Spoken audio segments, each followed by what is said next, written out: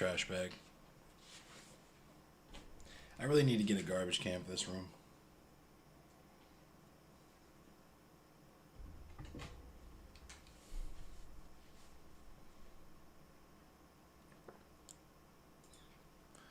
Alright, you fucking scumbags.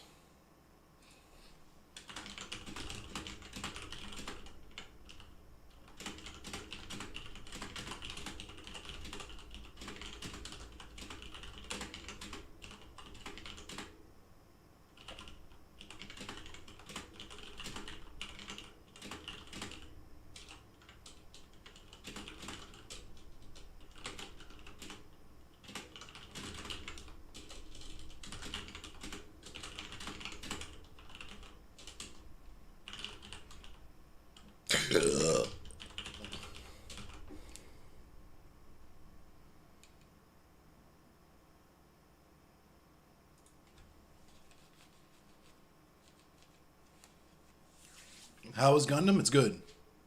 It's super good. Matter of fact, let me get into it now. Let me go ahead and boot the game up.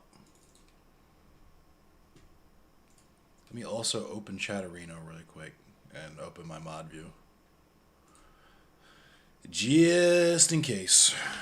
Because last night was something. Something indeed.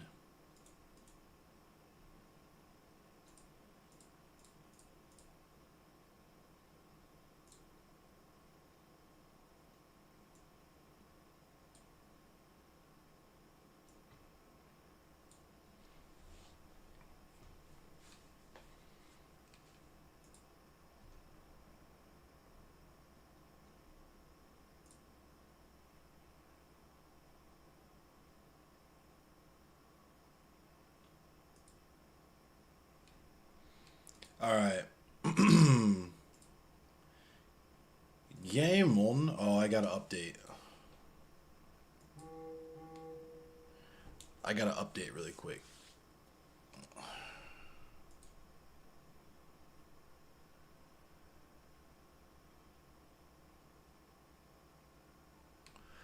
Grand Blue's updating. I should actually try that game at some point.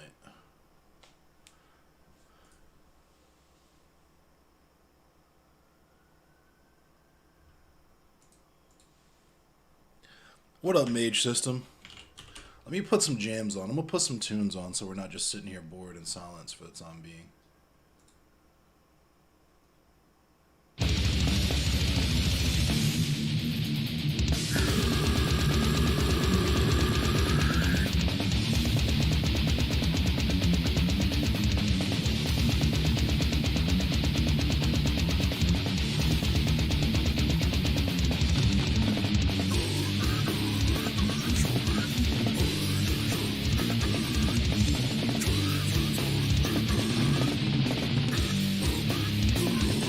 Playing Temtem?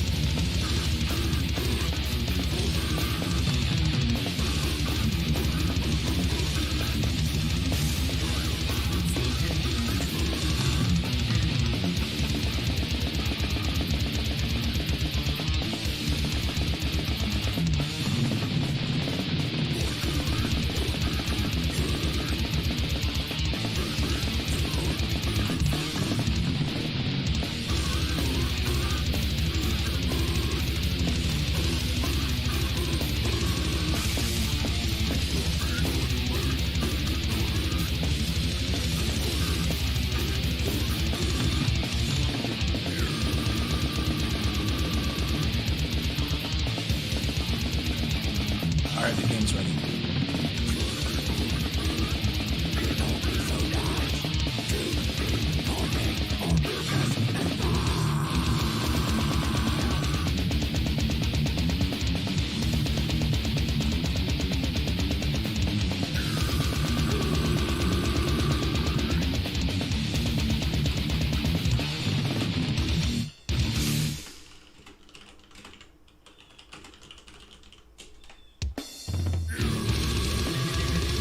What up, Pyro?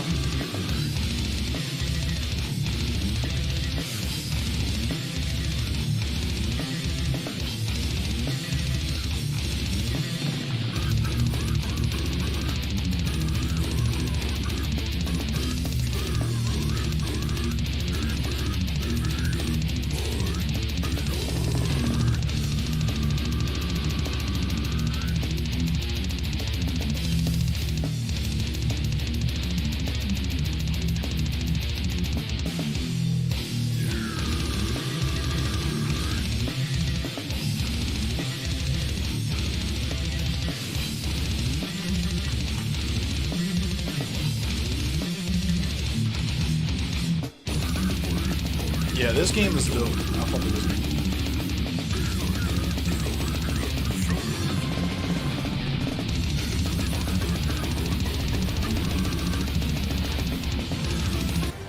Alright, let me cut the music off.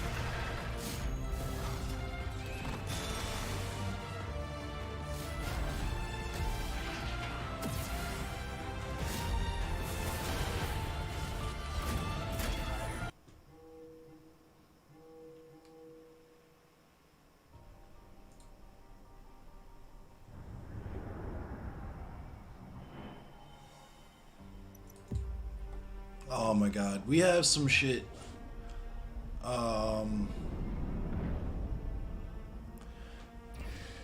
I gotta look at these screenshots before I share them with y'all to make sure there's nothing. Oh my god.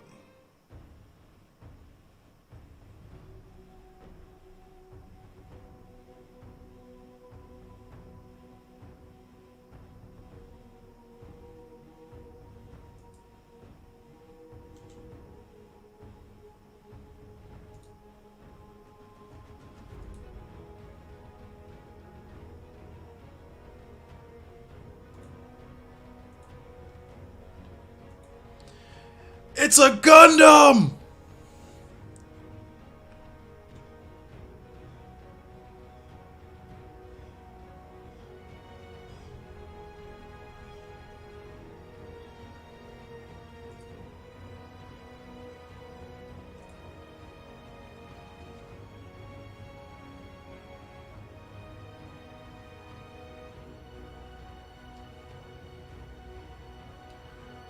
Yes, Gundam. That's where we're going. That's what we're doing right now.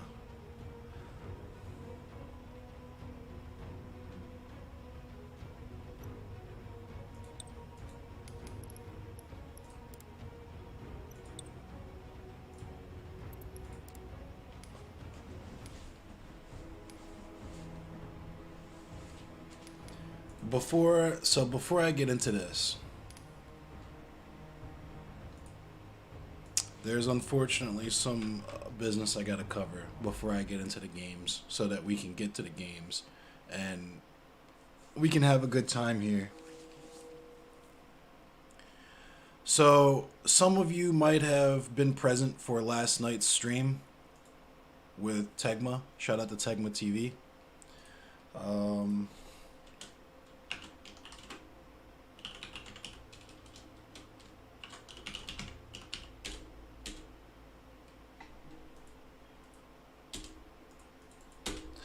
I fucked with the goof. The goof.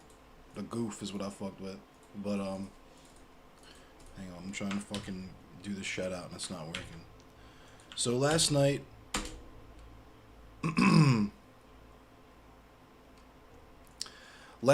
Tegma went into some stuff. For those of you who know Jason Society,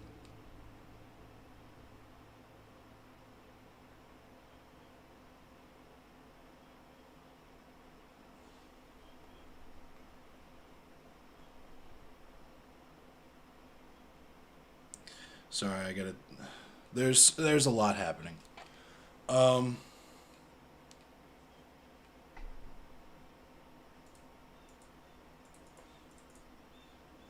and the only reason I'm showing you guys this is I want to show you guys how not to respond to certain situations. I don't want to. How do I even talk about this without?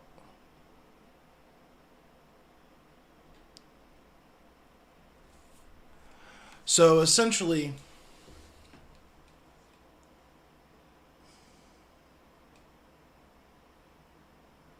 I'm gonna just start with the beginning with me. Me personally, I'm a streamer here. I'm new to this space. I'm to a large degree still figuring this shit out the same way that I was 6 months ago when I first was going through all the hippy dippy shit and essentially figuring out who is serious and who is not serious in the platform. Along with that is figuring out who is I don't want to place this into. I'm speaking extremely simplified here, but who's like good and who's bad in terms of how they treat their audience, their principles, all of that stuff, right? Because it's not just a matter of who's figuring out who's serious, as in who is just claiming leftism to gain clicks, and who is actively malicious in the space. Who are the abusers are, who the fucking pedophiles are, who the people who. Anyway, I don't have any type of fucking precognition for that shit, so I'm taking literally everyone on this bitch at their word, which is how I ended up in this spot that I am. With that said, there is one streamer who I have been seen in proximity to, especially over the course of the last month or so, as the situation has escalated behind the scenes without my knowledge. But I'm talking about Jason Society, of course. Now, if you don't understand what the situation is with Jason Society, I'm not really going to rehash it here. You can watch Tegma's VOD from last night, or Ask Tegma, or Ask Cly. To make a very long story short, Jason Society had lied to multiple people to heavily imply, or in some cases explicitly state, that he and Overlord Cly were in an intimate relationship. They were not. Jason was leaving multiple harassing messages, abusive messages to Cly, without her consent, obviously. And what's up with her, King? And what I said last night stands here. The most important thing about all of this is to support Cly. That is goal number one, period. But also, standing on my principles about abolition and so on and so forth, yada yada yada. There needs to be some compassion there for Jason, even with these terrible things that he has said and done. He is still a human being. He is still a member of our community at the end of the day. And we can put effort into helping him or encouraging him to help himself at the very least. Because make no mistakes about it, I'm very upset with Jason. I don't want to associate with Jason. Jason lied to me. Jason abused someone else that I care about from my community. Jason needs to be sat down for a minute, and we're trying to encourage him to do that, because with all that, we still don't want to see Jason get hurt himself, or do anything rash. He has a teenage daughter. He has people that care about him and depend on him. So we need him to be in the right state of mind so that he can be the best member of his community that he could possibly be. With that said, I want to talk about some reactions to this situation, because, as stated previously, we tried to work with Jason behind the scenes, gave him a million opportunities to step away, to just say, look, what's done is done, and you've done a lot of it. Just log out now, get yourself some help. We'll regroup, when the time seems appropriate. Um, nobody hates you. Nobody's trying to punish you. Nobody's trying to put you on blast or call you out or cancel you. We literally just want to gonna we want to help Cly, but we also want to help you help yourself, right? And um, what's up, Globus?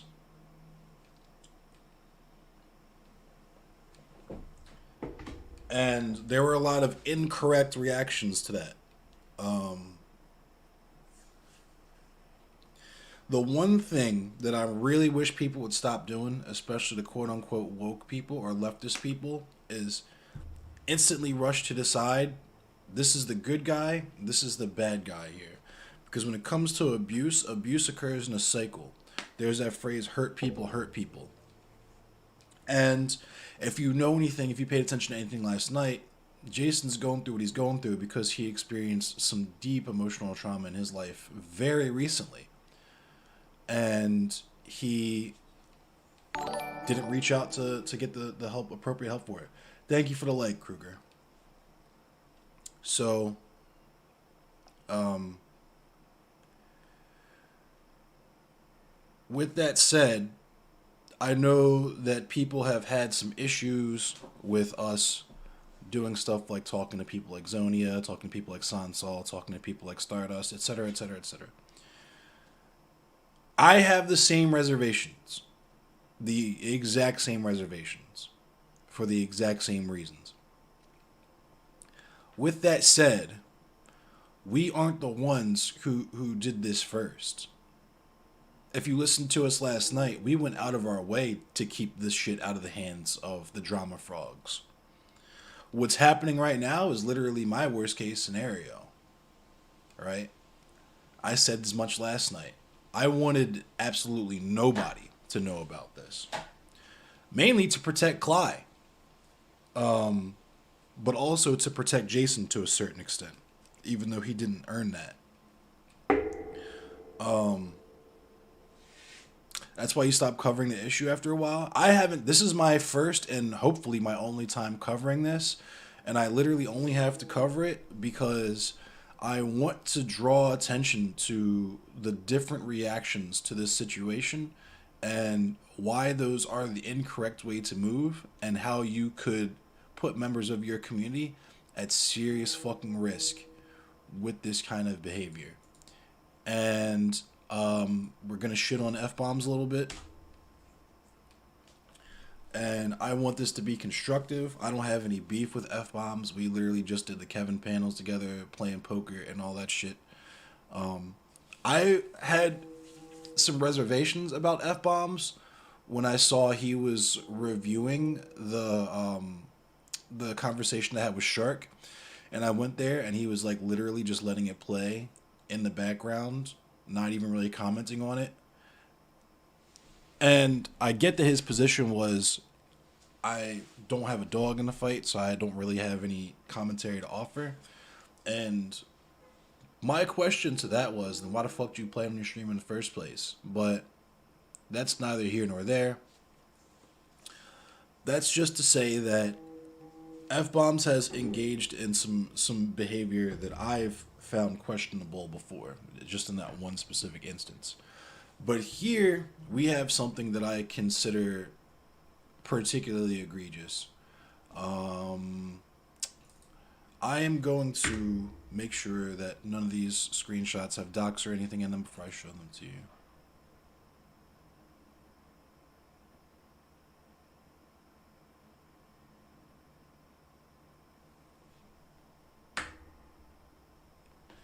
Okay. If there's anything docs or TOS in these, I'll just nuke the VOD. This is just like a game stream anyway. Oh, God, there's more. I don't know how this shit somehow gets worse every time. Every fucking time. But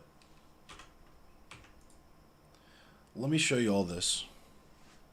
Star still sucks, but if she's helping people, then that's probably good. I have no stance on any of this. I interact with these people purely on the strength of Kali's word.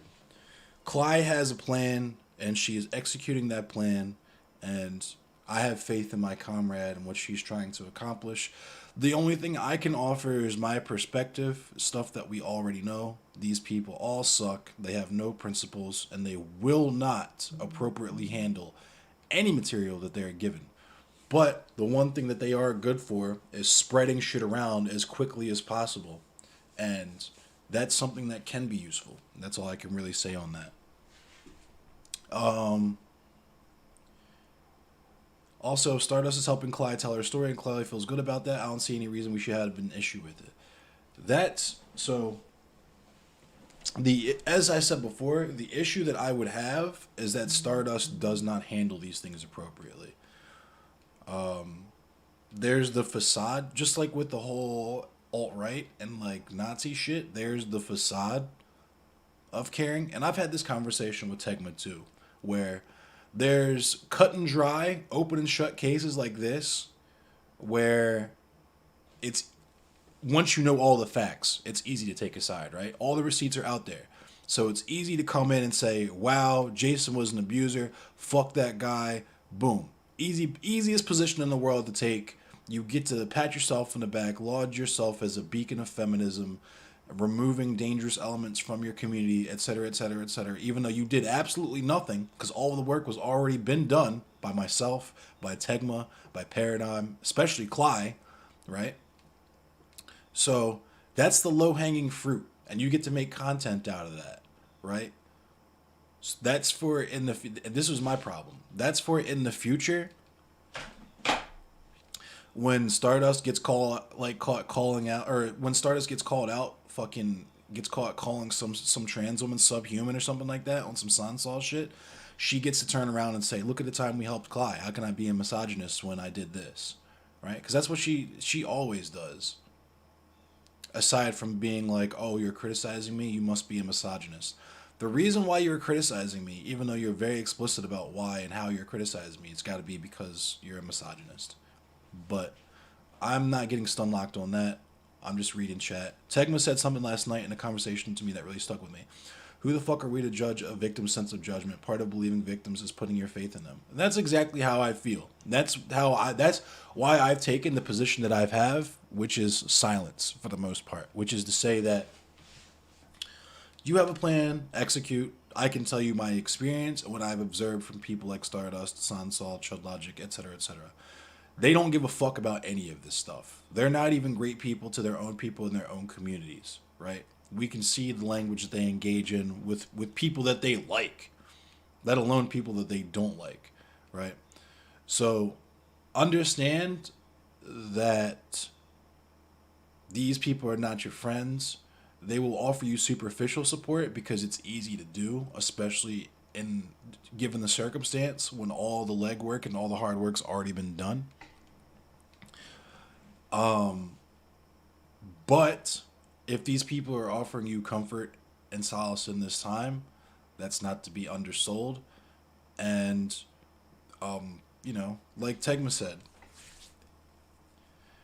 if she's using her judgment, we cannot remove agency from her by telling her this is a bad idea or this is a bad idea. Because now I can circle this back. In the circumstance, Jason had already done all of this shit. Jason had already tried to smear Cly publicly through these channels, through people like Stardust, all the stuff that he was doing behind the scenes in his Discord, all that. Jason had already done that. Us doing what we did last night and Cly coming forward and all that stuff is literally damage control. Because Jason started to try to get out and head ahead and get out in front of this shit off top. Hey, what's up, Alicia? And a lot of the people in our community fell for this shit. And I'm going to show you this shit in a second. And we're going to have a talk about how we best support survivors in our communities when we have complicated situations like this, after we look at this. So this is F bombs and antithesis. And as I said before, this isn't to try to shit on any of these streamers. It's just to highlight that there is a common tendency when these types of situations happen to do certain things and move in certain ways. They are not the correct way to move. They are literally artifacts of the status quo that, first of all, don't empower who you think is the survivor, but also leaves a lot of room for actual survivors to be mistreated and experience all the fucked up shit that happens when you try to come forward. People don't believe you, and they try to behave punitively towards you because they think you're making shit up just to try to hurt someone else. So here's F bombs with, have you seen any of these drama with Jason, Cly, and others? Audiothesis says yes. I just haven't seen Cly's VODs. If she has any, I watch Stardust VOD and talk to Jason. I'd talk to Cly, but I really don't know what to say to her. I don't know her that well. And I've never been the victim of stalking, just the perpetrator. Why, what's up? Which is weird, but I don't know if I should have shared that. But anyway, this is a mistake that I also made. This is a mistake that I also made very early, is that I acknowledged that Cly and Jason had something going on, not sure what it was, and when Jason reached out to me about that to say what it was, I didn't check in. I didn't communicate with Cly, and there was really no reason for that. That's 100% on me. Maybe like some internalized misogyny on my part where I'm like, oh, okay, they're a couple. You know what I mean? I'm just going to interact with Jason. And if Clyde needs to reach out to me about something, then she can. But I already know Jason. I've already been speaking to Jason, so I'm going to just talk to him. And if I need to talk to anything to Clyde about something, I can run it through Jason or just hit her up myself. But I never made the effort to reach out to Clyde on some blink twice if you need help type shit. What up, Paradigm?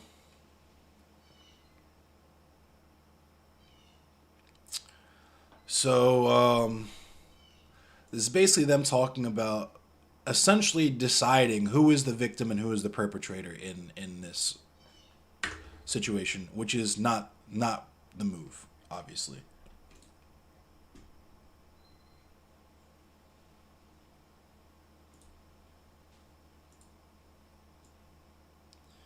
Let me find something else.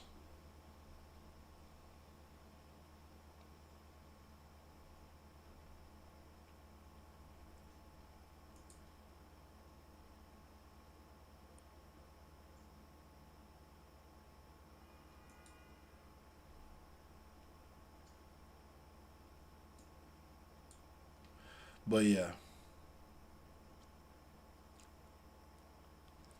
Jason was telling people they were dead, but nobody ever thinks to check in with us. Yeah. You think this is a bit unfair? Plenty of things happen in the community where stars come out in defense of people who have had insane allegations leveled at them from the right a few times. Like people accusing a trans content creator of being a groomer with no evidence, and issues happen in the community with at-risk members that never make it to the content mill. Even with Jason, a lot of the content from Star has been sympathetic to what he's going through. Okay, that's fine. I'm gonna let you cook, even though I see you've been banned in a lot of people's communities who I respect. But that's not how that works. If I beat the shit out of my kids, but I send them to Disney World every week, you can't say that I'm a good streamer. You can't platform. Stardust herself tweeted that she doesn't see a problem with sanitizing the image of Nazis because she thinks that the way that we defeat anti-blackness or like racism or white supremacy is by being nice enough to them so that they eventually decide to stop being racist. That's genuinely what she believes. And, you know, I've said plenty about it on here. I'm not going to say too much more because it's obvious to everyone aside from the people who really want to talk to Nazis for whatever reason that that shit is stupid. But you can't blame me for seeing Stardust do shit for literally no reason other than engagements There's literally no reason to talk to people like Richard Spencer for any other reason than to boost your own engagements. He didn't say anything we haven't heard before. She didn't push back on any of the shit that he said during the conversation. The best that I've heard people talk about that conversation is that she trolled him by talking about tiki torches. And I'm sure he was just absolutely wiping the tears out of his eyes, talking about how hard he got trolled while he schedules his next talking tour. It's foolishness. It's silliness. And you're going to turn around and say that with something that fucking serious, where people have actually died as a consequence of that rhetoric, fucking around with people like Doobie, people like Flamenco, people from the Kiwi Farms community, right? And it's funny because people talk about the community that I'm invested in. And the community that I'm invested in is the same community that everybody's trying to rush to get fucking to be a part of. So they can call this Jason shit out right now. It's weird. It's weird as fuck. Everybody talks shit about my community, but as soon as there was a fucking the clout with this situation was like blood in the fucking water. People that spent all fucking year shitting on us for no reason other than that we didn't like them are now suddenly trying to come together and break bread, and everyone wants pats on the back for remaining civil and focusing on the mission. And I see you fucking pieces of shit because I've seen how your other content is. Prove me wrong. Prove me wrong. I want you to. I'm desperate for you to prove me wrong.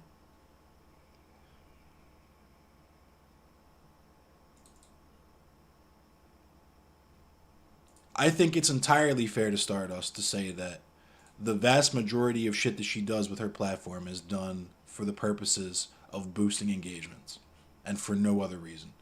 She might try and fake, like, there's easy, just like with this situation, like I said, the stance is easy as fuck to take.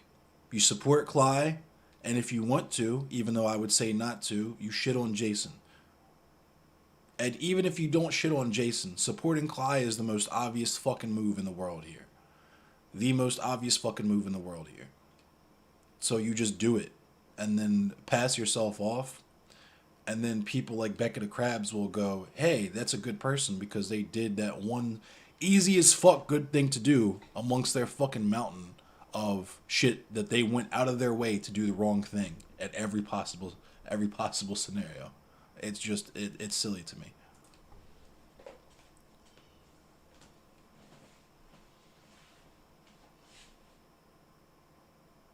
That Richard Spencer interview felt more like watching a date. That's dangerous territory because she's already trying to go into the fucking shit where I'm sexually harassing her or whatever weirdo shit that she's on, while she talks to people like Nick Fuentes who say they want her to sacrifice him in the fucking Temple of Doom. All that weird ass racist fucking misogynistic fucking sexist shit that they say, but because they have thousands of viewers, you know, we gotta accept it. Whereas people like me, before I can even get started, you gotta shit on me.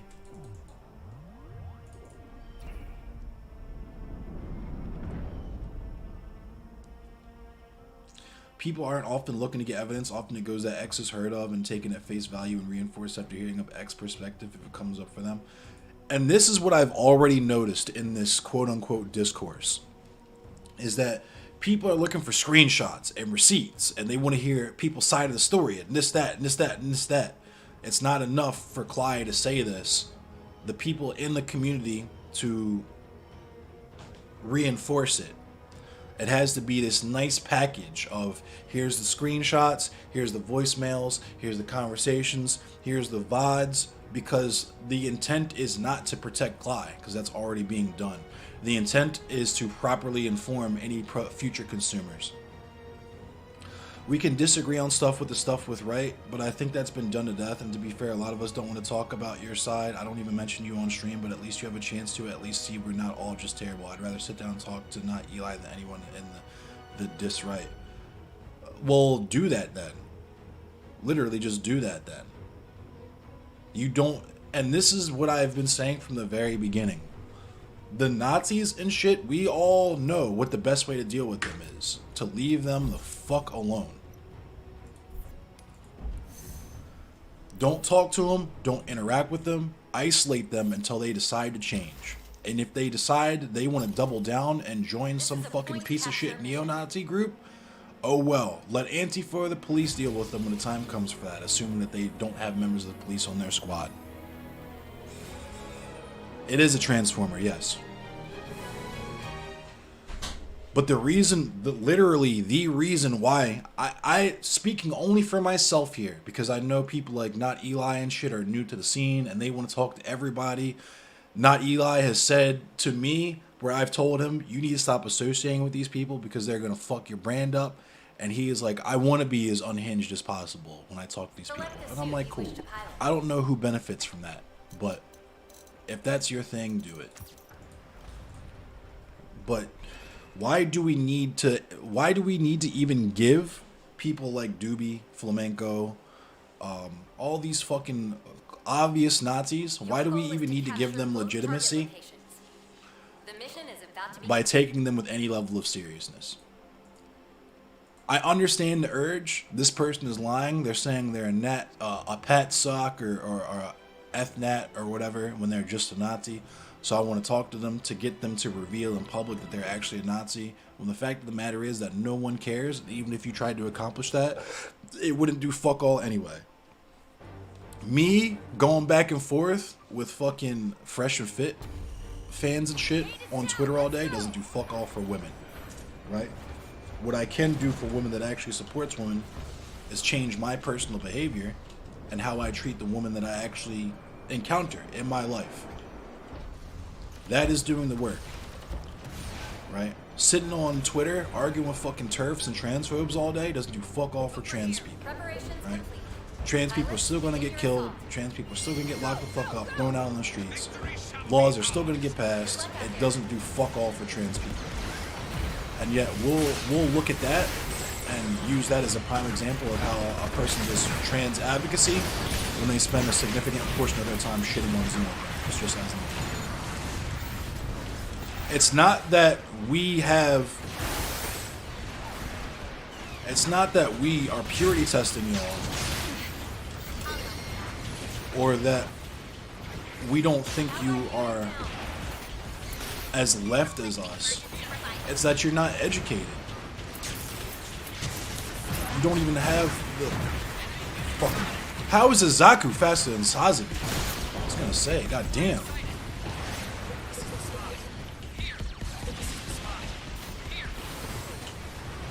Right when I got to him, I fucking...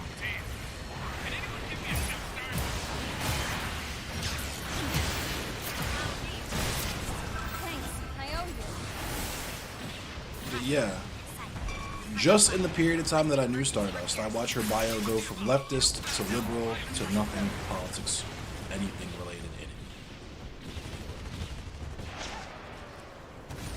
it. Shard Psycho Frame, yeah, I'm in the Sazabi right now. This is like my favorite mobile suit right now.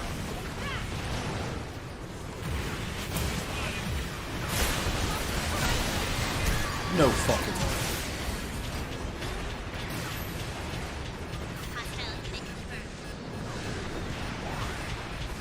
Zaku doesn't have the mass of my Psycho Frame, but still though, I thought Sazabi was supposed to be the fastest ever mobile suit.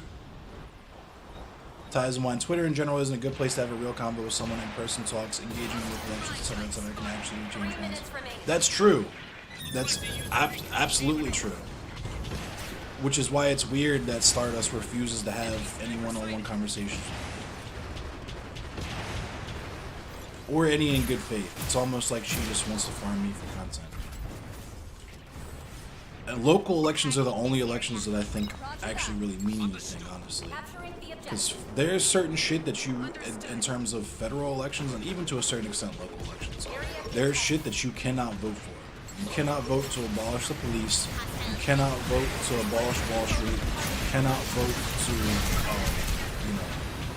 abolish the prison industrial complex. You can't vote to abolish the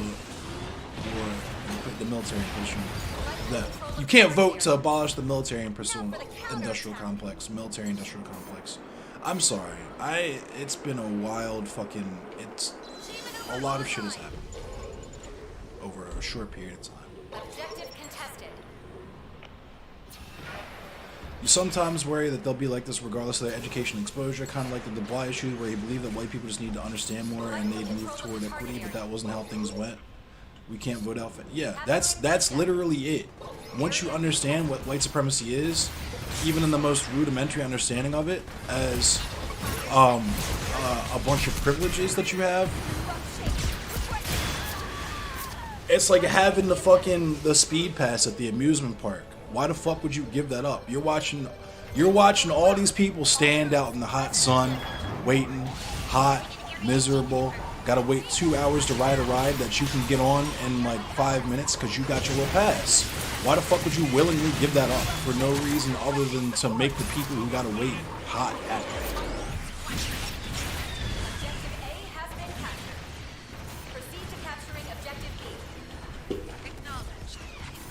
The only option you have in that instance is to like make your own amusement park or game or something in that line that's fun, that the people with the pass want to participate in. Dual power. And the crazy thing is we do that. Black people have been doing that, indigenous people have been doing that, women of color have been doing that, trans women have been doing that. Like, all the people who exist in the cultural minority of the cultural hegemony that we have right now, we've been super amazing at making our own society with blackjack and hookers under the margins. That's why we say abolish the police. Because imagine the person with the speed pass is watching you build your own amusement park that's more fun than the ride that they have VIP access to, and instead of giving their pass away, they decide to call the fucking park attendants to shut down your amusement park. What's the #1 charge that police fucking catch people for? Loitering, right?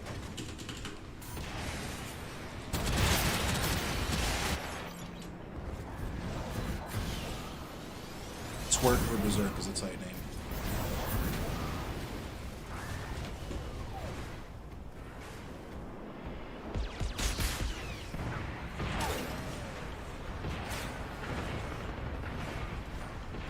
Quote tweeting a lot of us out of quote.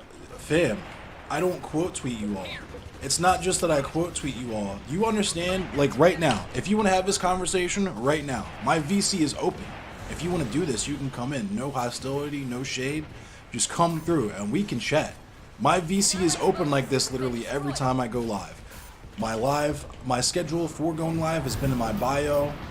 I've had the same going live schedule for the last 3 fucking years almost. Yeah, come through.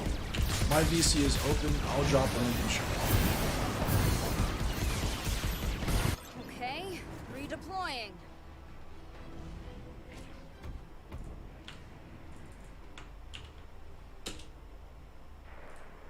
There's the link in chat, but I'm gonna read the rest of your message. We had a conversation on educating counter-terror, but that conversation fell apart pretty hard. Well, it depends on what your education in counter-terror is. If you're literally like a fucking SWAT team member or something, then of course we're gonna disagree, my dude. I'm a fucking anarchist. But that conversation fell apart pretty hard. That also feels like it doesn't achieve much, but I hope at least you can see us being pretty welcoming to people like Tegma, who we've argued with, and not wanting things to be hostile. You don't have to be like us. We generally speaking don't want to be fighting with other people on the left, that feels especially pointless. That's the thing, brother. You're not on the left. You just think you are. You're just advertising yourself. Because people on the left don't talk to Nazis. Read Frantz Fanon to see what kind of conversations he had with Nazis. Read Michael Parenti to see what kind of conversations he had with Nazis. Read Karl fucking Marx to see what kind of conversations he had with Nazis. You guys are not on the left. You're liberals. And that's cool. It's just like people use that shit as a insult, but really it's a step in a process. I was a fucking liberal once. I still have some liberal tendencies. But you're not a leftist, you're a liberal. You believe that the solution to the problem can be found inside. You believe that the problem is not the status quo itself, but the status quo has a problem, and that the solution to that problem can be found within the status quo. It's not leftism. That's liberalism. You only hop in for games. You don't want the smoke. It's cool. Afro-Indigenous history of the United States, and there's some passages about Frederick Douglass. I didn't realize to what degree he capitulated to white sensibilities while throwing other people under the bus. Frederick Douglass kind of sucked, bro. Frederick Douglass, like, let's do our Blitler shit here. Frederick Douglass had a. I'm not even gonna go into that because I already got in trouble for talking about that shit. We'll say that if you pay real close attention to Frederick Douglass's life, it was very obvious that he had at least some assimilationist tendencies. Copy that. Thrusters high. You're doing fine, pilot. Keep it up. We'll get the job done, Command. Just try to keep up with me. Mission complete. We've been defeated. The cool thing that Frederick Douglass did, though, was participate in the co-op here in Baltimore at Fells Point, the Ship Caulkers co-op. There's a video by Alki on that I would highly recommend if you guys want to check it out.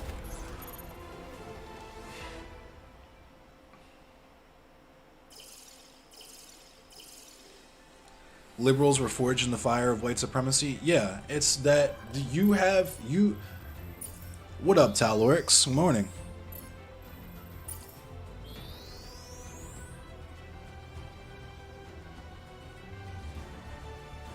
Yeah, Fett. I haven't watched that on stream yet because I don't want to do the whole watching YouTube videos on Twitch meta, especially since the creators on YouTube, they lose engagements behind that. But yeah, it's very obvious that cool. It's obvious when people are virtue signaling to other white people instead of actually trying to listen to the people they're trying to do advocacy for. We're gonna have a conversation with Beckett now. Yo, what's up, my dude? How you feeling? Oh, I'm sorry, I didn't mean to gender you. What are your pronouns? He, him. Cool. All right. Right on. You're good. You're good. I'm all right. Busy day. Just finished work, so. All good. I'm currently not working, but it's all cool. I hope it works out. I'm sure it will. Yeah. I hope so too. So I want I think seeing Tegma in chat's been interesting for our side. So just so because I like to be really honest and open. So my for clarity, just so I understand and chat understand, when you see your side, who's like what exactly is the qualifier for the sides? Okay, so obviously you can tell from my accent, I'm British and European. So we're gonna have. We forgive you. Yeah, no, it's fine. It's fine. You know, you're welcome to have America. We're good with that. I think last time we were over there was when we burnt the White House down for you guys. So, you know, yeah, so, yeah, nice little bit of help. It's all good because we built it back. Yeah, no, better. Made it even more white. It's great. That's what they told us to. Yeah, no. So from my qualified position, I suppose. Just really quick, a fun aside, because I didn't learn this until recently. The reason why they painted it white is because that covers up burn marks, which is why a lot of spots that were burned down in Jim Crow and shit were painted white. Yeah. But go ahead. I'm sorry.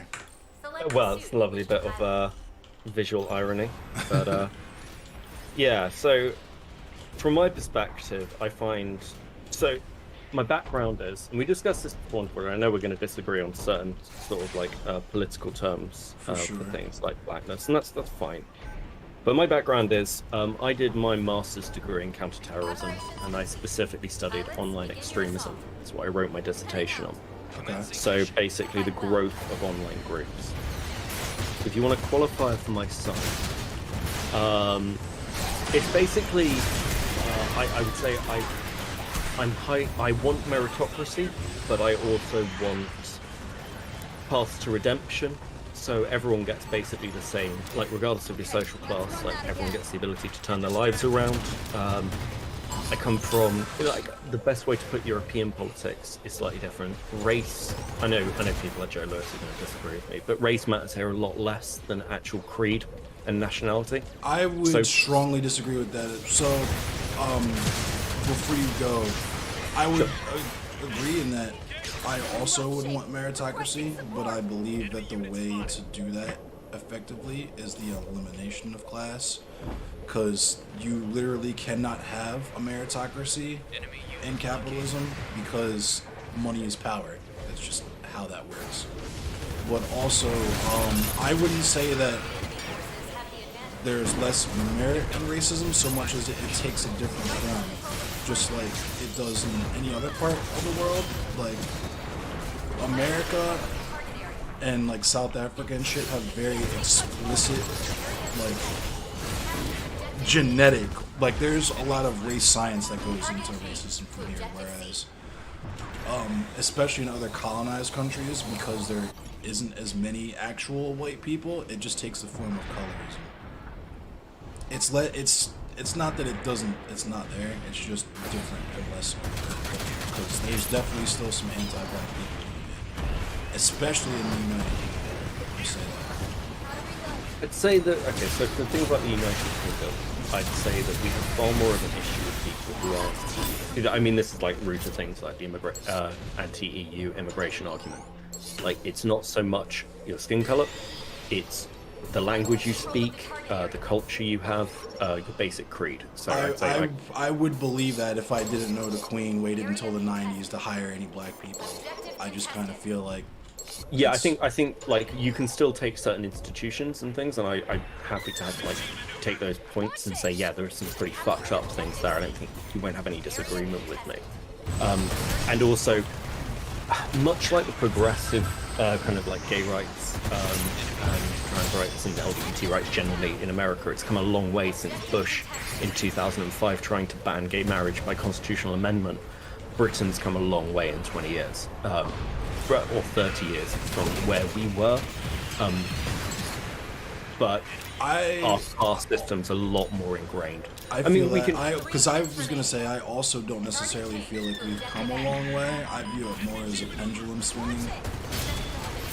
Yeah, I mean, this is one of the big risks that I've put out, is that pendulum has been pushed very far in one direction, very, very quickly. In fact, the rate of progress we've seen is probably faster than any other point in history outside the fall of an actual empire. In terms of what? In terms of actual kind of rights and kind of the breaking down of taboos and social norms, to kind of like actually get us to a point where people are treated at least slightly more fairly. I mean, you and I are going to disagree on like. Yeah, I was going to say because slavery still exists here, so I don't know. Well, yeah, I mean, like, when you say slavery still exists there, do you mean that, just to clarify that, because do you mean, like, the fact that there is more slavery now worldwide than there was during the colonial period? Because I think we've got good data to back that up. And it's not no, as in... Or do you mean, like, wage slavery? No, like literal slavery, as in the thing that was part of the American economy. The American economy was based on from the onset.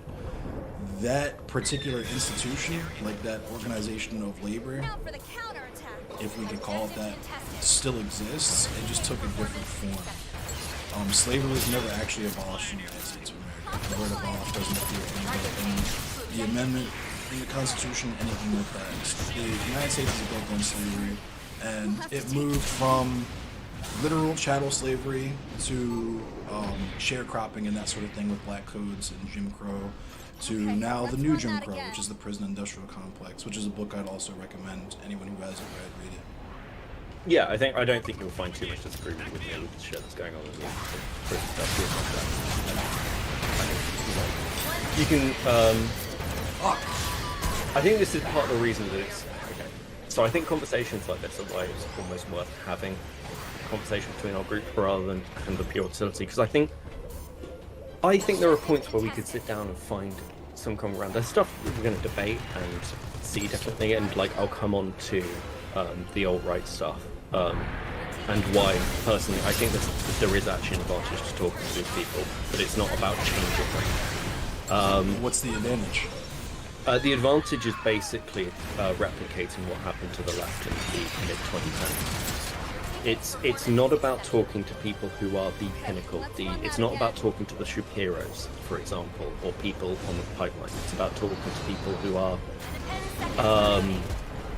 insane and cringy. It's about talking to the the crazier side and highlighting some of the drama that's happening in AF, for example, because that's done damage to AF. I know that. So I know it's that performance art. it's not exactly performance art. It's more the fact that. Have you heard? Let me use a different example. Like, have you heard the theory with school shooters that the thing we should do with them is not make them look big or scary? It's to basically point to these people and go, these people are fucking losers. Like, to go and do that to another human being because your life's fallen apart and your only option is to go and shoot up at school doesn't make you cool or fashionable or mysterious. It just makes you a fucking loser. Because if we did more of that, if the media didn't glorify, less people would go down that route because nobody wants to be seen as a fucking loser. So, especially when they're already seen as a loser. So, number one, I kind of feel like we already tried that. Number two, how does that keep guns out of kids' hands? It makes us feel better as observers, but it doesn't actually prevent the thing that we're trying to prevent. It just kind of lets us do our performance to show to other people around us we don't agree with that shit, which is like, why do we need to do that about shit like literal school shootings?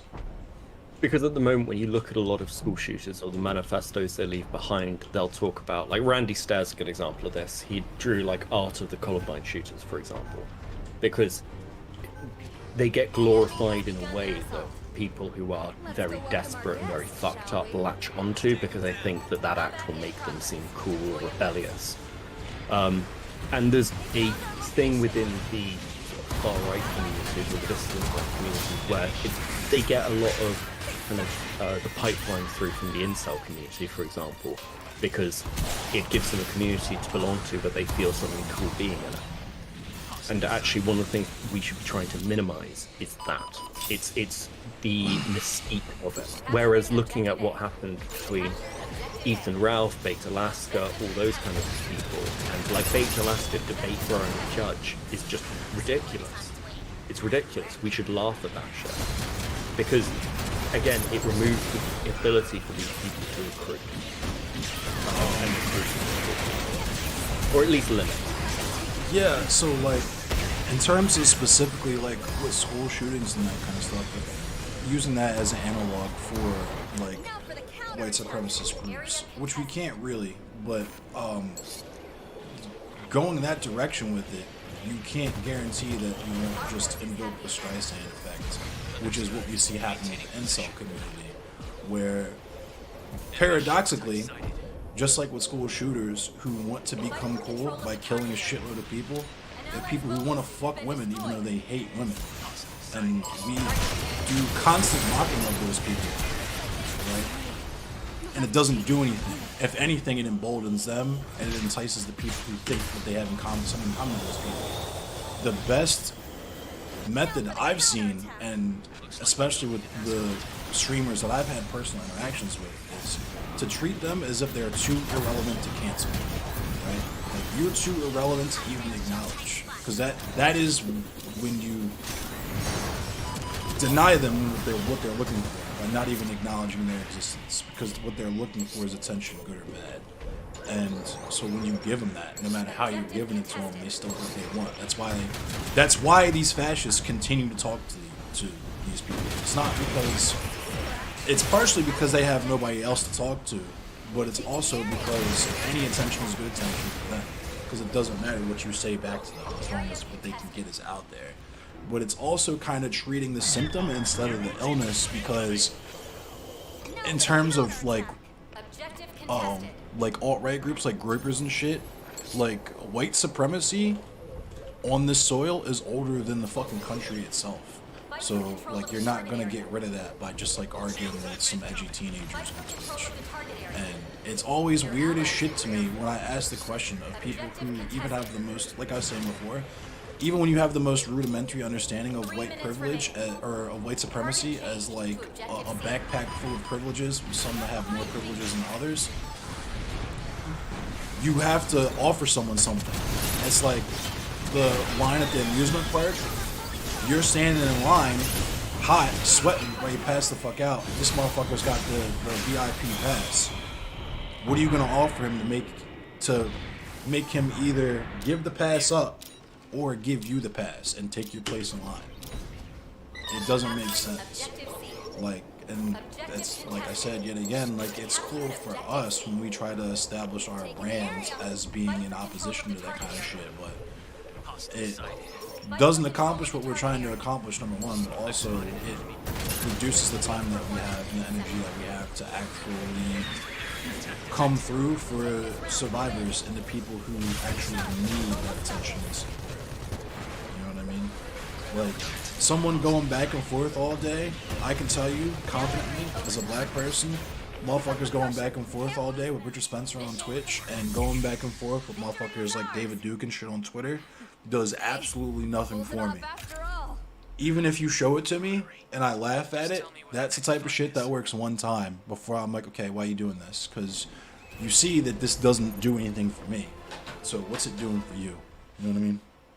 Sure, and I mean, like, I've seen the, like, I think actually the price of doing business video that recently came out. Yeah. I haven't watched that in full yet, but people keep bringing that up. Yeah, no, it's worth watching. I think there's a lot to it. So a lot of my, I suppose, a lot of my thought process with this was when I looked into the, sort of the data of what happened around kind of like the early 2010s, and what people don't acknowledge. I know that the argument of, well, just don't talk to these people and they'll disappear. The problem is that also hasn't worked. Around the time that I was writing my dissertation, we say that, but Trump still got elected. And YouTube is still a platform. When we're talking about numbers, the fact that, you know, Richard Spencer ended up in a debate with Sargon of Akkad for like the anti-SJW community, trounced him in front of like the odd million like over 1 million viewers.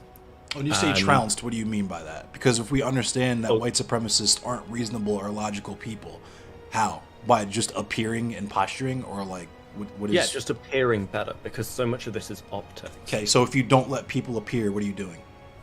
Well, the part of the problem is that people end up down the pipeline anyway, because they end up on this pipeline when they'll end up watching people like Crowder or Shapiro or Jordan Peterson. And the problem with what's happened to the content mill is you can only be so extreme on the right before you're banned, which means that the really extreme contingent, the far end of that content mill where people want to make content and kind of make a name for themselves and have to say the extreme thing to get the viewers, that'll tend to get them banned, so they end up in the sectioned off area. But it means that people like Crowder and Shapiro and Peterson get to just say the same kind of leveled out insane shit that keeps people on that pipeline. I mean, yeah, that's their strat. Tom Metzger talks about how people like that need to just pretend to be liberal. This is why people on the left are sus of liberals, not just because liberals have not fully thought their worldview out, but because a lot of time it's hard to distinguish Nazis from y'all, especially because a lot of them are really good actors, and you don't even really have to be a good actor to just not say the quiet part out loud. I think part of the problem from my perspective is like the pipeline that they're on doesn't really come from places like Twitch poll community. It's the society that we live in. That's cultural hegemony. Yeah, I mean, look, if you want to make those arguments, I think that they're fine arguments. I think there's a lot of strength to them, especially in certain communities, or you know, the basically becoming despondent with the society you're in. You know, like people are going down two routes. So this is the problem I always have with this conversation, is that there's a tendency to view white supremacist culture as separate from mainstream culture, when at least in the United States, and I could speak pretty confidently on a lot of the Western European countries, that those two things are one and the same. And what people consider to be normal or regular or quote unquote like just like mainstream culture is actually assimilation culture of white supremacy and what white supremacy deems tolerable or marketable or easy to commodify. So like us sitting here right now, the thing that people don't need to understand is that there has always been and will continue to be Nazis on the internet. From the point in time that the internet was invented, right? If we're going to be hyperbolic and assume that all federal agents are Nazis, to the point where the internet was actually released to the public. The number one place that Nazis have gathered since its inception has been the internet. And it's for the same reason that you've said, right? Not just on the internet spaces, but in common culture. If you say the quiet part out loud, you'll probably get banned. everybody knows what flying a Nazi flag or saying the 14 words, all that shit means, right? But Nazis have to constantly rebrand, not because that shit isn't sexy, just that because that shit isn't sexy anymore. There was a point in time where the N-word was above board in normal culture, and a lot of people are trying to bring that shit back for a different reason. But the thing that always gets lost is because people want to focus on specific points in time, right? There's these extremists in Saudi Arabia, or there's this thing around the Arab Spring, whatever, not understanding that me specifically as a black person, especially a person descended from slavery in the United States, I have at least 3 generations worth of direct history to draw from in terms of these people are not fringe on the outskirts of mainstream culture. They define what mainstream culture is, and they know that the next generation might be on the fringe. So they have to make that shit more palatable to them so that they'll continue to perpetuate it. This is why we call schools white people factories. It's tongue-in-cheek, it's joking, but they fulfill a purpose. The purpose of schooling is to indoctrinate you in mainstream American culture being the culture of white supremacy. So, like, when we say things like, this is what works and this is what doesn't work, it's not modifying the culture as a whole. It's literally how we have survived this long and how we will continue to survive. If you guys, as white people, cis people, straight people, whatever, you want to pal around with them and hope they eventually change their mind when they have no reason to do that, that's cool. In terms of people on the left, it's us and people who care more about us than trying to convert other people. So when you talk about, what's that? I'm sorry, go ahead. So I want to meet you halfway, because I know there's going to be, you're going to have particular views, and that's fine. So let's for the moment say I'll accept that for the purpose of this conversation, that American culture is white supremacist. I think that there's probably some language there that we could refine down, but sure, if you want to blanket it like that, I actually feel like that's pretty accurate, because white supremacy is not always I hate black people or I hate non-white people. White supremacy could be commodifying things that are not white for white consumption. Like white supremacy could be you speak so well, you're so eloquent, white supremacy isn't always the desire or the immediate urge to hate. Sure, or kill. like I can see chat meeting halfway, classic Lev. That's fine. Like when I say I'm gonna meet halfway, because there's ways that I'd prefer to break that down, like for saying like this is a part of class culture, for example, and I think white supremacy is class culture. When you're black, you're part of the lowest class. You know. Sure. Okay. If that's helpful, so we can continue. That's fine. That's what I mean. That's because I'm not sure. A lot of people I feel like don't really particularly understand intersectionality, but I actually went over this on stream. Is that class in terms of capitalism and white supremacy are not really separate things. They're things that exist concurrently and reinforce each other. So like black people exist in a lower class. There is incentive to keep a lower class as a capitalist, and that it's a feedback for all these things. I think my hesitation is not necessarily disagreeing from what the point you're making. My hesitation is we have a lot of words now that are beginning to lose their specific meaning, and it can be, I think, unhelpful in the conversation when we're speaking to people who don't have conversations like this all the time. Sure. So then you get the gut reaction. That's my hesitation more than anything else, because I think if you want to align those things with white supremacy and say from an intersectional perspective that all comes under that umbrella, I think from that argument it makes sense. I'm hesitant to do it because from my background, like, we have this problem in counter-terrorism. Terrorism doesn't really mean anything anymore, so it's very hard to actually sit down and write essays about something like that. If you ask me, terrorism never meant anything in the first place.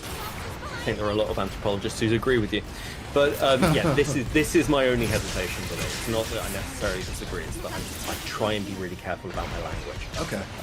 And there's like if you want to talk about the effects of white supremacy, at the moment I'm on a massive binge of every time anybody in chat mentions anything about like the pyramids were built by aliens or something, for example. I'm like, don't fucking spread that because it's directly from Nazi propaganda. Right. Like it's a direct reference point, and I've you know, I think there are breakdowns as well that don't help from a European perspective. For instance, considering North Americans and Middle Eastern people as white is not something that any European is going to understand what the fuck anyone's talking about in America, because that's not how we view it. Oh yeah. No.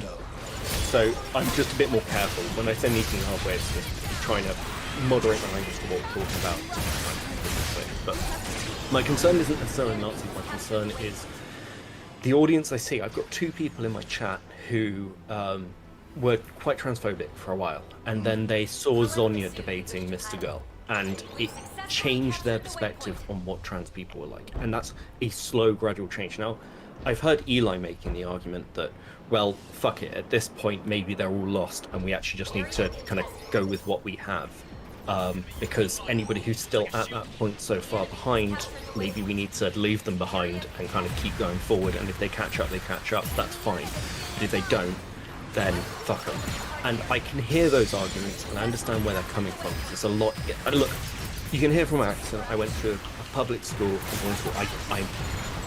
I push back, I think, in the British sense of that being a white thing, because my school was very multicultural. But from a class perspective, hell yeah, of course, I've got massive advantages and massive privileges. I completely recognise that, and I think those are conversations worth having. But I think my concern is partly the audience. When you don't have the conversation or don't engage with that side of the audience, you never change their opinions, and then they end up rabbit holing. And I'm more concerned about, even if it's just a fraction of that audience who won't vote for Trump next time, even if it's just a fraction who won't buy into an anti-trans argument. And when you asked me earlier what's my side is people who actually want to sort of change. I'm not married to the idea of capitalism, but I am pragmatic. So I'm not thinking about 150 years. I'm thinking about how do we get out the hole we're in now, not just in America, but you can see who's just been elected in Italy. Over in the UK, Liz Truss is out of her mind. Right. And we're dealing with these sort of spirals, and part of the problem is this side of where we are is very, very small. And look, I'm just gonna cut you off really quick because I feel like this issue specifically is also one of those things where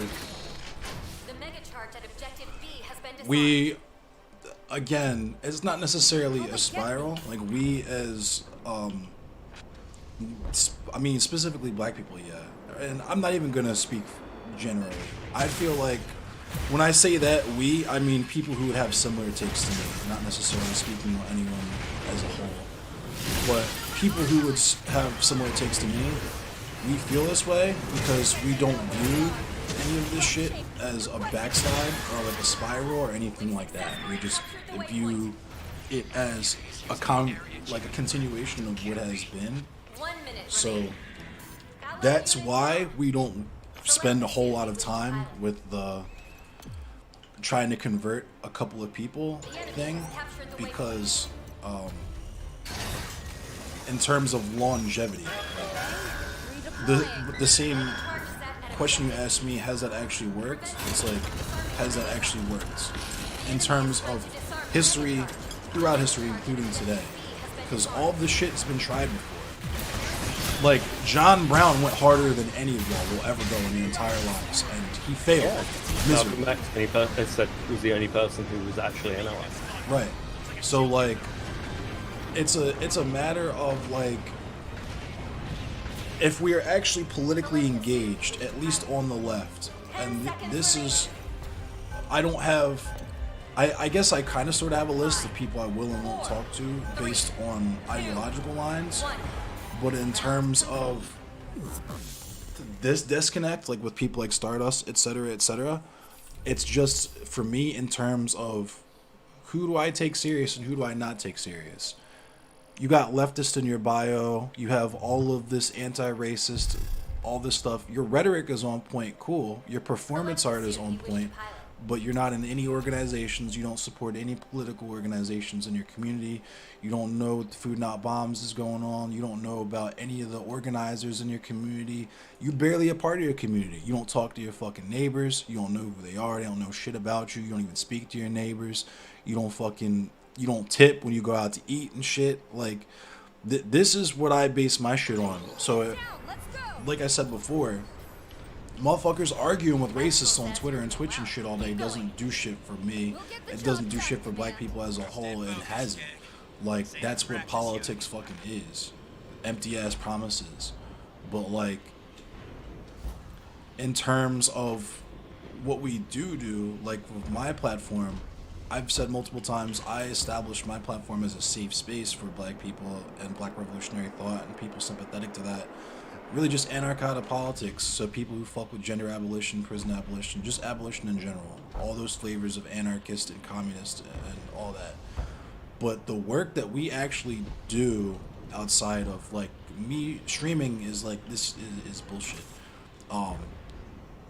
Yeah, sure, and people are going to pick this, but like, so from my perspective, well, like, I'm not for gonna sit here and lie to you and say I'm an activist. No. But I Well, do that's what I'm saying. day-to-day, Is, like, well, my that's what I'm job saying. is that- Just to not to cut you off, but like the bar is low. You know what I'm saying? Like, the bar is extremely low. Like, if you send like $5 to Food Not Bombs, like, just doing that type of shit is doing the work to me. But people don't even do that. When you ask them what they're doing, they trot out some like 3-hour-long debate, or they have their fucking like viewers vouch for them and shit, and it's like. Yeah, look, I just noticed Bink I'm Princess happy in for. there. I'm gonna drag Bink in really quick. So, Yeah, what, sure. what were you saying? I'm sorry. Yeah, I think it's fine to have that, and I think that people are going to choose what they can and cannot do. So from my perspective, I didn't go into the security sector. I went into somewhere where I actually Get thought I could fucking do dealt with. Get fucking dealt with. You too. Double kill. Yeah, like, it's I went and did something, or my career is actually doing something that makes a material difference to the community I work with. I'm quite wide, and I've done well in that, so I can use what skills I have to make a difference and not worry as much Right on. about the pay. But I think that part of it is, so from my perspective, my biggest worry with the content mill and everything else is I look at people like Rakita Law, I look at, the numbers I'm not that sure who that people is. on. I'm sorry. So Rakita Law's lawyer, he got very, he's been around for a while, but he got very, very big off the Rittenhouse case. He's one of YouTube's biggest earners through super chats, and he's on the right. And when we look at, like, kind of what Twitch is pulling, numbers wise, kind of the big people are up there from the left, like Hassan, Vosh, Was Destiny. Regardless of what you think of his takes, like, that would be seen as sort of left wing Twitch poll. But it's still. Can y'all hear me? Yeah, we get you. Yeah. What were we saying? No, I'm sorry. But it's such a huge community that's doing those things. When you look at things like Killstream, when you look at the fact that Fuentes What has up, Ron? Cozy and Comfy's just starting up, those are large communities that you're just not hitting in the same way. If your platform was like, we want to have kind of conversations and able to be kind of friendly to kind of radical thought, I think it's a good way to do that. I would ask, and, like, I'm not trying to be antagonistic, so I am genuinely asking. Oh no, go for it. Do you think the conversation you had with Shark went the way you wanted it to, with the coverage after that? No, but I also said at the very beginning of that conversation that people were going to cover it however they wanted to, because a lot of people aren't interested in learning anything. They were just drama frogs. Like, did you, just out of curiosity, did you watch his VOD or mine? I think I watched his VOD.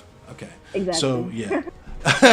So, like, I talked for like an hour at the beginning of my VOD about how I didn't even see that as a debate. I simply wanted to shortly answer your question if I got what I wanted out of him. I absolutely got what I wanted. But the how I was viewing that conversation, and this is why my rhetoric wasn't so great in a lot of areas, is because I wasn't expecting a debate. I said that he tweeted, that tweet was like Tommy Lauren. He got in his feelings about it. And in the first hour of my VOD, I'm giving the backstory, but also explaining that, like, I'm not a debate, bro. The shit that I talk about is not up for debate, so I don't Amen. legitimize people who think it is by giving them that. But also, in that particular instance, I wasn't trying to move antagonistically against Shark.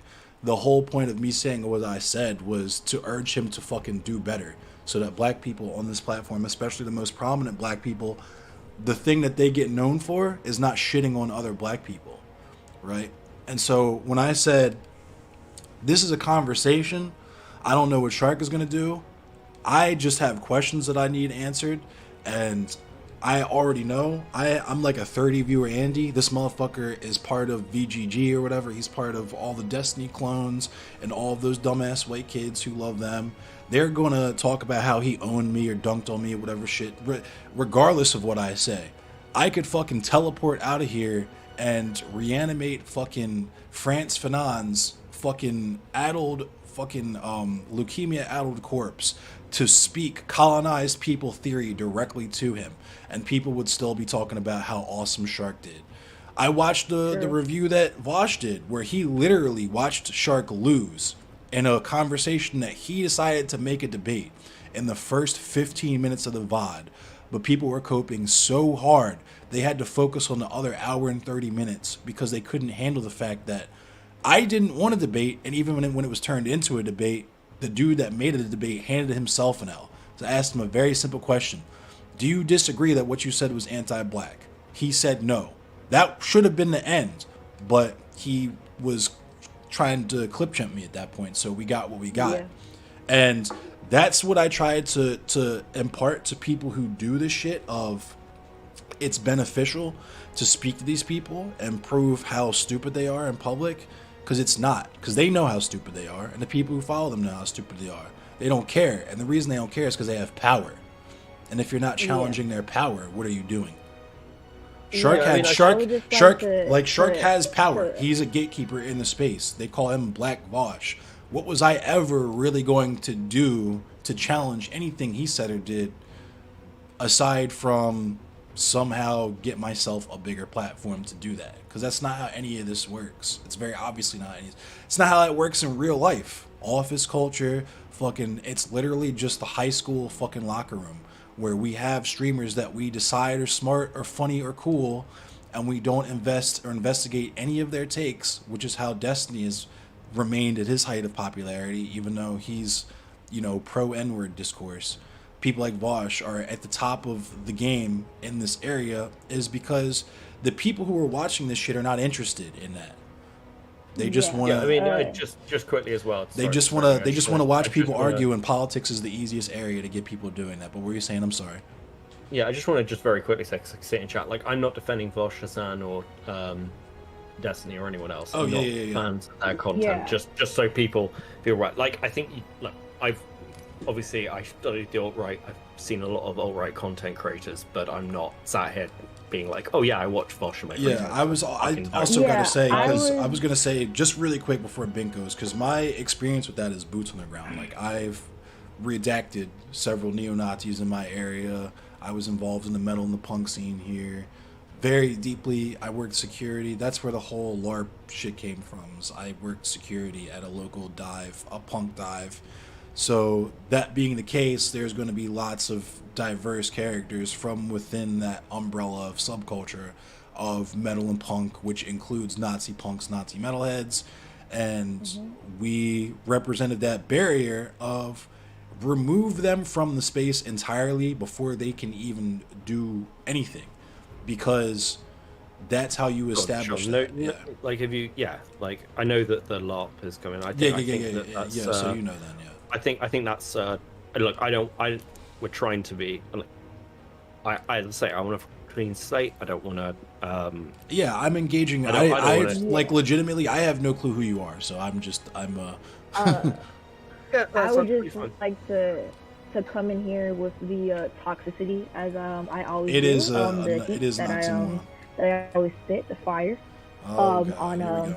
and I would just like to genuinely ask you why you would think that debating Nazis would actually do anything. And I'm going to explain to you why, and I'm my train of thought, right? The reason why the early 2010s and the whole This is a Gamergate domination shit mission. was and anti-SJW shit was so popular is because there were already pretenses of that occurring already. Throughout history, especially American history, there has been a way of the right weaponizing basically weaponizing white supremacy against minorities, right, and marginalized peoples, and framing the left as too radical, framing the left as, you know, I'm gonna turn them up so above. they're anarchists, right? The whole like anarchy meme, right? They frame them in a very particular way because they have power over institutions. How would you think we would be able to have the same effect, so to speak, when we literally are not we literally do not have any type of power to even conduct that like whole wave in the first place? Because mind you, even though there's people like me and Liz Paradigm and all of these other people, you have to be predisposed to our thought in order to think about these things in the first place. There's a very particular reason why when we talk about converting Nazis, that we talk about converting queer people, or we talk about converting white women, right, that are in Nazi spaces or white supremacy spaces, because they already have a way of, you know, their identity, based on their identity, they are marginalized. When it comes on to interacting with our community, you have to be predisposed in order to think of our thought. And that is exactly why people like Ben Shapiro and all of these other forehead-ass Nazis, white supremacists online have a group. Because when it comes on to the education system, they do what? Fuel what? White supremacy, right? The whole white people factory meme, right? So culture, right, and even our education system upholds white supremacy to some degree and upholds very small thought and Nazi rhetoric and white supremacy rhetoric. How would you think we would be able to quote unquote counter that and have some type of effect like the early 2010s with anti-SJW? And yeah, sure. I was gonna just to interject really quick. I gotta say that like I'm not discrediting the like converting people from the audience, because that shit feels good. You know what I mean? Like when I'm up here talking about prison abolition, somebody comes in like, what would you do if someone murdered your wife and kids? And after like an hour conversation, they understand where I'm coming from. That's cool. It's good. And, you know, it's not nothing. It's just, what does that actually do to tip the scales of power? exactly. Sure. Like, okay, so I can answer that. And I can answer it from your perspective as well. I'm not bullshit. So let's take the Occupy movement. The Occupy movement was doing really, really fucking well. Finally got picked up by the media. And then the person who went to speak to them was a girl named Tomato. And through what she said, because it was so far left, it discredited the whole movement basically in a week. I wanna interject one thing. It wasn't that it was too far left. What I was gonna happened? say, that's not how I. Wait, hang on. It wasn't that the ideas were too far left.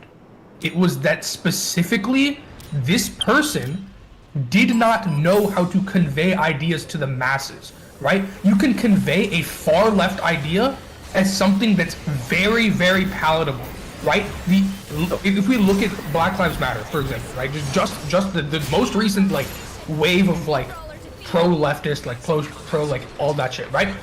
Pro-black, like all that, yeah. So when we look at that, right, like people will say, oh, there was some bad messaging, but like how many people actually came out? A fuck ton, right? When we look at it, a ton of people came out. There was real messaging there. I was gonna say, like, there was that was. I was a big. I might actually be about to agree with both of you. So just give me a second. Give me a second. Let me finish. I was a baby activist at the time, and the feds were actually trying to see what was up with me. But go ahead. Yeah, like so. My point is that there were arguments that it was actually an intentional selection by the media to discredit the movement, to find the person who would be least able to convey those ideas, let's say. Yeah.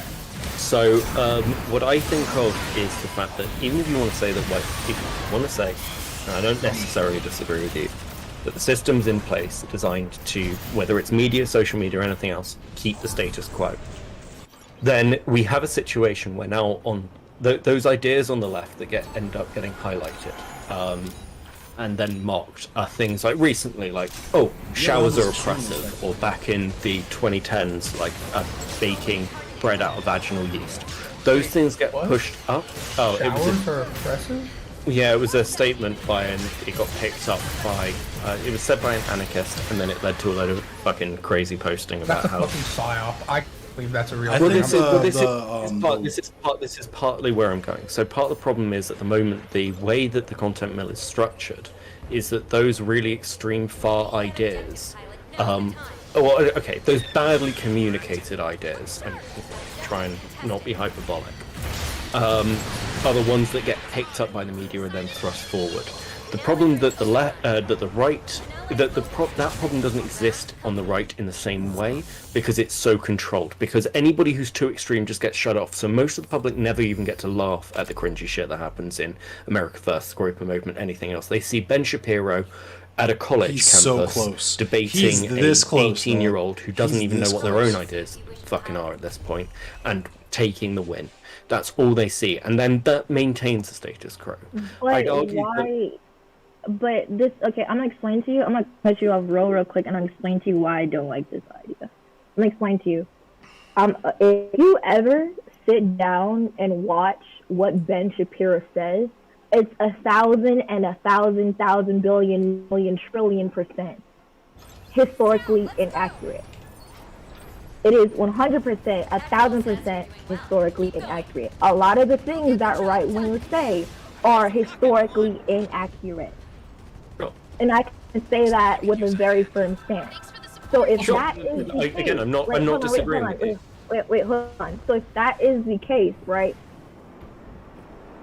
the perception of the left is based off of what? Historical inaccuracy. Also, people framing the left in order to continue having their power. So how would we, as the left, try to do that as the opposite side? Because to be frank, what we're really talking about is preying on people's ignorance. Before we get into the optics So how can we conversation, do that? If that before we get into the optics conversation, because you know how I feel about this conversation, I would also like to point out that MLK Jr. was considered someone that would be laughed out of the room and was not considered eloquent enough. So keep in mind that when we have conversations about optics, that goalpost moves depending on the time period and who's in power. And we all know who's always in power. So just keep that in mind. exactly. But my argument isn't platforming Ben Shapiro. My argument is platforming people like... actually, I don't want to say his name because it's invoking the fucking devil. But there are people on... Like, let's say Baked Alaska. People who are a meme in themselves and don't quite realise it. Because when you do that, you're doing essentially what the media is doing to people like Tomato. You're taking the worst elements, the least prepared elements of the far right, and then throwing them on a stage where they're not prepared. So to respond to that, hold on. It doesn't matter though, Yeah, because they already have go on. power. So okay, this is this train of thought, right? Because I think that you're not really getting the big picture, and I'm not trying to be toxic towards you or nothing, but I'm like being for real, being straight, right? If white supremacy, right, breeds bigotry, right? Rather it be socially, rather it be institutionally, rather it be culturally, if it inherently breeds bigotry, right, as a social system, right? If that is true, how can you sit here and say that us, quote unquote, making fun of these people would convert people or show people that these are bad ideas when most people are not most people are not equipped to do the Nazi talk, like not to debunk Nazi talking points, but also not only does it give them credibility, but it is a thing where they are already predisposed to thinking that way in the first place. So how would you, as a leftist, right, platforming these people, genuinely be putting a dent in their power system when they are already predisposed to thinking that way? I was gonna say that's why I don't understand. Yeah, they already have power, and it doesn't matter if they're prepared by our standard. Like, they're anti-intellectual as a foundation of their ideology. So it's like, you can talk shit to that bully coming down the hall. He's still gonna beat the fuck out of you. Like, you might feel better about it, but you're not gonna feel too good when you're putting ice on your eyeball. Like Yeah. just real quick, like even though like saying that he's a Nazi or white supremacist is controversial or not, but we literally see this, literally point blank see this when Trump was president. People were literally We're about to singing hold this fucking "Kumbaya," L. trying to, you know, be like, "Well, that's my man," because he said what? What did they say? He says the quiet part out loud. He said what we were thinking. So when it comes on to us How did that platforming miss? people on our own platform, how would that be okay when they quote unquote make common sense? So This it's is Like, that not dude how Beckett. would that? so because I broadly speaking agree with you with the idea that this is anti-intellectual. So like British. engaging with these people on intellectual platform, like for instance, like you'll see a really common trend when engaging with ethno-nationalists that they won't discuss the economy. Because they know they can't discuss the economy because an ethno-state doesn't make any fucking difference to the economy, and that's what most voters care about. It's what most support bases care about. So they never engage in the conversation. So the argument isn't that I'm not sat here going, "Oh, we should be bringing on Ben Shapiro to discuss his ideas on, I don't know, abortion for something, for example." What we should be doing is bringing up Ben Shapiro looking like an arse, Why are we even almost outside of a political environment, because the part of this is people build up followings around themselves for the personality, and then it becomes a bit irrelevant what they say because they've already got that audience supporting them. So the ideal is to break the audience's perception that these are intelligent people. That's why it's helpful. I I have a kind of quick agree with you question. in that they have the cult of personality, yeah, but the thing that they're building their rhetoric on is something that existed before anyone in this call was alive and will continue to exist, right? So it's not as if we're like the vibe that I keep getting is like trying to appeal to some like neutral or like centrist position of people who are like confused by their rhetoric when the I would I would wager that the number of people who don't understand people like Ben Shapiro is that number is lower than the number of actual like real actual functioning communists in the country. The thing that they're speaking on, they know that they can. It's populism, right? And the reason why that is the populism in America is because that's the underlying culture that people, even if they don't understand politics, this is where the anti-intellectualism shit comes in. You don't have to understand the economy. You don't have to understand politics. You don't have to understand presidential elections or electoralism. You don't have to understand any of that shit to understand whites being on top. And that's what the root of a lot of right-wing politics in America is. To a certain extent, that's what left-wing politics is. Well, what is considered left-wings, because liberals are right-wing. They're the ones telling us that we can have we can have woke white supremacy. We can have woke imperialism. Just to Even add on in to left that side. real quick, white supremacy isn't just built upon that white people are better. It's also built upon that they are the victims, which is what a lot of right wing ideologies and sentiment comes from. The fact that the people who are the oppressors are victims. So like that's why I'm trying to like ask you, how would that really counter if that's a sentiment that's already there?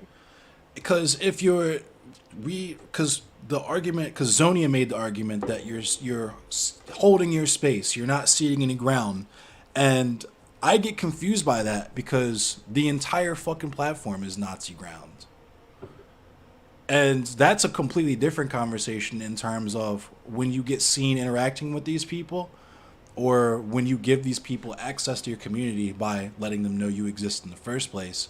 You're inviting all of the Kiwi farm shit to happen to you and the people in your community, which is, I tell you what, I'm 33. I've managed to make it this far without catching the body. I don't have time for that shit. I'm not trying to lay somebody down because they want to play around on the internet. I'm you gonna, happy with the? real quick, I'm gonna dip probably because I don't want this to be like a pylon. Also, Yeah. Endless, why You haven't guys are you modded absolutely me yet? fine. I I'll don't. mod you. I Why don't haven't find you pile modded on. me? That was my other mods doing. That's my bad. But there's a bunch of before, because now this is like becoming a huge panel thing. When it was Yeah. just No, before, I don't feel piled on. It's actually Okay. look. It's helpful from my perspective to hear your perspectives and opinions. Like, look, For I'm sure, not gonna. for sure. Hey, Yamato. what's Look, up? I don't feel piled on. If you've got criticisms for me, like, and the way I'm thinking, I'd actually rather hear them. Yeah, Like, I'm just I trying think, I think to. it's I'm just really try- fucking valuable. Yeah, If you're worried I'm just about trying to piling address your on, that's why positions you want because to leave. I'm not familiar please with stay. your platform, so I'm just trying to Sure. like address your positions and stuff. Yamato knows me That's, fairly yeah, well, right. I was I'm gonna say trying that's not to no be shade. It's toxic. just I don't spend a whole lot of time on here and other Yeah, people's no, you're shit. good. So You're good. You're good. For me, it's not a pile on. I just hopped on because I've been watching Bink So- and Endless talk a little bit, So and it's something that like I've seen a lot. And with because you mentioned the Innuendo Studios, the cost of doing business video. You mentioned that earlier, and it's something that when I watched it, it's like it gave me an epiphany because like in this space, Also, not Bink you is specifically, literally but in not this already. space in general, there seems to I be do a smoke huge weed. problem that when black people or Jared, people of color or I do. minorities want to talk about these issues, it just doesn't land. But the exact moment, the accepted group makes, a statement on it and confirms Bread it, tube. boom, all of a sudden it's something that's valid. All of a sudden it's an actual argument that can be used. And that video specifically is one of the reasons when people in minority groups say, yo, we don't want to give these motherfuckers the energy, the time.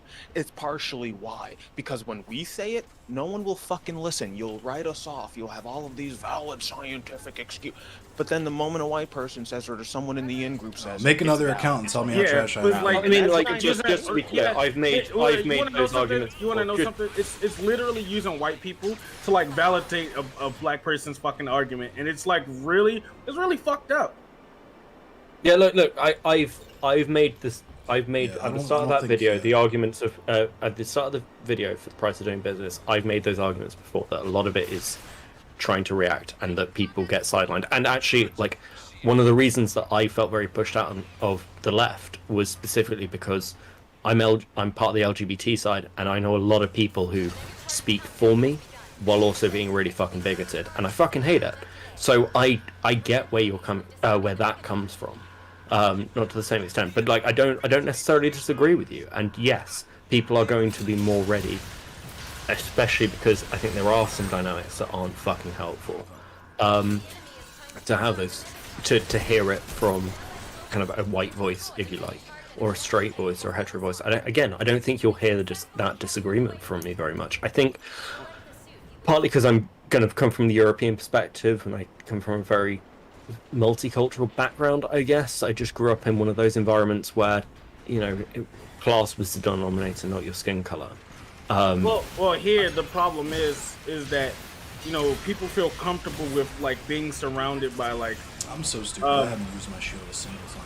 I'm sorry. Go ahead. I'm sorry. No, yeah. The problem is that in America, some people feel comfortable with hearing information from people that looks like them because it makes them feel safe. Yeah. Is this problem like Bink Princess said something, right? And like what was it? She was like there's another thing that she forgot to mention is that the fear that you will be a victim by the minority too. Like it's not even about like just being like it's like seeing yourself as the victim. It's like the fear that you're being replaced, the fear that like these new type of people are coming and taking things away from you that you already have. Right. For me, it goes deeper than that. Like, the feeling I get is just like, it's not that people feel more comfortable hearing shit from, people who look like them. I can get that. I feel comfortable hearing racism talk from people who look like me. I can understand that. For me, it's when other people talk about their experiences or they try to, like, get into the conversation. It doesn't even have to be something that's said. It's this implicit writing off, and it just comes down as the most condescending bullshit. I'll say Because this. you write them off, and I have to like monitor my tone about it too, because like I'm American, bro. Like it happens all the time when I talk to people. This is all super valid. I like where this conversation is headed, but for me, this is a prime example of something that literally just happened like 12 hours ago, and why I move how I move. So there was a stoner cast. This was obviously before all of the stuff with Jason became public knowledge. But we were on a stoner cast, or rather, Eli was on a stoner cast and had made a joke about being a token black or whatever. So Cly got me and Paradigm in on the joke, and me and Paradigm jumped in, and we started making a bunch of jokes about how Cly was racist. Eli mentions that in the past, as part of our as part of this whole shtick, mentions that people have compared him to Childish Gambino in the past, say he looks like Donald Glover. And He does not look like Donald Glover. What the fuck? he kind of favors Donald Glover, I think. Once he said it, I understood it. When I started looking at his features a little differently. But Clyde said, yeah, I can see you guys have similar shaped noses. Which is a completely innocuous statement, right? But because we're a bunch of black men in there, we got to turn it into something completely different. And we were like, what the fuck you talking about? Black people's noses. What you talking about? And it was a joke. It was funny. I thought it was funny. Sure, people call me Ed Sheeran all the time. Right. So what ended up happening was, though, was because we have drama frogs in the space, they clip-chimped that part and sent it to Rotted Ranch, sent it to Kaya. And we were trying to get Kaya up to speed on the whole situation. Kai didn't even want to get involved. He was low-key on fuck Kai at time. Because he was like, I heard some shit that she said about black people noses. What's that about? That's all it takes. I'm saying that's all it takes. And I had to tell him, like, even in that moment, I was sitting there thinking like, yo, the black people that watch this are gonna think I'm wild as shit for this. And sure enough, lo and behold, and that's how I move is because, like I said earlier, a lot of the shit that I talk about is not a debate. It's not up for debate. So I don't take people who think it's a debate seriously. Yeah, and I don't give sure. I don't contribute to that energy by engaging in that behavior. You see what I'm saying? Certain shit, it's like, okay, if we're having we'll say xenogender validity discourse today. I'm not doing that. Not only am I not doing that, I'm not going to take you seriously because it shows to me you haven't taken the time or the effort. You're saying you're doing advocacy, but instead of reading shit that you could easily just fucking Google in the next 30 seconds, you're turning it into discourse in the hopes of turning it into content because that's what you actually care about at the end of the day. Sure, And sure. I'm not making an accusation of you. I'm just saying that this is the vibe that a lot of people of my ilk get when we see the panel with Doobie on it. We see the panel with BPF on it, whatever. It's us saying Let me just give you a flip. Can I just give you a flip quickly? Yeah, go for it. So I end up debating gender stuff every now and again. And I think I've ended up in a couple of conversations about trans women in sports, for example, which I think is fine. Right. Partly, and I've said this before, partly because I literally watched the interviews with Leah Thomas, and I was like, this is somebody who needs swimming because of what they're going through. It's an anchor point for them. It's important that there is space for her to do that. Right. But when we were having a debate about the xenogender stuff... Can I also just say that it's very refreshing that you're British and not transphobe? I'm just throwing that out there really quick. It's okay, so there's, like, problems here, but it's not as bad as the American press makes it out to be. I figured it would be a little, just only some whataboutism to detract from America's... a lot of it is issues. because of Rowling, but there's also, like... Okay, so there's a we can talk about that another time, actually, because I think it's an interesting... That's a whole different can of worms, yeah, for sure. But when the xenogender thing came up, I think it was with Not So Erudite, who was saying, well, I think in and of itself is transphobic, blah, blah, blah. I just was really able simply to go in front of an audience. I generally don't give my pronouns. I did with yourself. Like, they don't matter to me very much. But what does matter is the fact that I had to change my name because my old name actually was a trigger word for my PTSD. So part of my, like...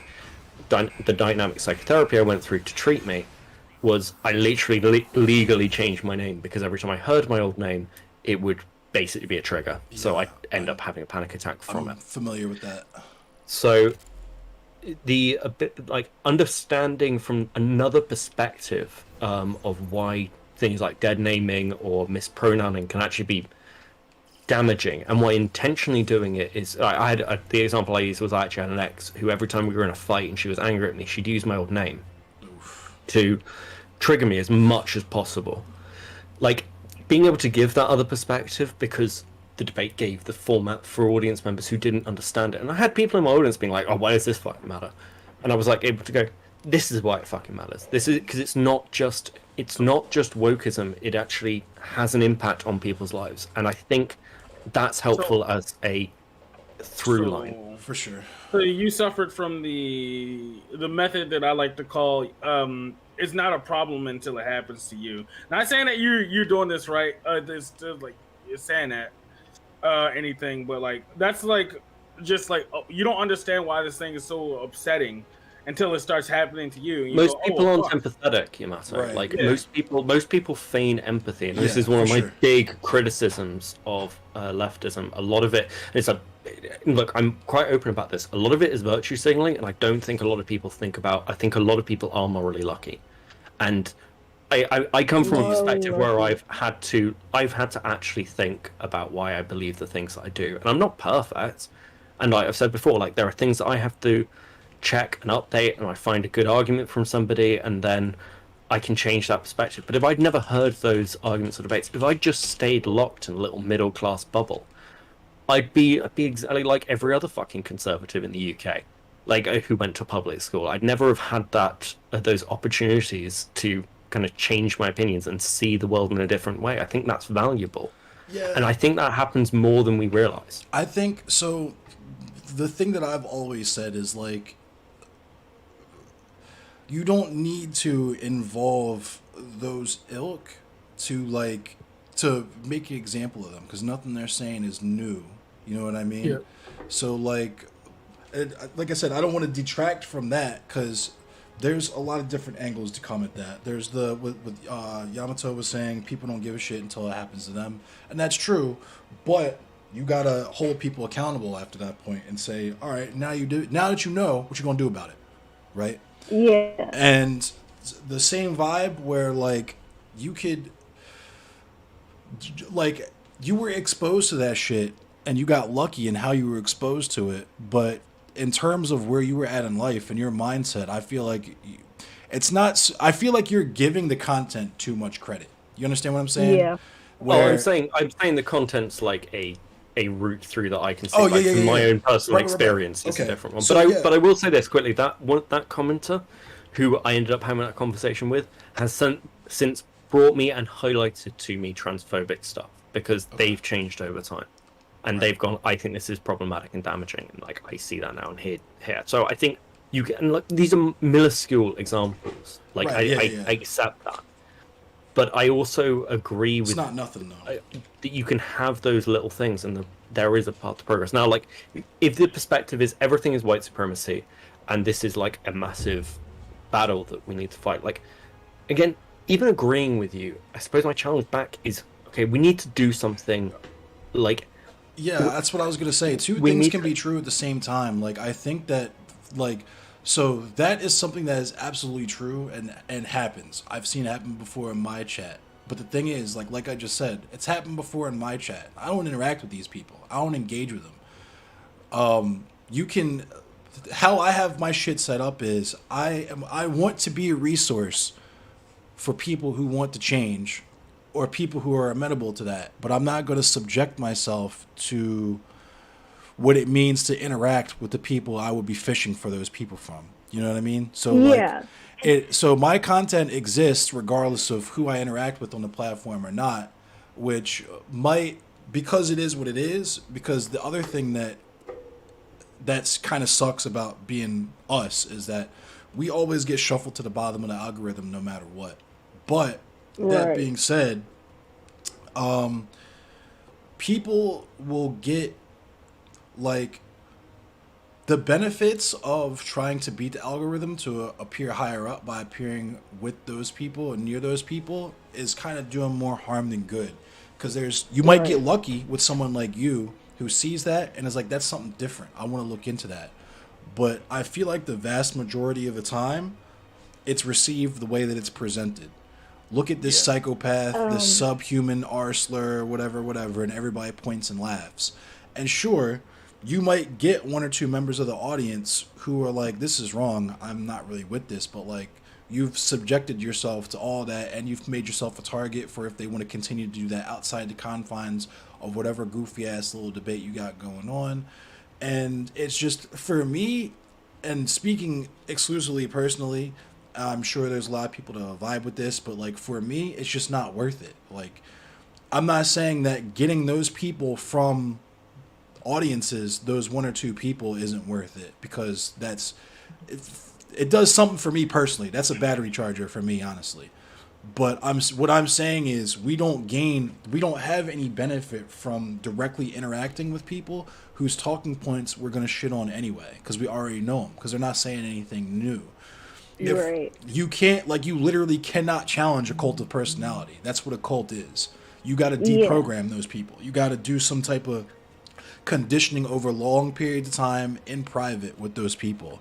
You know what I mean? Yeah. It can't. Yeah, let Muscle Man go after. Okay, so one thing I think that's like really important that like I think we should all grasp is that like it's not anti-debate, because that's kind of a dumb position, right? It's really the fact that a lot of people prioritize those 1 or 2 people over this entire group of marginalized people, whatever, like whether they're trans, black, etc., right? And they're just like, no, let's go after the 1 or 2, right? That's fine to go after the 1 or 2. I'm cool with that. I was gonna say, I'm fine with you doing that. Prime example to Kevin's panel. It turned into like a low key debate because F-bombs isn't completely on board with abolish the police, and those types of debates with people who I'm already more or less in like this conversation right now. This is the type of debate that is fuckwittable for me. This is actual informative shit that people can actually learn from. The blood sport shit is something different, though, and I feel like that's what a lot of people in the space are looking for. Blood sports grew directly out of far right. Yeah, exactly. Right. That's the point. I think it's something, at least in American culture, a lot like it is coming out of far right, but like it's something that can't be overlooked. Like we love it. We love the blood sports. You already know how I feel about that shit. We've had a conversation about the white people factories. We've had conversations. No. Yeah, no. Like I like it, but like it's just like for me, like the whole thing about like the platform is just like, if you're gonna do the blood sports, fine, do it. Why? I just don't want why introduce shit that shouldn't be a debate? Like, if we're gonna have a debate about science, I'm not gonna debate you on whether or not the sky is fucking blue, because that's not fucking true. I don't need to introduce that into the debate. Plus, I'm just worried about how the other niggas on the platform see me. I don't want to look goofy in front of the other black people. That's all. Go ahead. I'm sorry. Yeah, I think, and I'm gonna tell you why. Because I'm the toxic one. Okay, I'm the toxic one. I'm the nuclear one. Okay, we know this to be true. I'm gonna tell you straight up why you kind of turned me off in this conversation. I'm gonna tell you why. And me personally, none of this shit that I just said is up for debate. I'm not even gonna hold you for real, because for me, and I can now say this because I'm in college now, that's why I haven't been on TA for it. Okay. What happened is that I am Africana studies now, so I'm gonna be studying this shit. I don't have time to be debating historical facts or social analysis. I do not have time to be doing all of that. For me personally. And I'm gonna tell you which parts that turned me off. I personally don't believe in the whole people are morally lucky. I don't believe that. I'm gonna tell you why I don't believe that. Because it's not luck that you are a person who's black or who's trans or X, Y, and Z. I think he was more so speaking to people who land on liberal positions. Yeah, I'm talking about allies. I'm talking about specifically about white liberal allies. White liberal allies. I'm not talking about people involved in this community. But even when it comes on to that, I literally explained to you why we convert people who are marginalized groups, who are Nazis or white supremacists. I'm not talking about marginalized groups. It's literally the same thing. Well, people of privilege, I guess you could say, roll of the dice, I guess. I think that was the thing. I don't think that even when it comes on to what is it called? WASP. I don't even think when it comes on to WASP, it's the roll of the dice for real. I'm gonna be honest with you. I would say that I would say so. These are the factors that. I mean, it's literally just proximity to blackness. Low key, high key, like all of exactly. So that's not a roll of a dice. It's not. Well, it doesn't necessarily have to be the reason why I would say it's a roll of the dice, because it's not necessarily a prerequisite. It just happens to be the most common denominator amongst all the good ones. Will say that I know all the cool white people that I know have a cool black person standing somewhere near them or behind them. So. I mean, Faith. but even that, you like we already talked about. Well, if you have a black friend or not to be shady or nothing. Well, yeah, like, yeah, there's you're more right. people. That's what I'm saying. Like, for me personally, I don't see these things as a roll of the dice. It is what it is. Well, I mean, I don't Faith, think that is a Okay, moral. but if people never have to question their moral beliefs. If people are just born like in a social class or situation where they can go on Twitter, for example, and just toe that leftist line because it's easy for them to do. They never have to think about it. I think They we're should, just, they I should, think they we're should just be. having an argument in rhetoric here, because I think you guys are explaining the same thing just in different ways. I think you're talking about how, because we exist in at least specifically in America, because we have the cultural hegemony that we do, and the land is set up the way that it is. It's possible for you to go your entire life in that and never have to question your beliefs a single time, because you have power, you have privilege, and there's nobody can say shit to you. You're free, white, and 21. That said, there can be instances free of proximity to blackness, etc., where one is given the pause to examine their beliefs, independent of what Black Yamato was talking about, where it's like you only care about some shit because it happened to you. That's common. Yeah, and like, but, I think my point is when I say morally lucky, I'm talking about the people who like make TikTok videos where they say, "Oh well, if I was alive in the like 50s, people would hate me because I'd be for interracial marriage." It's like, well, no, you wouldn't. You've just Yeah. never questioned why you. Yeah, That's I what I mean call by that morally the- lucky. Okay, yeah, I don't okay, call that I get what you're moral saying. luck. I call Yeah. that a hypothetical heroic. You don't know. If I grew Oh, I up like in that. that No, time well, there's period- that, but I think what he's saying is that like you're just saying the thing, but you have no idea what the context. No, is. that's what I'm describing. I'm saying that is a hypothetical heroics. You have no fucking idea. You didn't grow up during the experience of living through like the early 40s to get into the 50s. Facts. You didn't grow up during the 50s. You don't know how you would act underneath all of that indoctrination because you're speaking from a position of privilege in the 21st fucking century. What it's like now. Hey, you don't know let's- how you're gonna react to that let's- when you're growing up your entire life believing that black people are inferior. I was You're gonna think say- that calling them the Negro is progressive because you're not calling them the hard R. I was That's gonna what say, it let's was keep in it the 1,000. 50s. Let's keep it 1,000, because black people do this shit too, where they talk about they would do this and that during slavery, and it's like, Yeah. my nigga, you would get your hands cut off. That's what you would do. Literally. Everyone does it. Yeah, It's the that's hypothetical all I meant by heroic. that Oh, statement. if I were in the Nazi Germany, I would be killing down Nazis. Like, no, you wouldn't. You would be one of the motherfuckers You'd keeping be in a your mass head down grave, because bro. you want to survive. You would be in a Like, mass Jesus grave if you fuck. try to do any of that shit. Yeah, Exactly. very few people go through. Like, I can say with some surety that if I was in Nazi Germany and I was who I was now, I'd have been lined up against a wall like really fucking early on because I can't keep my mouth shut. I probably wouldn't save anyone. Like, I'm not a hero, but I definitely wouldn't keep my mouth shut because I'm just an idiot. See, that's the thing. I don't like making those like, because I don't know, bro. Like right now in 21st century, I can look back and be like, yeah, man, I would just say something. But if I had to grow up during that and I watched it happen, I think I would learn how to shut the fuck up very quickly. Very fucking quickly. I think I would learn how to, yo, mama, shut the fuck up. Yeah, they don't like us, but shut the fuck up. I'm gonna put I'm gonna put this in perspective, and I said this before. I'm a history nerd. And what do you see when you're a history nerd? History repeats itself. So a lot of this shit I see as definitive. I don't see it as, well, oh my god, well, X, Y, and Z is gonna happen. This shit is just repeated. I just genuinely don't believe that, well, it's just a roll of a dice that someone of privilege would, be like, oh my gosh, I don't believe in that. I don't think it's necessarily. You just started college? Huh? You said you just started college, university? Yes. The one Yes. thing you will have history professors tell you repeatedly, and it's going to get annoying, is that history doesn't repeat itself, but it does run some mean-ass parallels. It rhymes like shit. It rhymes like shit. It loves to repeat the parallels, but you're never gonna get quite a repetition. And like I've heard that shit so many times from like. We do this pattern recognition thing and kind of go, oh, that's why. But I don't think that's. I don't think that's different than what I just said.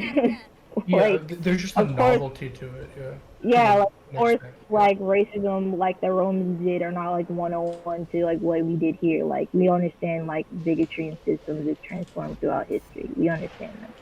Oh, we do as like history buffs and motherfuckers who have to go through this, but like we're fucking unwilling history buffs because we got that education from our parents. And like unwilling history buffs. So like that's why like, and it's not to be toxic towards y'all or nothing, but like that's why like I kind of like said like the way I said like it is what it's going to be, because even though we can change it and everything, we already know how demographics act, right? We already know that there's cultural differences. We already know these things to be facts, so just move as such. I don't really, be like, well, it's a roll of a dice that like privileged people. I'm just like, no, it is what it is. It's gonna act the way it's gonna act. Right, and my POV. I could call my grandma right now and have her tell me stories about picking cotton from sun up to sundown for 8 cents.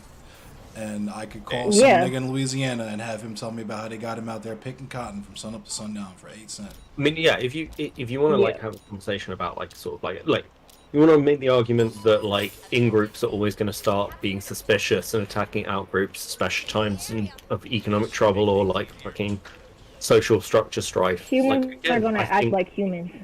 like again, I don't necessarily disagree. Yeah, I think we're just getting like bogged down in language. Right. No. I would say there's a lot of like just not learning from past mistakes, like and just like fucking just doing it over and see if it works a second time.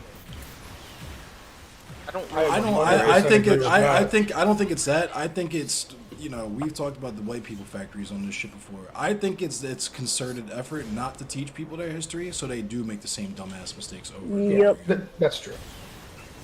I think it's a mix. Like it's a concerted effort not to teach certain histories, and then like the further back we look at shit that might work that we've just thrown away like 2,000 years ago, like bro, it's just a lot. Like a lot of people just don't know. We don't know the shit. We don't look at the shit as valid, so it's just. Well, we don't know this shit because like literally states don't want to tell us it, right? No one teaches history about that's why kingdoms in like Central Africa. No one teaches it. It's frustrating. Nobody teaches that race science doesn't fucking exist. Literally, I took world history in high school, bro, and they literally, I kid you not, it's probably like 2 sentences that go over the fact that like social Darwinism was a thing.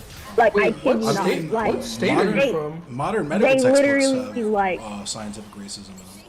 Exactly. So like, what state are you from? Out of curiosity. Georgia. I'm from Jesus Georgia. Christ, yeah. But mind you, that textbook that I'm talking about. Where you going, bitch? Come here, bitch. Where you going, bitch? Every state gets that. Every state gets that because it's a that specific textbook is funded by the college board. So like that everybody uses that textbook if you're in AP. I know what you're talking about. My teacher had to actually like unteach that aspect of it. Because I took AP. Were you talking about AP like U.S. or world? World modern. Cut off like thousands of years of history. I took that, and my teacher had to literally like actually like tell us that this part of the textbook is not accurate. And like if you don't have a teacher that does that, then you're fucked. You're actually fucked. Mm-hmm.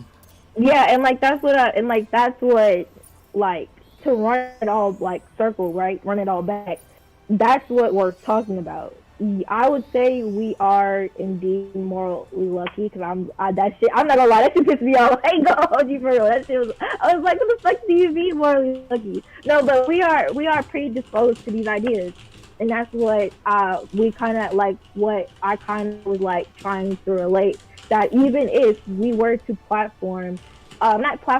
to have people like Ben Shapiro look like a dickhead, people gravitate to the fact that people are dickheads. That's literally why Trump has a whole cult within his own personality, right? Literally, like he literally was calling out people out of their name publicly, and he's a politician. He was literally talking shit about people's children and wives. Yeah, Alicia. Right? That he shit's literally crazy, had an affair. He had a sex tape. Like he's talking about grabbing people by the pussy. Like he's a fucking sex pest, The right? PP tape? But people do what? Yes, he does what? People gravitate towards him because what?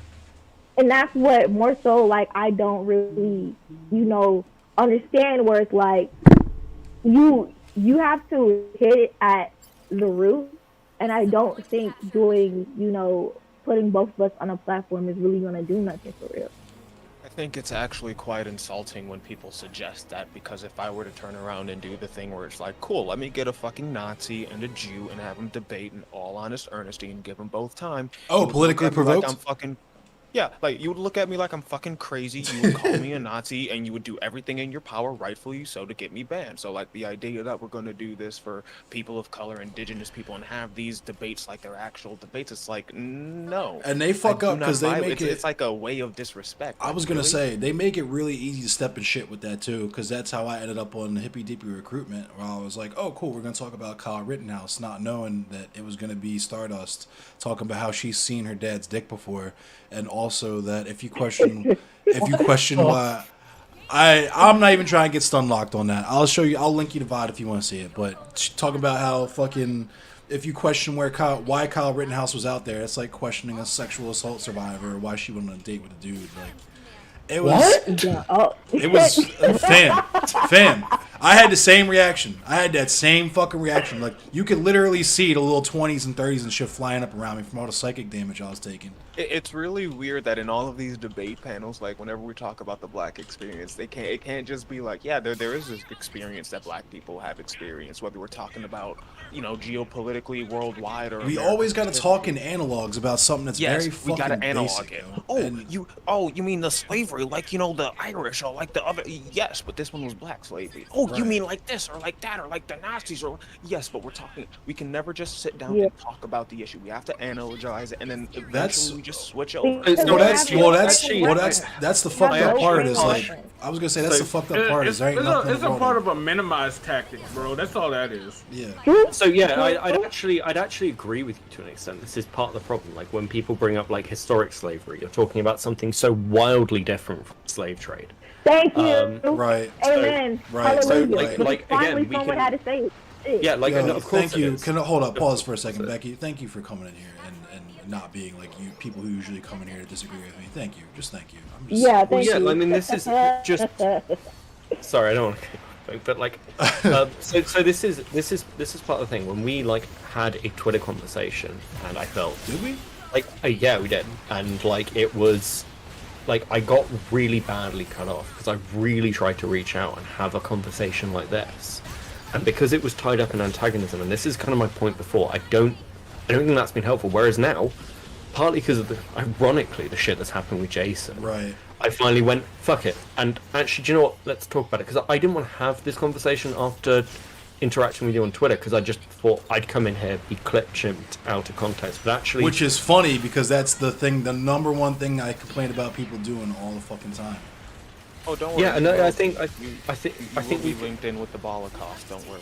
but I think Blitler will spare you. Blitler will spare you. There will still be points that we disagree on. And again, I've always said this. I'm always going to have like disadvantage to an extent of a European perspective, in the same way that and I get the same frustrations that Americans must get with me when I talk about certain aspects of America, or there's something I don't quite get the cultural like with the American definition of what whiteness is just seems fucking ludicrous to me. But then in the same breath, I'll see what the right in America is saying about Europe, or even actually the left talking about Scandinavia. Like, that's a constant fucking frustration. Yeah, when that shit's annoying as shit. Holy fucking shit! Like, actually, your audience will never have heard this, but this is I spent a lot of time with people from Scandinavia, and one of my Finnish friends came on Discord, had a really bad day, and he was like just fucking angry, and we were like, what's up, dude? What's going on? He was like, I went out today into town, and I saw something that just made me realize that Finnish culture's been like disintegrated. With this immigration has been really damaging to our country, and we're like, holy shit, what the fuck's happening? They've opened a Chinese takeaway, and we were like, The fuck are you talking about? Like, it's a takeaway. The only Finnish dude I knew in real life was like a virulent racist piece of shit. Like he was, like I said before, I'm in the punk most and of metal. Europe doesn't have to deal with it. Yeah. Most of Europe doesn't have to. Like, and this is the thing. This is why America and England get compared, because from a multicultural perspective, we're not normal countries. We're massive outliers on the global stage. Most countries are very close to ethno A lot of people states. consider us the same. Yeah. And it's almost like Britain's a microcosm of the melting pot, and that's partly because nothing annoys me more than British nationalists who are like, "Oh, Saxon people are British. There are no fucking Saxons left. We have been invaded, like right up until 1066 for 1,000 years. We were invaded constantly, and since then we've had massive immigration from other European cultures. Like Britain's a melting pot. It's a mutt nation. Y'all have the extra little. I was gonna say y'all have the extra little U in your long O's because the French came and clapped y'all, and their queen fucking. And the royalty Yeah, is like majority like German and like incest German. Like what the fuck are people talking about? Like this shit is actually like most of the upper class in in Britain are of Norman descent still. Like huge swathes of them. Like you can, like, do you know what the highest, like, if you want, like, ethnic group, like, denominator for poverty is in the UK? Saxons. Anyone with Saxon lineage, like, you are, like 99% more, likely to live in poverty. And that is and this is part of the problem I have with conversation around progressivism in, like, when talking about solving the problem. Like, we're 1,000 years on from that happening, and we still have to fucking look at facts. And it's so difficult because America is so young to be having that conversation. And what happened, like post, I know, you want to say that slavery is still a thing. That's fine. I'm just using the language. But post abolition, it was a complete fucking clusterfuck. I get what you mean when you say that. I get what you mean when you say that. And the only reason it was successful in Britain, the only reason Britain turned around and ended kind of like the slave trade on kind of British ships and everything was because of what happened in Haiti. It was completely reactionary. It was like, maybe we don't want to fucking slaughter in one of our colonies. I just got Nat Turner's Rebellion, yeah. Actually, reading a book correct the record because I was gonna say hold up, let Bink speak because this is Bink's wheelhouse. Let her speak real quick. She knows hello, what's on. I have to correct the record because Miss Mams is Jamaican. First of all, it was us. First of all, Haiti happened, Haiti happened and everything, but we also did our little thing. You feel me? And then they abolished slavery. I had to hype the little Jamaicans up. Sorry, I had to do it because y'all super nice. I had to do it real quick. No worries, I'm happy to have that correction. I will try and correct properly in the future. I will say, though, I think this stems from, like, America and Europe's weird obsession with the idea of the end of history, where we solve all of man's problems and then we just live in quote-unquote bliss and harmony. But the end of the Hegelian dialect that's never... Are you talking about communism? Yeah. And even to an extent, Marx as well. He wrote about this, like this idea that there's going to be an eventual, and I think it's just like our obsession with that idea. Like, bro, the idea of quote unquote solving the issue is completely stupid to me because I'm like, we're gonna have completely new issues. If we develop robot slaves that do everything for us, there's just gonna be new fucking issues. That's the problem with the whole assimilation argument of. I mean, you'll know where I'm going with this. What everybody's gonna be the same shade of tan in the future. Yeah. So you already, just to get those juices flowing and understand. You think they won't still do a paper bag test? You still think they won't do a paper bag? Nah, it would be purely. It would unironically be the Timmy Turner episode, bro. It'd be when everyone's gray fucking blobs, and then there's one motherfucker with like a slightly larger tooth or like a pink hat, and then we just don't turn on that motherfucker. They would unironically be doing blood quantum again, because I say that confidently because they're already fucking doing that shit. One drop and shit. So. Well, yeah, because we need skin color. It's just going to be another some fucking other thing that they attach to. Right. Because again, race is not a fucking It's not real. It's a class signifier. It flattens these kind of ethnicities and into these fucking classes so that the hegemon can just fucking do what they will. Like, I mean, we already got we already got fucking the Diaspora Wars, and we're all Negroes. Like, let's be for real. That's just not going away. we all Yo, black, but like Bink is from Georgia, I'm from New York, and I'm telling you right now, like we got completely different cultures. right. Oh, come on. Holy I'm not. shit! I'm sorry. Is Listen, is Joe Lewis on? Because I need to play with some niggas that are actually about something on this game. Because I'm getting tired Look, of holding these listen, So calls. you I'm know that not- nigga, you know that nigga on. I'm not trying to be toxic, but I'm not Oh my African God, American. So can y'all not please categorize me as African American? So I'm not. Did I say African American? I thought I said black. My bad. Can I ask a genuine? just call question you- about that? I'm gonna just Because call you a I'd Negroid. I'd never say somebody was like African English or something. I think Yeah, that's weird. It's fucking ridiculous. They're just English. Yeah, no, and- I'm sincerely apologizing. If I said African American, my bad. I meant to say fucking black. yeah, I find that. I would have just I said mean I in would have just said general, 'cause, Negroid, like- but you know. I don't know. I'm the problematic one. Saying that. I don't. I genuinely don't know if I could get away with saying that, and I don't know. I'll be Bro, they need completely to honest increase with the you. range on this. No, I'm gonna be 100% real with you, Beckett. You cannot get away with it. Don't because say not that. Only will Yeah, not don't say only that. will we come down on you for saying it, I'm gonna come down on you even harder because you're fucking British. True. We're yo That's double black. oppression right Black. there. I was gonna say That's black people are double fucked up because we'll tell you to do that shit, and then when you do it, we'll cancel you. Oh yeah. Like, listen, it's not fucked up, bro. It's the one thing I love. It's just like, yo, go ahead, you put your hand on that hot fucking shit. Like, it's the test. Like, I feel like all stupid kids got, and you either passed it or you didn't, and we know where you are today because it's like you either touch that shit and you don't do it again, or you keep fucking doing it. No, but real shit though. Like, I know I would be toxic by doing that. No, but like that ass though, because it's not one of one, baby. It's just not. It's sad, but it's sad that I have to make that distinction. But people be thinking that our experience is the same, and it's like, yeah, but like, no, not really. We're part of the diaspora, but experienced- we don't. Yeah, we got way different. Yeah, like experiences. and the only reason why I make that distinction is because I also experienced privilege from being a part of like the diaspora and not being African American. So like I experienced fetishization because I'm Jamaican by literally everybody. So like I make that distinction like on purpose because I think it's good to like notice that hierarchy POV. But yeah, that's just me talking my shit. I feel it. I think Katarana does the same thing. Shout out to Katarana. The two objectives. Warning, enemy attack imminent. All But yeah, I mean, I think things like this at least are helpful because confirmed. Defending target. we'll find. Hopefully, we'll find common ground. Like if your perspective is we need far more extreme action, that's fine.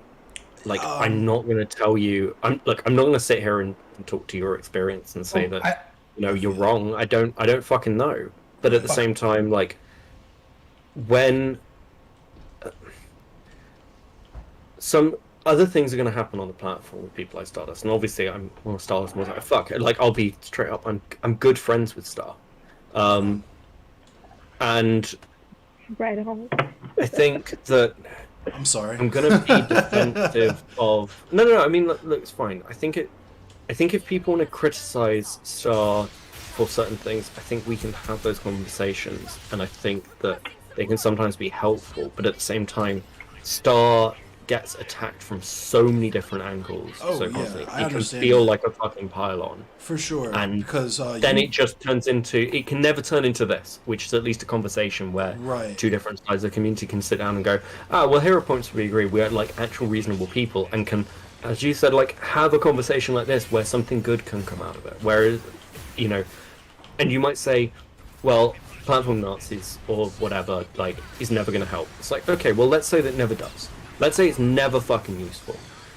Does that mean that, like, there can't be other sections of the conversation that could potentially be useful? Or potentially be something that's intelligent or, like, helpful and you can engage in those parts? Or at least, like, be amicable and then when you've got these shared things, like, stuff that's going on with Jason, So, yeah. I was going to say, because before the Jason shit even happened, I had to have an aside with Universal Discourse because of the whole Blitler thing where it was with shout out STV Philly. We were going at it on Twitter, like playing the dozens pretty much. Like people's mothers were coming up and shit. Like we were getting busy in the Twitter fingers But he came on and we had a dope ass conversation. I actually fuck with that nigga heavier than a lot of people on the platform. And UD had to tell me that, or she didn't have to tell me, she just reinforced what I was already acknowledging about myself, which is that on that same note of having to deal with so much bullshit, my claws are out most of the time, and I gotta put them up like a lot of the time. And Yeah. with me with Stardust, you can see my first interactions with Stardust, I tried to be cordial, I tried to be super civil and gently broach the subject of, hey, maybe with certain people, maybe it's better just to leave those people alone and let them do them. And if you really want to address their talking points or them, whatever, maybe do that without having to have them come on to your platform and speak directly to them. And because of how she reacted to that, that's how I feel like niggas started going in with the she's doing shit for clicks shit, is because we told her directly, like, it's not given what you think it's given. Even the thing that you're trying to do, because Daryl Davis is one that gets brought out a lot, and I love when motherfuckers bring out Daryl Davis. I truly do, because people. It's just don't know. inaccurate. It's so stupid. It's like, not even people that are it's so stupid. Yeah, because he's from my neck of the woods. I could probably drive 20 minutes and get to Daryl Davis right now. And the one thing, his claim to fame was that there is no more clan in Maryland, and that's a dead ass lie. That's a fucking lie. I done redacted a few of those niggas. I'll let you know that off top. Like, there's definitely clan here in Maryland. No, but like I think like, and listen, because like I was gonna let her be charitable. I'm gonna hit it hard. Like, nah, you don't get the charitability from me, because like you got fucking people talking shit to you from all directions when you're literally a fucking content creator.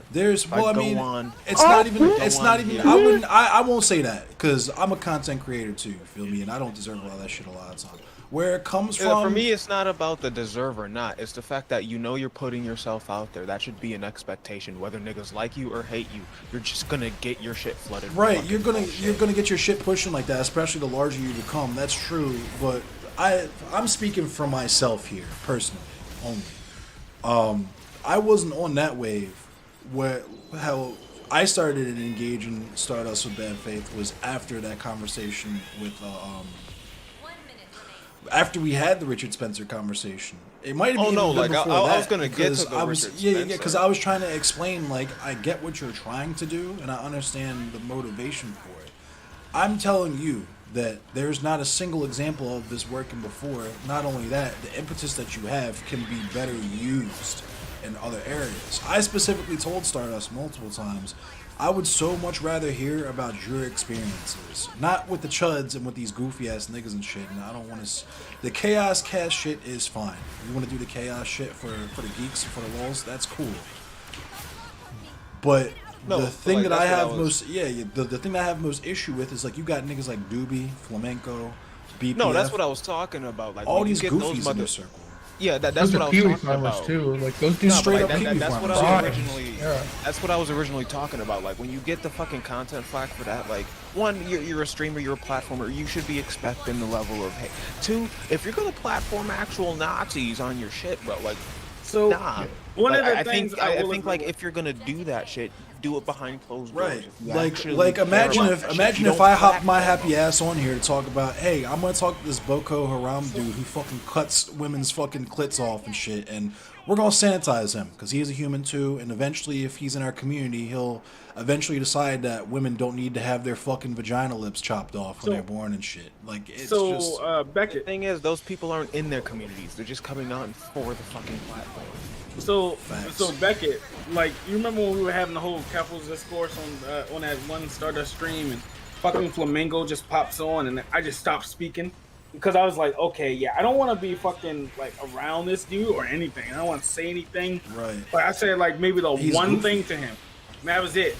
Like, I haven't said shit really about him publicly just because I don't want to have to deal with that shit. I mean, That's- Flamenco's he's a criminal. Like, this is like beyond where we're like some like discourse shit. Like, that dude like is implicated in goofy like Kiwi farm stuff. Like, And I don't want to associate with somebody Okay, that's so this literally- is part of the problem. Like, I think you can throw a lot at Flamenco, and I'm not trying to defend him, but this is part of the problem with the discourse as well. When we're talking about like Kiwi Farm, there's so much shit that came out from the way Kev was put things forward that just wasn't fucking true. And then it's really okay. So this is part of the problem, in my opinion, when we keep doing this. And this happened with Anisha Sarkeesian. It's happened with like Zoe Quinn and Brew. Backing in. No. Hold on. Let me finish. Let him go. Let him cook for a minute. Let me finish. Like, if people want to have, like, I gotta head to work. I'll see y'all later. it's fun talking to you, man. It's been good. No hostilities. Y'all been no fine. hostilities. Have a good one. You too. So, like, I think that there are legitimate criticisms you can throw at people, but when you pull up those logs from things like Kiwi Farms barely fucking involved in it, and like and then that's damaging. Because people go, well, people are just lying about it, but it's sanitary, and then people forget about the other. I was gonna say that's valid, but for me, if you have any level of involvement, like that entire site is a criminal actually a criminal organization. This person has an account on there. Right. I don't like. This is like beyond what we're talking about. It's to the here's what creators do, and that's a bad thing. Like that's a really bad thing. Because hold up, wait a minute, because my meter on this is just like. With like fucking stuff like Rotten.com and shit back in the day, where it's like just the fact that you even know about this shit, and I know that you're not terminally online, is sus to me. But to have any involvement with it whatsoever, I don't give a fuck if he made an account and then didn't log into it for 10 fucking years. That's sus. 'Cause you went on there for a reason. And if you want to pull the SDL defense out and be like you were infiltrating to try to get information or whatever, and that's why you were doing fucking race play discourse and shit, cool, whatever. But like, that shit is sus to me. I will say, other than that, like he has harassed other people. It's not just like Stardust. Like he's known as a known fucking harasser on the Kiwi Farms thing, and you guys just keep going. Well, you know, it was just that one person. One is one too many for me. Even if we're taking that at face value, that's too many for me. I don't know. Not only do I not have anybody in my circle like that. It feels like 5 or 10 years ago, and I knew somebody in my circle was like that. We would have to run ones for real. Like I might need somebody like that to fuck up. And especially one is one too many when the literal organization is under like criminal charges or going to be under literal criminal. This is beyond like any of us at this point. And like when we criticize somebody that's on here, like believe you me, like it, like they have more problems to sort out because they're a part of that website. Especially Flamenco, even if he did because he did it one time, that actually implicates him in a crime. Because I gotta say, I'm absolutely not the write-off guy. I'm the one talking about how we can help Jason's society still. Not the one, but like, I've been beating that drum since the beginning. I'm an abolitionist. That is my principle. Those are my politics. You feel me? Like, I am not the write people off guy. I'm not the clip chimp and fucking and argue and grudge and shit guy. Like, that ain't me. I'm fucking. At the same time, I'm gonna my first and foremost concern is safety of my community and other people's community. If I see you got dangerous people in your community, I'm gonna be like, hey, you got this dude in your shit. And just like how it's not about fucking up, it's about how you move forward. You can say, oh, thanks for the information. I'm gonna keep an eye on this guy, kick him out, whatever, and we move forward. Cool. Once you start getting defensive of people like that other, not just me, but other people have acknowledged, that's when you also put yourself in, you jump in front of that train as well. Because when I see that, I say, oh, this person has no fucking clue what's going on, right? It's never assign malice where ignorance would suffice, right? But there's some ignorance that's so sufficiently advanced, it's indistinguishable from malice. Where I gotta say, this person, I don't think they're malicious. I don't think they have any ill will. They're just fucking stupid. I'm not putting my community at jeopardy, and I'm not putting myself at jeopardy just to have a cool internet friend. When their cool internet friends dox people. You know what I mean? Yeah, and like, I think, so let me put it this way with Kiwi Farms. Firstly, Kiwi Farms, the accusation that's criminal is like, there was a lot of attempts to make sure nothing criminal is up on there. Like, this is why it's taken so long to take down. If you want to make the argument that criminal things happened there, like sortings and doxings, there's like doxing, certainly it's a doxing site, like, sure. I'll say that happened, but it's just not easy to prove. The same way that, like, yeah, like people know if you're like on Kick or Backpage or some shit like that, niggas know what you're doing on there. It's just Sure. that. I mean, Yeah. I don't have a KF account. Obviously, I'm aware of KF because I fucking what I studied for a start, but also I know that. I feel like everybody's aware of that shit now. In fairness. Yeah, sure. I Like, didn't know and- until like this thing came out. Yeah, so I've known about it for a lot longer, and that's fine. I've been tangentially aware of the Chris Chan shit for a few years, but I heard about it, immediately understood what it was. It was like, you all are pieces of shit, and if you're entertained. Yeah, no, like, but like, fuck the shit that happened with Chris. I mean, it's literally the internet driving someone insane. Like, I think it's like So I've been accused of defending Kiwi Farms before. I think my defense of Kiwi Farms is very simple. Kiwi Farms is a byproduct of something that I think needs to be protected online, which is the ability for anonymity and sites to actually host things that are problematic for governments, so like activism can happen. Okay, fair enough. I right? was gonna say I'll actually stand on that with you. Fair enough, and I would even extend this out to a lot of people that like. Okay, so the Andrew Tate thing, right? I'm just gonna like segue it a little bit because I think it relates. A lot of people were dogpiling a couple of content creators that I think made actually a very good argument in favor of not banning people, right?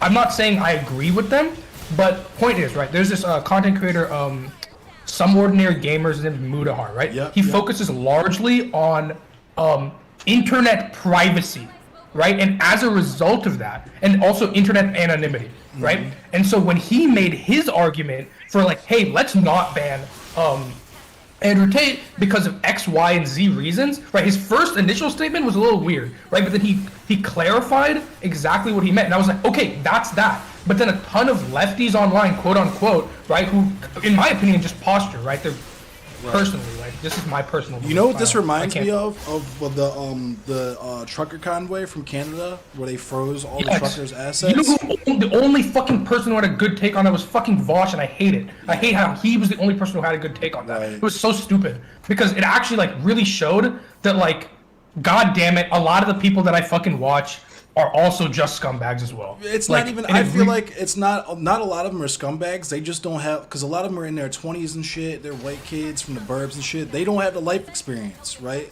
I mean, I only know because my parents were put on lists. You know what I'm saying? Well, that's like, what I'm saying is people lists. That's what I'm saying. Once they encounter that, once you explain that to them, it's like, beloved, whatever they do to them, they will absolutely do to you, and they'll do it to you first, and they'll do it more severe to you. They're just doing it to them because they're saying the quiet part out loud, right? Once you say that to them, then they get it. But at first, they're like, fuck yeah. They like to shut them for that because they're not here for the takes. They're here for to see people get dealt with, to see people get dunked on, the blood sport. And you got to explain to people, like... Yeah, my argument is let people like Andrew Tate, like, stay on the platform. Like, I want him to look like a fool as much as possible. I mean, I don't know. This is like an argument, though. Like, nah, I don't know if it's that's the argument, right? You're not making somebody look like a fool. No, he's getting his thing. The argument is, if we ban him, it will be worse for us in the long run. It's not that you're making him look like a fool. I don't think that's necessarily the case. But I just think like there is an argument to be made if we ban him. If there's any sort of general like strike organizing or anything, we're fucked. Like online, if that's spread, we're fucked. Oh yeah, All I mean, that's I can agree with that. Because that shit's already happening. Will be used against you. Yeah, absolutely. Like, and this is part of the huge risk. And like, I'm not as I know people want to come down hard on things like KF and 4chan and stuff, but like I know the history of these places. Like, you've got 4chan moved to 8chan, moved to Kiwi Farms for the Chris Chan shit. Like, from Gamergate being shoved off because Moot got sick of it, to the Chris Chan stuff getting shoved off because 8chan got sick of it. Like, this that's why stuff just progresses and gets worse. And I'll tell you this, like, they will ban people on the left who are problematic far quicker and far easier because they haven't had to do that. Yeah, but I think we're anti-status quo. This is the disconnect for me, because I agree with what y'all are saying, but so when it comes to like private platforms and shit, I think that like if I own Twitter and I want to ban Andrew Tate just because Twitter is huge, then like it is what it is. Like fuck him, he's gone. He can make his own Twitter. But it wasn't just Twitter though, right? I'm actually pro the banning of Andrew Tate, Right. but it wasn't just Twitter. Well, it was a mass ban. Right. Well, so here's the thing: is like if it's a conservative, like it's just like the Nazis in the bar thing, because we've done this before, right? Is you have a certain amount of bars in the city. The Nazi shows up at one of them and gets kicked out. The security at that bar then lets those other bars know this is this guy, this is what he's about, this is his picture. Let him in at your own risk, and they decide from that point on. I agree.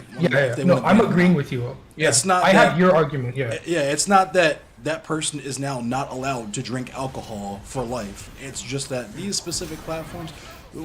Pyro said it the other day. You don't have to go home, but you can't stay here, right? Where it's like, yeah. I mean, sure there's I largely agree with that one. Yeah, there's plenty of platforms that will, there's Cozy, there's all kinds of shit. Andrew Tate is not hurting, and silencing him in mainstream culture, I don't think. 100%. Do you think people like Sneeko? Do you think people like Sneeko should be deplatformed? I don't know. I mean, I know that Nick is not green guy did some was like Sneeko should be banned. Sneeko said some fucked shit. I don't know. Like I don't know if it's the same degree. Yeah. Because here's the thing, and with Andrew Tate, like the reason, the stated reasoning for his banning was that he ran us like a sex trafficking thing. Like that's beyond what we're talking about. It makes sense kind of because if he's doing cyber crimes and your platform is, and I feel like high key that's one of the only reasons why he got banned the way that he did. Yeah. Is because a lot of the platforms that he was using were implicated in the shit that he was doing. And that's why I'm 100% pro his banning and on every single platform, because like that's a crime. We don't fuck like it would be a crime in any society. Let's not fucking like. The reason why the platforming discourse is so goofy, and I feel like a lot of people get tired of it, is because it's not one size fits all. Like I'm sure there are people who would think that I shouldn't fucking platform Eddie Conway. Like there's bootlickers who think that he should be in jail. You know what I mean? It's what are your politics aligned with? If you call yourself a leftist, you should probably not be fucking platforming Nazis and shit. If you call yourself a liberal, that's cool. That's kind of your job, is to be controlled opposition for fascists. But if you're gonna call yourself a leftist, you got to be on code. This is why the Black Panthers, there was a reading requirement to even be associated with that organization. Is because and that's how it's going to be with me. That's low key. It's not quite to that extent with me because it's just Twitch and it is what it is. But in terms of the organizations that I move with behind the scenes that I want to do actual political action with, yeah, you got to be on code because all the reasons we just talked about, right? The feds are horny. They're fucking horny to get us banned, lock us the fuck up, whoop de whoop de whoop. Why the fuck would I let somebody in my organization that's going to put us at risk like that to get us doxxed, you know what I'm saying, get us fucking all that. So that's kind of where I'm at with that, where I think what gets lost in translation first and foremost in these conversations is safety of communities, because people are too worried about what their engagements are going to be and shit. Whereas if you don't give a fuck about the people in your community, you don't care about Nazis coming into your shit, call people slurs, blah blah blah blah blah, all that shit drives engagements for you and makes your shit look popping. Cool, dope. That's not what I'm about, and I'm not even saying that everybody who does that is on that time. That just kind of seems to be what happens from my observations. To go right back to the beginning of what the stream was, with talking about Jason and things, I know you've been like, I think rightly, kind of like trying to be mindful of what he's going through. But with everything else, not a priority though. Yeah, like is there a level, like is there a way back in for him? I suppose I'm not asking about him specifically. I'm just trying to gauge where that is with the community. I mean, it's an important question. There's a time and a place for it. You know what I mean? But I feel like now this isn't. I kind of did this stream to specifically to do those hard ass questions, right? Because I'm an abolitionist. People who know what that means already know how I'm about to answer this question, but I believe yes. We tried to get him to do that high key, and that was of course centering Cly first and foremost. That was at Cly's behest. Whenever these types of things happen, we need to uplift and focus on and prioritize the needs and comfort and safety of the survivors of this shit. I feel like that goes without saying. But if we're going to stand on our principles and call ourselves abolitionists, we need to not frame the shit in the way that it is the status quo. Abuser, abused, get this person the fuck out of here, uplift this person, make it content for a little while and move on. It's got to be an ongoing thing with all of our communities to check in with Cly constantly, right? Make sure no type of shit like that is happening with anybody else, but also constantly check in with Jason for the people that have the capacity to do that and want to do that. Because if people are hurt by what he did, they don't want to fuck with him. That's within their prerogative. For me personally, I fucked with Jason before I knew about any of this shit, and I'm hurt by this shit deeply because I thought Jason was one of the good ones on Twitch. You know what I mean? This shit hurt me, just optically, which is meaningless, but because he fucking lied to me and he hurt a member of my community. He hurt someone that I cared about. So with Jason, the path is entirely is in his hands because we gave him the opportunity, whether he understood it that way or realized it or not, we gave him the opportunity to handle this behind the scenes and basically make his shit plug and play. We mediate between him and Cly, make sure he understands what he did, why he did what he did was wrong. He takes some time out, logs off for a minute, does whatever he needs to do with his thing, and comes back strong in a couple of weeks. It'll be literally the last thing I told him, I'm pretty sure, was it'll be here when you get back, right? Take stock, apologize, not just to Cly, but also to all the people in the community who you let down, because we're here for that. That's part of our principle. And then it's not to smooth everything over and make everybody forget about it. Quite the contrary. It's so that everybody remembers it and understands how to do better moving forward. And as Bink, literally all of my criticism in the very beginning has been do better. I see what you're doing. That's literally the foundation of leftism, bro. Right. You do better. Right. Like, I see what you're doing. I'll knock it where it needs knocking. I'll praise it where it needs praising. But this is how you could do better. Do better. And people react to that in different ways. Jason is not receptive to that right now. He is on the woe is me arc, and I'm actually the victim here arc. There's stuff that nobody knows type shit. He's on the Prime K, SDL vibes right now, where with you guys just don't understand the context shit, and it's not going to fly. He's not big enough. He's not their size. He can't just lean with it, rock with it like they did. He's not going to pull a Vosh where he just neo-dodges the sexual harassment allegations, right? Real. He's going to have to answer to that shit. And he's trying not to right now, but I'm hoping, and if Jason actually sees this, like I said last night, we're not trying to punish you. Nobody that you care about fucking hates you. We all just want you to get better and do better, Jason. Like, right. High key. And that's his way back. That's his path forward, is to get help, admit what he did wrong, first of all. Be radically honest, not just with us, but with himself. Then get the help he needs, whether that's outpatient facility, inpatient facility, whatever. He's got people on his team. He's got a lifelong friend of 30-something years that will love him and support him no matter what.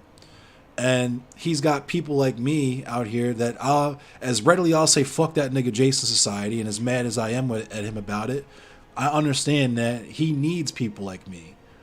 And so that's his way back, is to take stock of everything. And of course, this conversation happens because Cly is already taken care of for the most part. Cly is good. That legwork is done. This is an afterthought, obviously, to how you handle how to support your survivors. But with that said, you still gotta figure out how you deal with, because the same argument that people like to use for the Nazis and shit, like, you can't just get rid of them. Like, they're still people, especially because they were a part of your community and they had some kind of function before that. Just make them do better. You know what I mean? And that's my feel on it, is that out of all the things going on right now, the things that I hate the most are that aside from the fact that Jason did this shit, obviously, the fact that he couldn't just own up, knowing that we weren't going to try to cancel him or any weird shit like that. He couldn't just own up, and he canceled himself by trying to do his preemptive, streamer tour or whatever. And now it's discourse.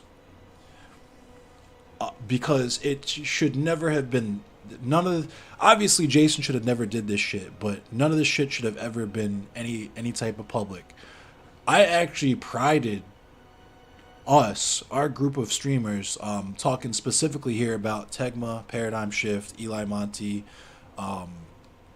Cly, because that's the other thing too, is that Cly has been involved in this process. We had to tell Cly to stop contacting Jason, because even during the abuse and everything, she was trying to support Jason. And so, Yeah, she's been really charitable. Hey, yo, Right. I gotta do it. It's been a genuine pleasure. I know that you say that you're toxic, but I don't think you're toxic at all. I think you seem pretty fucking based, and if I don't speak to you again, like, best of luck in your studies. I hope you do really, really well. Yeah, I do these open panels and shit all the time, so if you want to come that through. means y'all need to follow me and stop being boo-boo-ah. Shout out That's to what Big y'all- Princess. yeah, Make sure that's y'all what- follow. Let me go ahead and give you a shout out in chat right now, matter of fact. Yeah. Alright, later, y'all. Peace. But yeah, I do these open panels, or rather, I keep my VC open. Sometimes it's discussion, sometimes it turns into a panel. I just let it be whatever it is, and I do it every time I go live. So if ever you want to come through, just talk, hang out, chill, you want to learn something, you want to listen to the black people rap and learn something, or whatever, that's why, part of the reason, I mean, y'all know why I did this shit, but that's under the umbrella of why I set this shit up in the first place. Stay a while and listen. Yeah, I think, and again, from my perspective, I think we get somewhere from conversation. I actually had Flora or Fauna on Saturday, and I've never spoken to somebody who's multiple system before, and I had a load of preconceived ideas of somebody like that, because I remember the old Tumblr shit of, I have Doctor Who living in my head, I have Loki in our system, I have Jesus in our system. I was like, what the fuck is this nonsense? But it was a really, really fucking good conversation. They're incredibly based. I haven't met a lot of their system yet, but fucking great. And I think that's helpful. From my perspective, I mean, obviously, I'm going to be defensive of my friend. I'm going to be defensive of Star, naturally, yeah. And I think the reason I ended up jumping on was because early on in the stream, you're like, I don't know whether it's content brain or stuff, and And I think that Star's not well at the moment. She's a little bit off color. I hope she gets well soon. And she's just kind of gone out of her way to help, because she just does genuinely care. And it's like the Amber Heard stuff. Like, she took a lot of flack for her take on listening to Heard's testimony and saying, well, this is somebody who is an abuse survivor in my opinion. And Star, that wasn't a popular position for Star. I think she does a lot of work that gets overlooked. It gets lost in the wash of the content brain stuff. But part of the reason, so the whole reason I'm even streaming and actually have stopped lurking was because I think what Star does have value. I know people are going to disagree with me, and that's fine. But she takes time over her takes and actually, believes what she says. She cares, and I don't think a lot of the caricature of her is fair, and I think it gets lost in the wash of a lot of the people that attack her, both on the far left and far right, because she gets a lot of shit from all directions. And obviously, you're talking to me, and I'm a member of a community, and I don't think I'm actually that much of an outlier. A lot of the mods who've argued and screamed on Twitter and everything else, there's a reaction there, but you sit down with us, we're fairly left wing. We've got people in the community who are real life activists. In fact, one of the people in the community, because it's been said on stream now, is one of the people responsible for making sure Milo Yiannopoulos didn't end up in Australia. That kind of shit. We have people there who've done. Yeah, so and again, it's one of those areas where it's I understand where you're coming from, and the reason why criticism of Stardust became bad faith is because we also believe that, which is why speaking for myself specifically, I approached her as delicately the way that I did when I first approached her way back when. And in our first Twitter interaction, it might have been received as hostility just because of how short I was and because CTV and all these other goofy people jumped into it. But like, there was nothing malicious.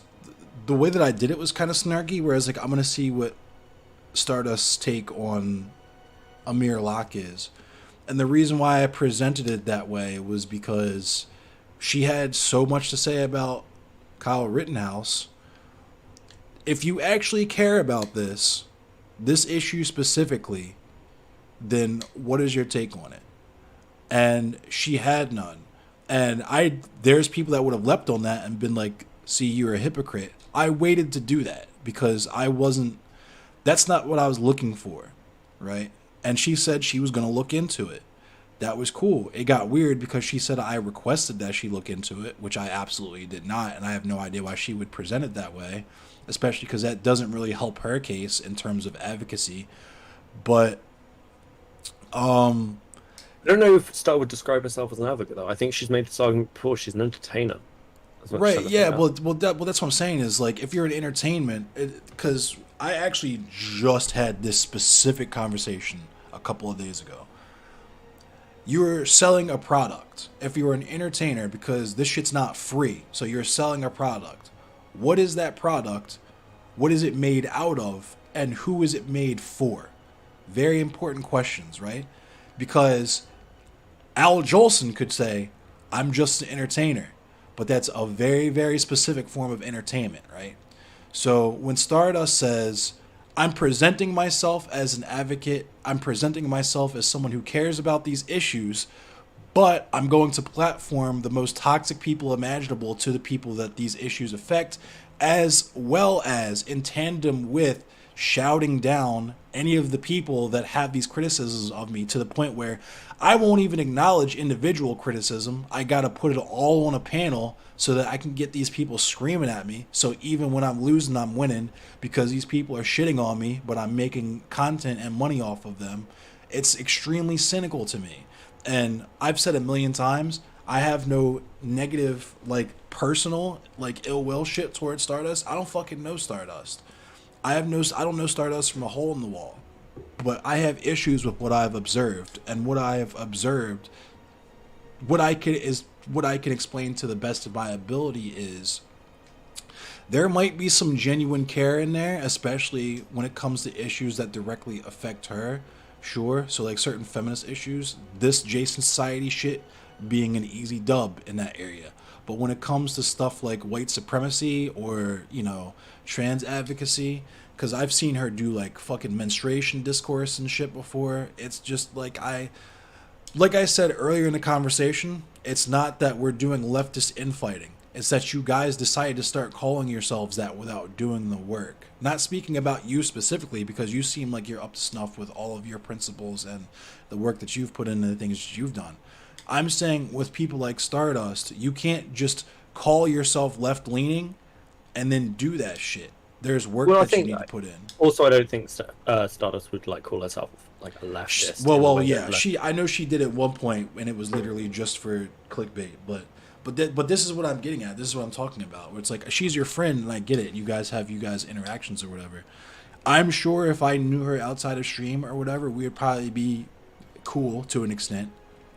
But like with the Richard Spencer shit, and then with the whole I have an unhealthy obsession with her shit, when she literally blocked me and unblocked me just to beg me to come on that panel, but I've been her pinned tweet for like 2 weeks straight about how I have an unhealthy obsession with her, using this metric that she probably wouldn't want used if we punched her name in and then typed in the words Keffels and drama, which I've already done, and I invite people to do if they're that petty, but it's really not worth it. But like, I don't think the way that we've characterized Stardust is particularly inaccurate. Like, the way that we've characterized her is someone who has no fucking clue what they're talking about, but will speak confidently on these things because she has a vested interest to do so.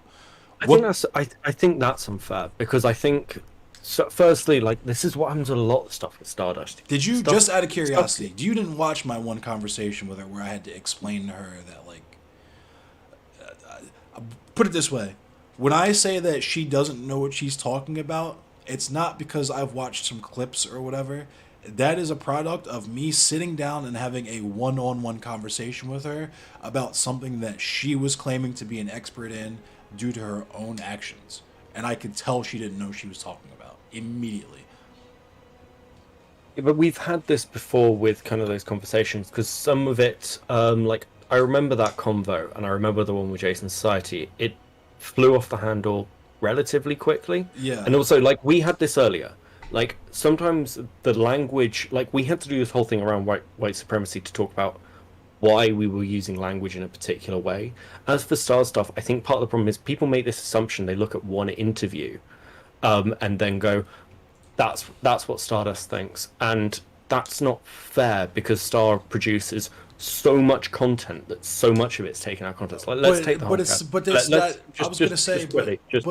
quickly, like, sure. Let's take the whole Keffels thing for example. Like, there's a reason Star had to drop an entire manifesto on the shit she'd been through with Keffels, because it wasn't just Star went after Keffels. It was Keffels directly attacked and bullied Star, her never having fucking mentioned her, and then kept going after her for no fucking reason. Didn't they? Hold on, wait a minute, because I could have swore they had a conversation that started civil, and then Stardust started playing dumb about the flamenco shit, and that's what pissed her off. Because I was there for that too. That conversation came out of the fact that Keffels directly attacked Star as a Nazi sympathizer on a hippy dippy stream. Okay, like just out of fucking nowhere. But didn't she literally say that it's okay to sanitize Nazis? So like, I'm not entirely sure that would be an inaccurate. Star's argument in that stream was, I'm not flamenco's mother. I don't control flamenco. Like, if you want to talk about the shit that flamenco does, go and talk to flamenco. You got to be flamenco's mom to understand that you're friends with a Nazi, though. Like, no, but Star was there to have a conversation about the shit that Keffels had done to Star. Right, and the reason why Keffels was upset was because of shit that flamenco did. Yes, but she was attacking Star. Okay, we'll get lost in the weeds here. But yeah, that whole kind of conversation was like highly antagonistic towards Star, which was she deserves that. I'm gonna keep it 1,000 with you. Star deserves like 95% of the antagonism she receives. I'm just gonna keep it 1,000 with you. For me, the antagonism truly started when I found out that, because like I said in that conversation with her, she could have dropped that first Richard Spencer interview in 5 years from now and still been the first person of any type of repute to talk to Richard Spencer since the Charlottesville shit. But she went out of her way. Like, when I told her she dropped that shit just days after the Buffalo shooting, she went out of her way to correct me and say, no, actually, it was the same day. The only possible motive that you would have for doing some shit like that is to try and get a rise out of me. Now, when you're doing shit and saying you're doing shit for anti-racist or anti-white supremacist or even pro-black advocacy, and when the one person, the black person, who steps up to you to ask you why you did this shit on one of the worst days in modern history for black people, and your response to that is to be like, actually, what I did was even worse. You have an even that was set up long in advance. It was not something in relation to that shooting. I think that shooting actually happened pretty much just prior to that. I don't think it had even properly hit the content mill yet. Okay, cool. Why did she need to drop it the same fucking day as the Buffalo shooting? This is what I'm saying. I don't care if you had that shit scheduled. It was just a live stream. She didn't. Well, that hadn't hit the content mill. I don't think it was even brought up in the interview because it wasn't something that was in the zeitgeist at the time. Right. Because I think it was happening right around the same period. This is my point. You had that shit scheduled 30 fucking years in advance. That was an arranged interview. Your parents set that up for you. Cool. You do the interview. Cool. What possesses you to, as a person who ostensibly pays attention to, anything, isn't living under a fucking rock, what possesses you to go out of your way to drop the VOD the same day when you could say, this might not be a good time? Right. Well, that's number one. The way that happened, if I remember, was actually started a series of interviews that day, not just the one. So it wasn't time to have that conversation, and it wasn't a VOD. It was a live stream. Okay. It was bouncing between because she Li- before that listen, listen, she listen, interviewed him. Beckett, I need Okay. you to listen to me for a sec, okay? Okay. There is the live stream. There is a VOD of the live stream. She made a YouTube video of that live stream. You following? Sure. Okay. What is the intent behind dropping that VOD so soon, if not the same day of the Buffalo shooting? And then when I ask that question, when I ask, what's the point in dropping that YouTube video days after the Buffalo shooting, your response to that is, no, actually, I dropped it the same day. What am I supposed to walk away from that conversation with? Well, all the VODs are public immediately, for a start, just because I don't believe that was an edited one. That was just VOD. Okay. But no, it was stopped, it was started, then the VOD goes live. And Okay. it was streamed the same day. Like, If I had, I if think I also had, this is part of the Twitter conversation problem, because it's not though. If I had an interview scheduled with like Roosh fucking V or Andrew Tate, and then a day after that, Elliot Rodgers sprays up like 30 fucking women, trust and believe that interview is getting shelved. That VOD is getting taken down.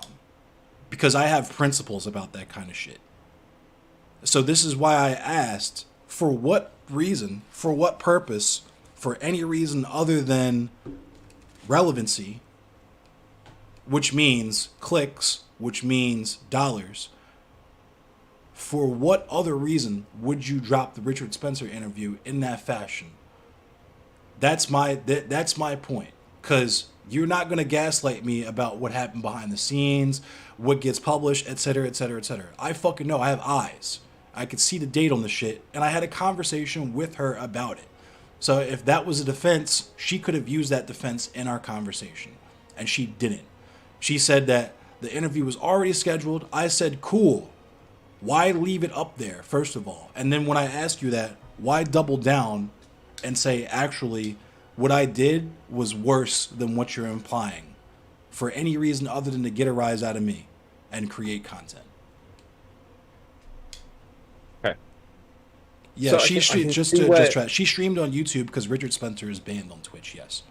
Yeah, so I can see where you're coming from with this, but at the same time, it's a case of Buffalo wasn't mentioned. If you want to make the criticism that, like, I don't know, fucking shooting happens, so you pull Buffalo down doesn't anything. mention, but it doesn't matter. Like I said, if I had an interview with fucking Andrew Tate, having no clue that Elliot Rodger was about to do the shit that he did, and then 24 hours later, Elliot Rodger goes off. If I was like, this is a perfect time to post this interview, you would think that that was fucking sleazy. You would think there was something wrong with me, right? Well, I also think that there's an element. I think Mythic said this to you, didn't he? That like when a star gets attacked, one of the things she does is she does this contrarian stuff where she just absolutely pushes and then wouldn't Yeah, delay. Because right. then if it hits in that antagonistic point, and like she's not the only, but that's not like unique to her as a content creator, or you know, even amongst activist circles, sometimes people will just go, well, fuck everyone who's criticizing me. I'm just going to do it anyway. If I'm just going to get shit, because from her perspective, I was going to say, because those are bad activists, because you're not operating from actual care about what you're saying you're caring about. You're operating out of pure contrarianism. It's the exact shit that they talked about, at least that I saw in the bit that I saw in the innuendo shit, where it's like, you're not doing this because it's right. You're not even doing this because you believe it's right. You're literally doing this because people told you not to.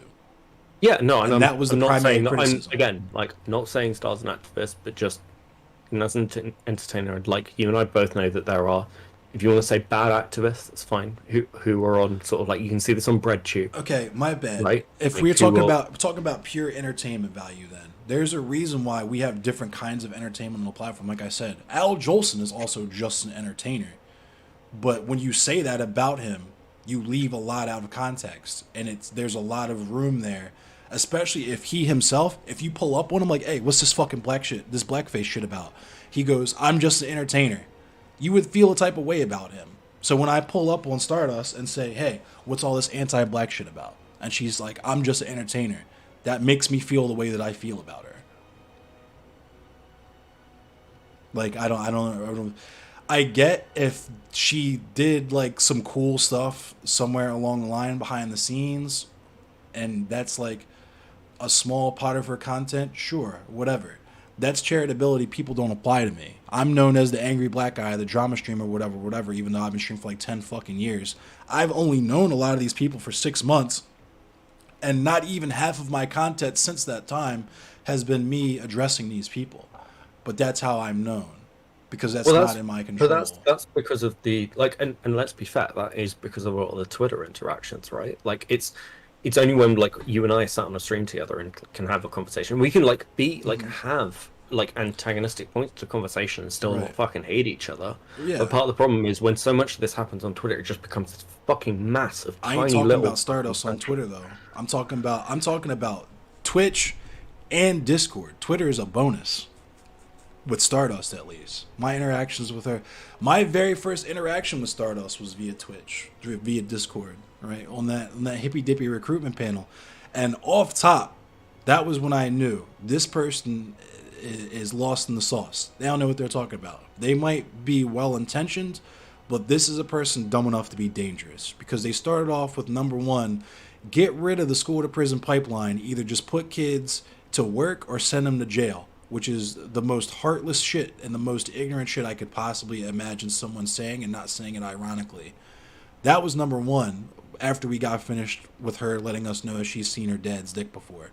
But number two was the Kyle Rittenhouse. I imagine that was a joke, right? Like, if you want to say that's a tasteless joke. That was dead ass, friend. Everything that, like I said, I didn't want to get stun-locked about it earlier, but everything I just told you was 1000% pure, distilled, uncut, dead ass. She said that shit with a completely straight face and then went into it after the fact. Like, yeah, she says a lot of stuff with a complete straight face. You should see, okay, like, again, this is part of the thing of, like, watching more of her content. Like, the stuff she'll go on, like, when she did, like, Politically Provoked, for example, she'd go and with the straightest face say the most, like, extreme stuff just to get a fucking rise out of people on the dissident right, because she knows how people are going to react. Okay, but that's not exactly reflective of her views. And again, there are other examples where she has talked about. I'm sure, like, I can't fucking dig them up. But if she sits down on a stream and you like want to have someone has a serious conversation with her about the issues of, like, school to prison pipeline or whatever, she's not going to have the unnuanced take of, yeah, fuck it. She's, and again, I think I've talked on a stream about, like, the issues of the that wasn't complex. This though. This was literally the hippy dippy recruitment, and she was one of like 6 other people saying the shit. It wasn't to antagonize them. They were co-signing her. She said, asking why Kyle Rittenhouse was where he was is the same as asking a sexual assault survivor why they went on a date with this specific person that sexually assaulted them. And she was dead ass. 1000% serious, because she quadrupled down on that shit to the point where all the other dumbass right-wingers on the panel co-signed her. Now, let's say for a minute that she was joking. Like, the greatest fucking actor in the world. If she does that, why would you fucking then point the finger at other people for not taking her seriously? When she doesn't even take herself seriously. I think that, okay, so that's like a different example. I think that that's a hyperbolic statement potentially, but like, yeah, I can see where what specifically was hyperbolic? Oh, her saying that about Kyle Rittenhouse? Yeah, like you're invoking something that's like another very emotive topic to drive home the fact, because like from a legal perspective, yeah, she was devaluing the experience of sexual assault survivors to run defense for Kyle Rittenhouse. Now, that's not something I would do even as an extended joke that no one else was in on. Because that type of shit is disgusting to me for a lot of different reasons. And I'm not saying that we're not allowed to joke about shit. You just heard me use the word fucking... Are you allowed to joke about your own experiences, though? Yeah, but this wasn't a joke. Because Stars talked about on stream on the fact that she's like an SA survivor. Right, but this wasn't a joke. If like but you can draw on those experiences to make a hyperbolic statement. That honestly, right? Like I would not compare. Like that would be like me comparing Andy No getting beat the fuck up at a protest for instigating to a lynching. That's not something I would do in a million years, even as a joke. Even though I've had people in my family who were lynched. Understand? So the whole she's joking about her experience shit doesn't fly with me either, because not only do I not do that with that specific analog, but you see that my audience is pretty damn diverse, and there were a considerable amount of women in my audience who found that utterly fucking disgusting in the time being. And then, because Stardust is Stardust, she wouldn't be Stardust if she didn't double down on it after the fact when people pulled up on her about it to tell her about how fucked up it was. Do you think Stardust gets a bad rap? Do you think Stardust gets an unfair rap in comparison to other content creators? Absolutely not. Absolutely not. Do you think anyone, like, because here I do disagree with you. I think if, like, content creators did, like, generally speaking, what Star does, I think if they were male and white, I don't think they'd catch anywhere near the amount of flack that she does. I mean, yeah, but the thing is she does that within that person's community. She's a DGGer. So she should know this better than anyone, and why it's stupid and why she shouldn't keep fucking doing it. But if you're saying, does she get undue flack compared to the streamer she's trying to emulate, I would say yes. But like, the sky is fucking blue. You know what I mean? White men are always going to be treated differently no matter what they do than the rest of us. But if you're asking me if the negative attention that she receives from the shit that she does is not deserved, then no, absolutely not. For the even reason, if you want to say, even if you want to say it's deserved, and like again, I disagree with you, but that's fine. Like, I guess deserved deserved's like, not really the word I would say, but the people that do that shit aren't doing it for no reason for the most part.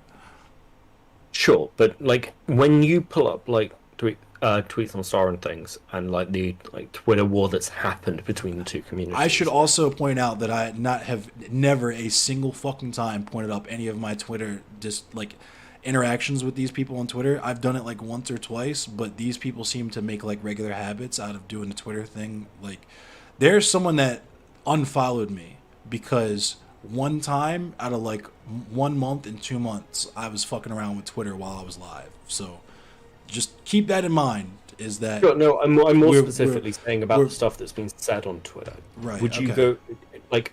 Would you say that like this like fucking conflict with the Star community has been more extreme than you'd say you've been with other male white content creators? Because it feels sometimes to a lot of us in that community. How do you for mean, whatever reason? Like my attitude towards her, or what? Not just yours, but like a couple, like, and you can like. I think we'd level this at other communities as well, like commentary. I don't think so. I was perfectly content just to not acknowledge her. She won't leave me the fuck alone. So it's like, are we gonna have a conversation? Or are you gonna keep doing a thing where you fucking tag me and at me and shit and do like 8 fucking page long tweets about me because I said that you're a silly person? Right? That's me personally. You're doing the Carolyn Bryant shit. We're talking about how I sexually harassed you, I'm obsessed with you, etc., etc., etc. Knowing that a significant portion of your audience comes from these Nazi communities. Let's keep it 1,000. She's admitted that herself, which is why I don't do the whole, these people are leftists because they did the performance art of keeping the most famous right-winger that absolutely no one wants out of a space. Right? Cool. Congratulations. Did you challenge? I mean, I push back on this. I'd say our community is pretty fucking left. I'd say look, there are people in the community compared to what?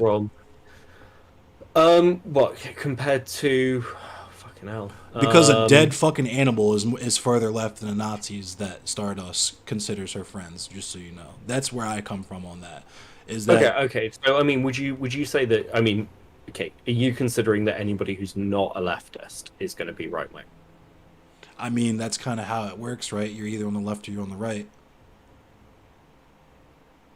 You could be center right or center left, but at the end of the day, you have to make a decision on whether or not you fuck with the status quo, with capitalism, with all that stuff.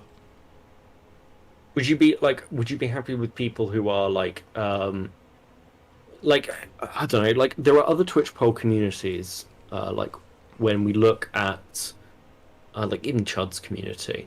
I don't consider Chud a political streamer. Okay, that's fine. I'll say this is that people are in the market of argument, and politics happens to be the easiest thing to get people to argue about. So Okay, so would you say there's a difference then between people who are like, let's say IRI, who's like Okay. sat there doing pure politics content, versus people who chud, who like it's a mixture of drama, some British politics, Right. but largely it's drama. Because I'd say that Star does political stuff and she covers stuff like Amber Heard, for example, but also she's an entertainer. She was like a banana the other night. She'll cover like I was gonna Putin, but at say the same because time, just like because the Amber Heard shit wasn't politics, it was spectacle. But what were you saying? I'm sorry. sure, like so why would you say Chud isn't politics, but why would you throw Stardust into like the grouping of activism and politics and stuff? I don't. I don't think Stardust is a serious person. I think that she brands herself that way, the same way that Chud does, and it's useful to speak about those people in those terms because what it does is get people like you to immediately admit that they're not actually political actors. They're just air quotes entertainers. Well, this isn't me admitting it. That's literally what Star says. It's not my words; those are hers. Oh well, I mean, know? then yeah. But like I said before, when you're in the market of selling people arguing with each other, politics happens to be your bread and butter because that's the easiest thing to get people to argue about. And I would put the same way I don't consider because I don't consider Stardust a political streamer either. I consider these people drama streamers who have some politics sometimes if you squint really hard, which is different from IRI, who is a dumbass liberal, but he at least when you come to IRI stream, you can have a loose expectation to hear about policy. When you go to Stardust or a Chud stream, you're probably not going to hear a whole lot of policy. You're going to hear arguments about policy. Or you're just going to hear, let's get a black guy and a Jewish guy to argue about which was worse, slavery or the Holocaust. Okay, I mean, I'd say that's a hyperbolic example of streaming. Like, I'm not saying that like some panels aren't that. I know you would crazy, say that. I know you would say that, but I've literally seen them do it. So I've seen politically.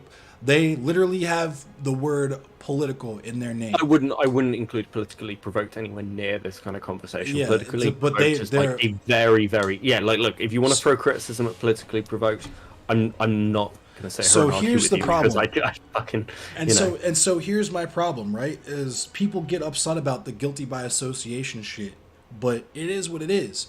As much as a person could say I'm different from politically provoked, but if you have PP Brit on your fucking panels, how are you different? Just because you say different shit, all of the same moving parts are there. That's why I don't even engage with a lot of these people. I've had Sansol muted for months. We had that one conversation with Sansol where he said it's okay to call people subhuman, fucking call Bink a stupid bitch. Rhizome came in to say that it's okay for white people to say the M-word sometimes, depending on the context. It was a shit show, and I never spoke to any of those people again because I don't want to be associated with them, even loosely. Right? I'm in a different league. I'm in a league all my own. I'm not talking about viewers. I'm not talking about I'm talking strictly about politics. We're actual political streamers here. And that's why I asked you when you said, what do you mean by your side? Because the people that I actually choose to associate, if I had to define my side, air quotes, it would be the people that are actually serious. The people that talk politics frequently, whether it's speaking on their own experience or learning about other experiences on their platform, engaging exclusively, and I mean exclusively, in panels or debates that are of a serious nature like that with other people where the shit is actually educational. And last but not least, they don't fucking interact with the non-serious people because non-serious people make you look non-serious. If I show up to your wedding in a clown costume, it kind of devalues the whole wedding, doesn't it? Like, sure, the ceremony is still happening, but the guests are looking around like, this is kind of weird. Why is this guy here? And I had this conversation with Zonia too, where it's like, you're not ceding ground by not talking to these people or associating with them. When you're debating with them, it's not just that you both have the microphone. It's that you're standing on the podium at a Klan rally and they've decided to put you in clown makeup before you walk out. You can't argue semantics. Like, you can't reason a person out of a position they didn't arrive to by way of reason. It shouldn't be a controversial statement when I say that groypers, white supremacists, ethnats, etc., these people are not operating from reason. These are not reasonable people. So why we waste time talking to them in the hopes that one of the members of their audience will receive some of the shit we say, when we have to spend half of our time just debunking the dumb shit that they say, because that's not the game they play. We're the ones who play the rhetoric game. We're the ones who play the intellectual high road game. They revert to what they know every single time. Platitudes and populism. That's what we're up against. And you don't fight against that. Fred Hampton said, you don't fight capitalism with black capitalism, you fight it with socialism. We don't fight the Nazis and shit that have always been here. Let's keep it 1,000. We don't fight them by playing their game. We fight them by helping each other and building our own platforms and focusing on the people who they target and who most need that support and that effort. And when I look at people like Stardust, cool, you paid lip service. You did what is considered the bare minimum by most people, but not me. But for the sake of argument, we'll consider it the bare ass minimum. You have done the bare minimum. You might have even donated to some organizations that you support. But when the largest trans streamer comes at you to tell you the person that you're associating with has caused harm to the trans community, and your response to that is to circle the wagons and explain all the different ways how this person is actually not that bad. Okay, but at in the same breath, like, a lot of people just excused a lot of the attacks on Star for multiple things and went, "Oh, that's fine." She brought that on herself. Firstly, that's why. we've got people because like she brought that on herself, and that's why. Because well, I mean, that you can make that fucking argument about Keffels. I cannot. You could say because she exists. Okay, Keffels exists and is trans. That is not the same as deciding that you want to interact with and be nice with Kiwi farmers. It's just not. I'm sorry, and it's a disingenuous comparison to me. But Keffels will still talk to people on what's his name? Like, Keffels has spoken to like known doxers on the far right to go up, who were like being enemy of my enemy. Speaking to someone is a lot different from openly like claiming a person as your friend. You understand the difference there, right? I wouldn't call you my friend. We've had a lovely conversation. You seem like a lovely person. I'm not about to call you my friend.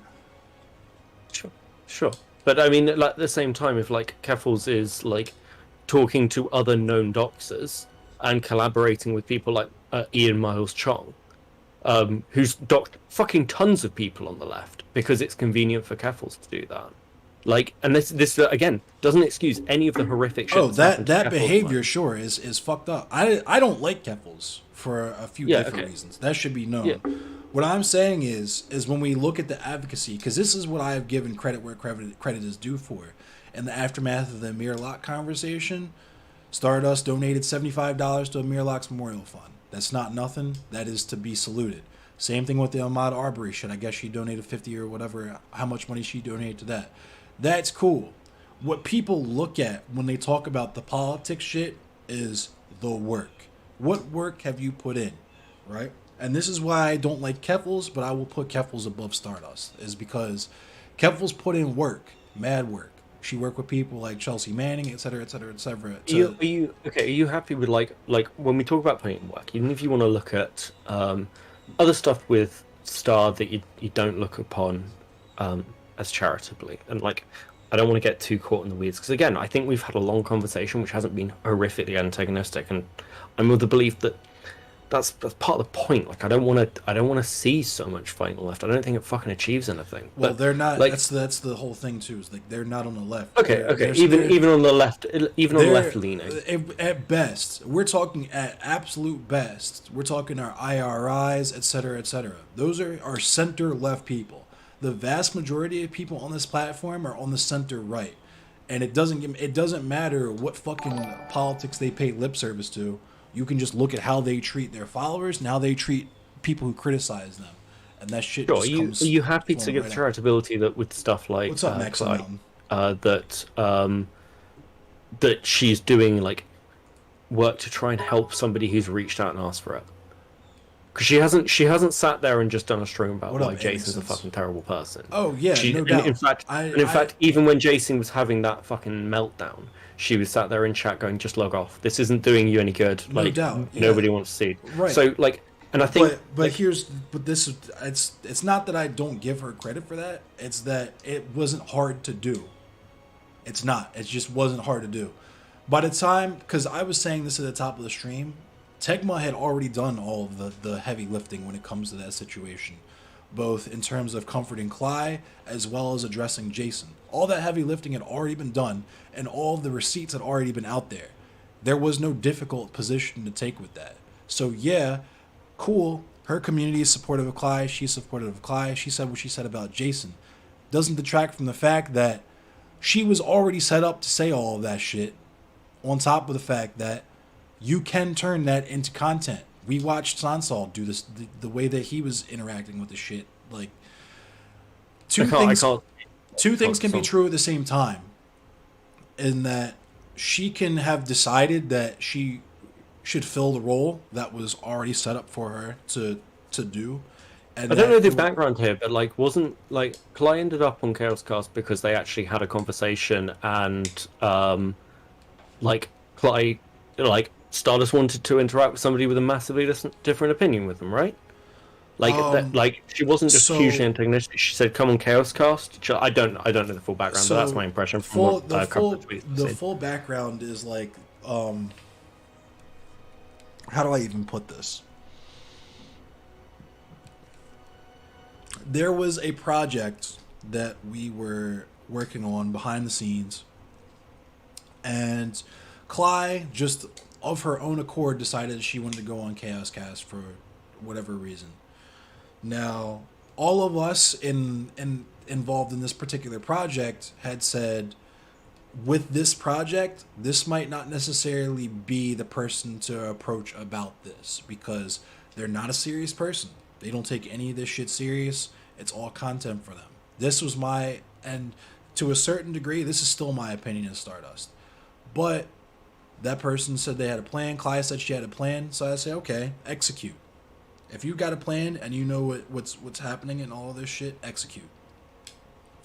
Where the hiccup came in was Jason was particularly adamant about Cly not interacting with Stardust, which is not territory I go into. I don't even tell people to unfollow other people. But we got into it about that, and you know, I said my piece on it, and other people said their piece, but Jason was super adamant about it until they started going back and forth. And that's how everyone other than Tegma, because like I said, she's been confiding in Tegma for a minute, but the rest of us got sucked into it because we were in a I mean, Tegma asked to come on and start, despite all the shit with Tegma in that community, like, was like, yeah, okay, come on, talk about it, talk, speak for Cly. She didn't have to do that. Like Rhizome wouldn't do that. Like, Rhizome has got no interest in, like, I think he refers to, like, your community as, like, I think it was Highlander leftists. Like, and it's very dismissive. That's because he's a fucking, which is I'm not funny. here to comment on Rhizome. I'm not here to comment on Rhizome. Yeah, like, I've got no opinions, but like, I it's know just, you're not, but I'll the comparison. Right, I know you're not, but I'll absolutely comment on Rhizome because the dude's a coward. He's been a coward since day one. Like, he has to rely on the DGGers and shit to pump his numbers and view botting and all that shit. But that's why he blocked me, is because I pulled up on him with the view botting allegations. He just blocked me.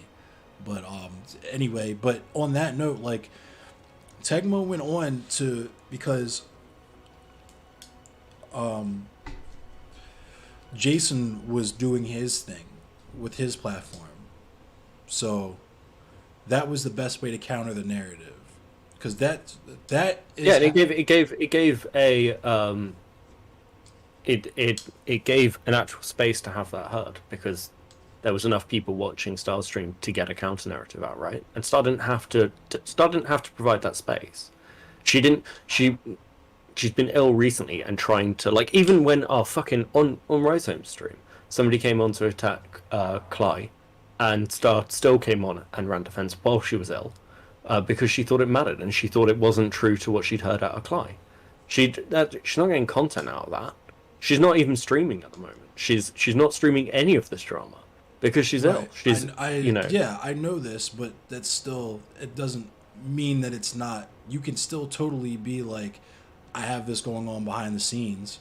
Nobody know who the fuck. Nobody knew. No, like a lot of the people had not seen a single fucking one of my streams, but they saw me doing that in other people's chats and Twitter and stuff. So it's like, sure, I'm not saying that what you're saying is wrong. I'm saying that it could just as easily be both. Okay. Because like I said, it's not an easy. It's not a hard position to take. There's literally screenshots, there's voicemails, there's everything. It's open and shut. It's cut and dry. No, but Star does have a history of taking the hard position when it's unpopular. Amber Heard. That's a perfect example of her taking an unpopular position when it's hard to do, when she gets mercilessly attacked. Hold on, wait a minute. What was her position on that? Her position was, when she was watching the trial, she was watching and was like, oh yeah, Depp clearly seems to have gone through some abuse. And as shit went on, she was like, nah, Heard suffered abuse. You can see the way this guy and like Depp spun it with a lot of PR to attack somebody who's an abuse victim.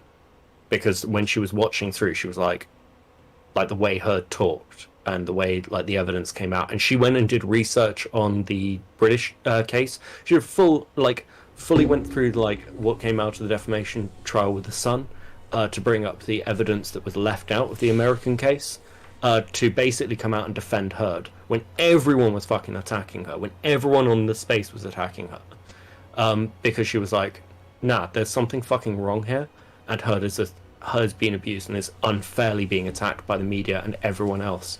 And a lot of people didn't want to have that conversation. They wanted to sit there and support Captain Jack Sparrow. It didn't win Star any favors. In fact, I think it lost her viewers while she was doing it.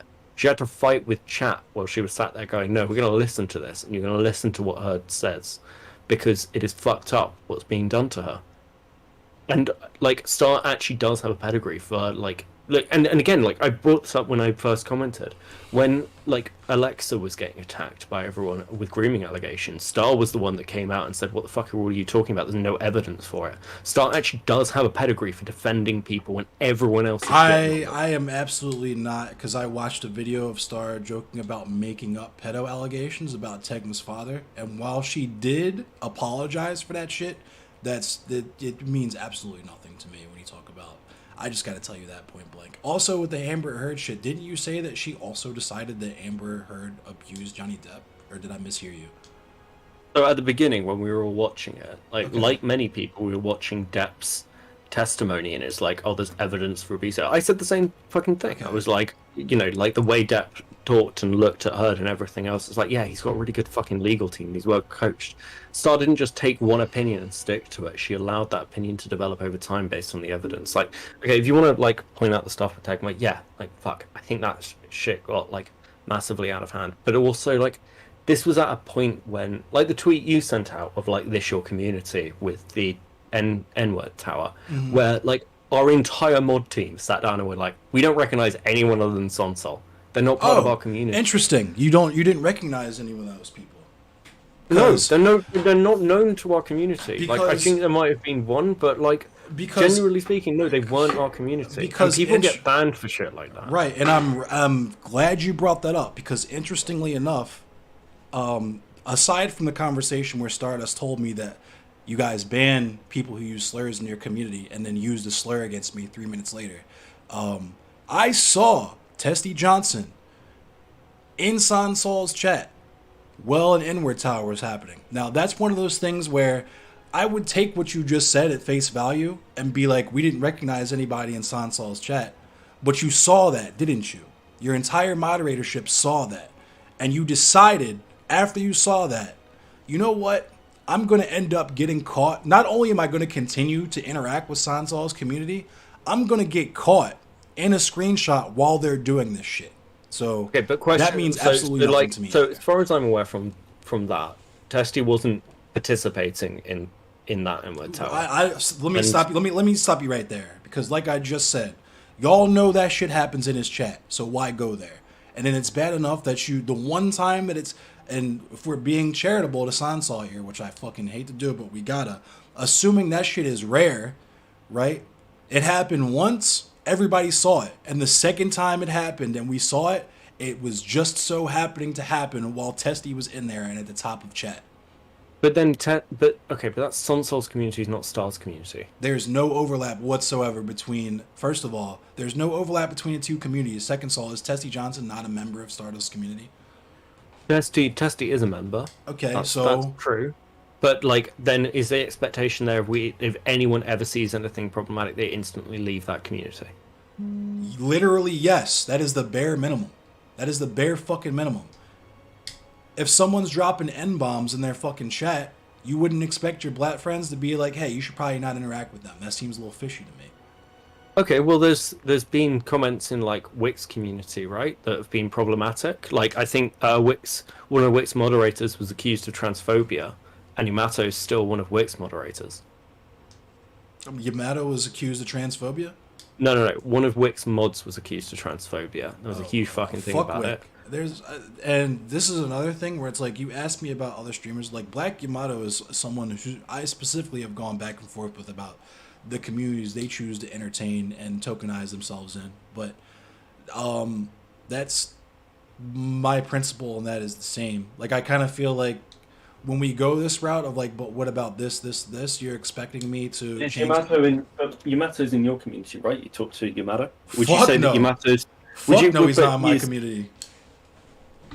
Okay, so what do you consider in your community? Yamato has appeared today. Today was the first time he appeared in my VC, and it was to talk with you. The first time he appeared in my chat was to say, I don't have anything to do with these hate raids, even though all these hate raids are named after me and directly associated with Zonia. He is absolutely not a member of my community. How I define you as a member of my community is if other people in my community call you a member of my community. Hey, chat. Let him know right now if Black Yamato is with y'all. Y'all think Black Yamato is with y'all? Let him know. I can't see a chat because my phone's dead. But that's fine. The short answer is no. I'll take your word for it. That's fine. Yeah, but short answer is no. I don't know that nigga. None of the people in my chat know that nigga, and he's low key goofy. But I'm letting him cook because he acts nice when he's in here. I've got a lot of time for Yamato. I like him. Like again, like he gets a lot of disagreement with other communities because he'll talk about kind of stuff that people on the right don't want to hear. That's fine. I've had Yamato on my stream multiple times. I like Yamato a lot, but again, like when we're talking about like what's happened in other people's communities or like members of our community like chatting in other people's chats, like you're gonna see that, but at the same time, like the question of whether you're participating in something, like then we're onto the case of tangentially you are literally participating in it. If you're chatting in the chat where that shit's happening, you're chatting. You're participating in it. Any of my mods right now, I catch them in BPF's chat or on Cozy or something, they're banned. We'll have a conversation about it. I'll let them know why they fucked up, and we can move from there. But I have a zero tolerance policy for any of that shit because that's the bare minimum. I don't see common ground with people who want me dead. No matter what flavor fucking ice cream we like, what our mains are in our favorite video game, all that shit is superfluous to the fact that if given the opportunity, you would kill me. And if you were too much of a fucking coward to do it yourself, you would elect someone to do it for you. Okay. I mean, again, I disagree with you, but if that's the standards you want to hold for your own community, then I'm not gonna that's your community. Like, I don't see how it's helpful, and I mean, I would cite this conversation. People in my community find it very helpful. People in my community love it. If your argument is that it's a safety thing, if you're like as you previously stated, you want to create this space for kind of anarchist activism, then fine. Like there should be a space for that, and actually, I'm a pretty big proponent of like people should be allowed their spaces without feeling like they have to sanitize them. I make this argument with fandoms all the time. I think it's got value. And if you want to throw that criticism to the Stardust community that members of us will appear in other people's chats, do you know? I think that's It's not even just that. It's not even just that, friend. It's that because y'all literally cannot fucking help yourselves. If I throw a bait tweet out there like, "Hey, what's the worst thing that y'all have seen from Stardust's community?" what they think is the backfire is nobody bothering to answer because it's not worth responding to. But it wasn't what I was going for in the first place. It was the knowledge that people who fuck with Stardust will follow that and respond to it with everything that they would. And they performed beautifully. I had all kinds of R slurs, F slurs, you know what I mean? But these are people from your community who get banned if they do this.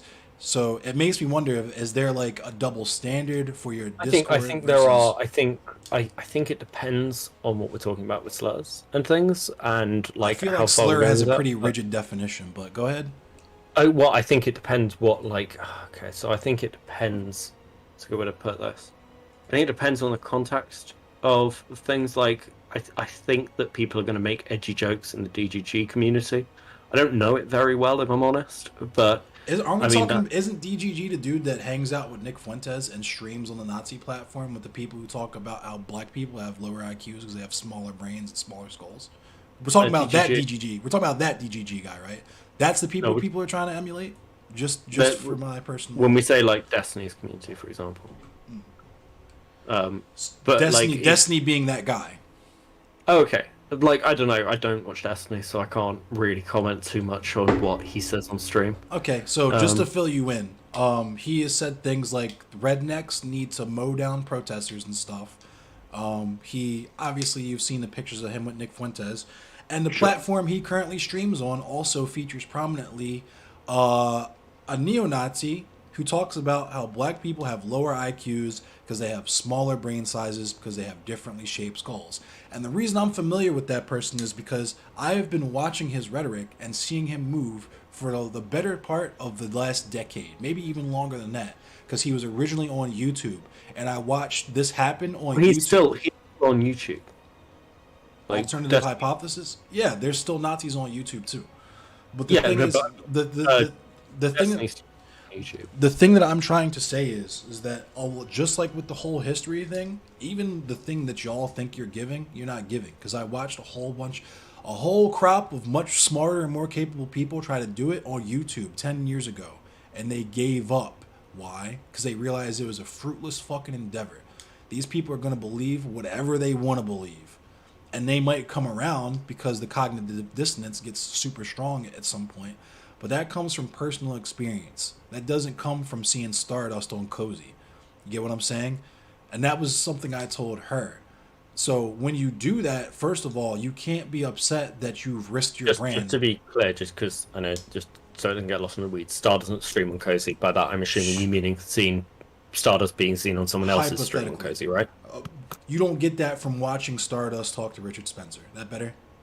Okay. That said, the people that all of those people are trying to emulate does stream on Cozy. So there's that. Yeah, I mean, I'd also throw out the criticism that I don't think it's been particularly helpful to put Destiny in a position where fucking no one will talk to him on the leftist side anymore.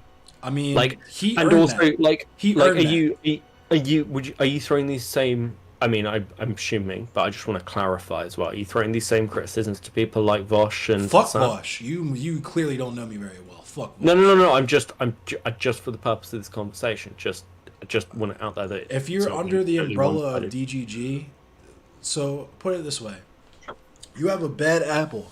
Why would the clone of the apple be any different? Vosh is a clone of Destiny. Shark is a clone of Vosh. Xanderhal is a clone of Vosh. Stardust is a clone of Destiny. All these people are copies of copies of copies of copies of copies. Doing all the same edgy, goofy shit and towing the same line. They're playing the I'm not touching you game. I'm not touching you, I'm not touching you, I'm not touching you. How close can I get to TOS without getting banned? How do I trick people to take me into taking me seriously before they eventually figure out I'm trolling them?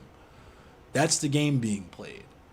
And sure, there might be some occasional decent advocacy sprinkled in there, but I'm not about to fucking dig through a mountain of 26 tons of dog shit to find the Hershey bar and then wipe it off and eat it. You know? Cool. I mean, like, so what I'd say from this is, if you're happy to accept that Star isn't a political streamer, like, if you're happy to say this, and I would assert that she's not a political streamer. Yeah, and like, she's not an activist, and Star herself said multiple times she's an entertainer. Okay. And a lot of this is for entertainment. So you're Like- entertaining Nazis. Well, I mean, that's not. I know. I'm just trying to make a statement here. Like, if Well, you want to make a statement, not you. All right, go ahead. I'm sorry. yeah, like if we've got an opportunity here, I mean, this is sort of my point, right? If we've got an opportunity here for everyone to stop sniping each other as much, because like it sounds to me like there are people on your side, like Tegma, like Clay, who are interesting people to interact with and not fucking crazy. I think that because there's this impression from like the Twitter war and everything else, that now it gets really fucking hyperbolic, and I don't know if it serves anyone. I don't even think from a content perspective it's particularly interesting for anyone to watch, right? Like you're not building an audience off it doesn't appear that like you've built much of an audience off like tweeting Star. I don't think there's like a clout gain there. I've seen Tegma as well. Tegma's doing like his workout streams and stuff. Like there's clearly a direction to that content type. So does it really benefit like either of our groups? Like, and look, if you want to have criticisms of our community and everything else, and like Yeah, I mean that's fine. Like, everyone's going to have those things, but at the same time, you've been able to. I was going to say, sit down and have a conversation with me, which sounds like it's been interesting, entertaining, and like informative. It's like seems to meet your criteria, and you find like common ground. Like we're not going to agree on everything, but like we can dig down to certain things, understand what the other person's saying, and maybe find like I don't know points which we can go, this matters at some point. Or if something comes up in the future and you're like, yo, Beckett, this is really fucked up. You know about a couple of these things. Why don't you come talk about it? Well, that's what I'm saying is I'm always open to do this, just not always in public. And I've offered Stardust the opportunity to speak to me multiple times. She's not interested in hearing criticism. This is the whole point, is that it's not just that, because as stated previously, if we're entertainers, why do we need to apply left versus right to people? They can just be entertainers who entertain people on the center, right, center, left, right, whatever. That's number one. Number two is none of my opinions of Stardust have come from Twitter. I'm speaking only for myself here, but I could probably speak pretty confidently about Tegma's viewpoint, about Arun's viewpoint, a lot of other people, that what we have seen out of Stardust, completely fucking ignoring Twitter, because most of us have her muted. I'm just going to keep it 1,000. That's what our opinion of her comes from. It's not just that she does wild shit on Twitter, because Twitter is for wild shit. That's why I don't give a fuck about Twitter. When I can interact with you on the one-on-one, that's when I get my impressions of you, plus what you do when you think people aren't paying attention to you. So how you move with your chat when you think you have a chat full of nothing, full of people who will co-sign you. That's that. But also the fact that I personally, as well as the people in my audience, as stated previously, have benefited greatly from keeping a lot of that stuff out, is because as lovely as this conversation has been, it's not really what my platform is for. And that's fine. Like, yeah, if you want to sit down and have a conversation about like history or something else, or like other parts of the or you want to talk about European comparison, or you want to talk about religion, because I've got theology. And we can do stuff like that. I'll have open stuff for that kind of stuff. But in terms of like political action or political education here, it's not really worthwhile for me to have a bunch of people who are just looking for entertainment. You know what I'm saying? They're entertainers. That's cool. They can keep their audience of people just looking to be entertained.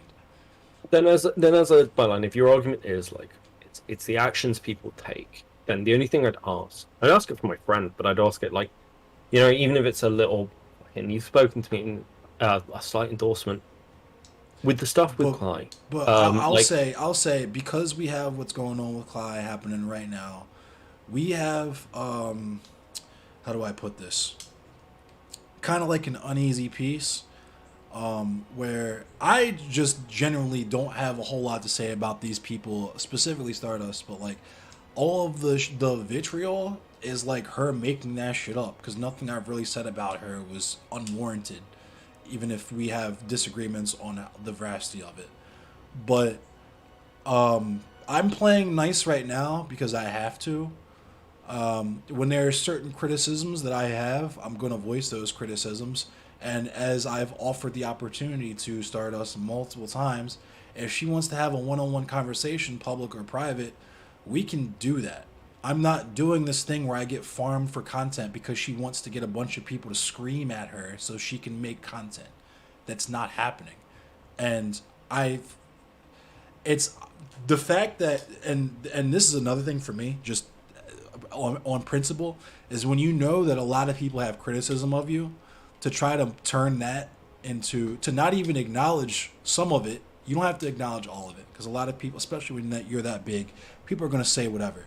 But it's not just random chatters. You're talking about people like me, poly people, all these other people that we have platforms. We're not just talking out of our asses on here. We have takes, and your instinct is not to be like, let me speak to these people even to figure out what their criticism of me even is, public or private. That's number one. But your first instinct is to go, ooh, I bet it would make a good panel. I bet a lot of people would watch if I got all these people who hated me on the same panel to all yell at me while I sit there. You understand how fucking silly that is? Well, I mean, like, again, Star's an entertainer. Like, I'm not, like, Right. look, your criticism and that's what, and this is the thing then. This is the crossroads we've come to. I don't like that entertainment, and I'm not looking to be entertained. So if she has anything to say about me, I'm going to respond. Likewise, if we have egregious shit like talking to Richard Spencer and putting that shit out the day of a fucking anti-black mass shooting, that's going to get talked about. And she should understand that as an entertainer and as a Twitch streamer, etc., etc. That's always going to be said about her. If she can't take criticism, she needs to log the fuck off. Period. Because it's not even like we're harassing her or brigading her or anything like that. We're literally just pointing this shit out and saying, this is goofy. It doesn't work. The thing that you're trying to do is not what it's doing. This is what it's actually doing, and why. And you're too much of a, she's too much of a fucking baby to even when that's presented to her delicately by people like me who go out of my way to be like, you know what, I get that she's getting a lot of hate, a lot of people just talking shit. Let me try to approach her as a person, as a would-be friend, and be like, hey, look, friend, don't do this. And this is why. Matter of fact, even I think this conversation with me has been a lot more like earlier when Bink was saying, I don't want it to be a pile-on. Like, it's never like this conversation, like being on stream today, has never felt like a pile-on. I don't know what chat's saying. Like, there are going to be people in chat who's like, this fucking guy, like whatever. But like, it's never felt that way to me. However, when I look back and like in the context of those conversations as well, because it wasn't just you, it was Jason, and like it was pretty fucking hostile.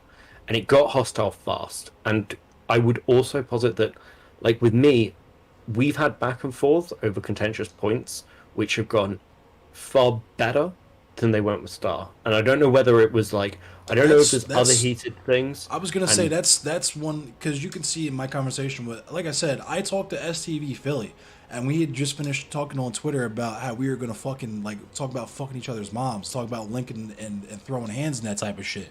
And we had a fucking beautiful conversation. You know what I mean? So it's definitely not my energy, but you can look at my conversation with Shark and my conversations with Stardust and see where things kind of start to go left, for lack of a better word. Because just like how I'm speaking to you now, people hate how charitable I am in a lot of these conversations because they want me to be toxic because they've seen how toxic I can get, and they think that certain people deserve it more than others. But my thing always is when you come on here, because I don't like being in conflict. That shit's played out, especially because me, when I'm trying to just play video games and relax and shit, it's goofy when people come through trying to do that shit. But then when I'm trying to serious up and I'm trying to have a conversation about like police brutality and shit, I don't need somebody's fucking goofball ass stands coming and telling me about how hard I got on in a debate or some shit like that. So that energy literally always comes from the other side, because I try to present my arguments as delicately and as gently and as politely as possible. But when it was in Shark's instance, he was in his feelings, clearly. And in Stardust's instance, she just can't accept criticism. That's why we always have to run back to I'm the entertainer talking point, is because, okay, And that's where it gets dropped because a lot of people don't care to take it any further. Like I don't most of the time. She's an entertainer, cool. I'm not looking to be entertained. She can entertain who she wants to entertain. That said, as stated previously, when you are an entertainer in this structure, you are creating and selling a package. What the constituents, what the components of that package is, matters. Who you are trying to sell that package to matters. Now, we exist on Twitch, where out of our hands, the platform is mostly white boys, right? Mostly kind of conservative leaning white boys in their teens, etc., etc., etc. I looked at that and said, I'm not going to be successful on this platform because my prime demographic is completely at odds with the prime demographic of people who use this platform. Stardust looked at that and said, how do I appeal most to these people to get the most viewers? Because she is an entertainer. And with that is the baggage of how best do I entertain these edgy white boys? But at the same time, like, okay, so you're not happy with the Spencer stuff. Like, I don't think we're going to change each other's opinions on, like, a lot of this, and that's fine. But, like, again, going back to the stuff with, like, Herd. Like, the accusation that Star never presents an alternate narrative or never does anything like that's not the argument. The argument is that she's contrarian, and of course she would present negative arguments. No, she did not just pick a contrary point. She has gone along with other points which are obvious. Didn't you say she flipped on the Amber Heard shit? Literally, just purely, like, I'm guessing, because you said she sided with, which is fucking ridiculous and gross off top. Because, like I said, it wasn't politics; it was spectacle, and a lot of people who cover that shit should be ashamed of themselves. Number one, but you said that she sided with Amber first and then switched to Johnny Depp.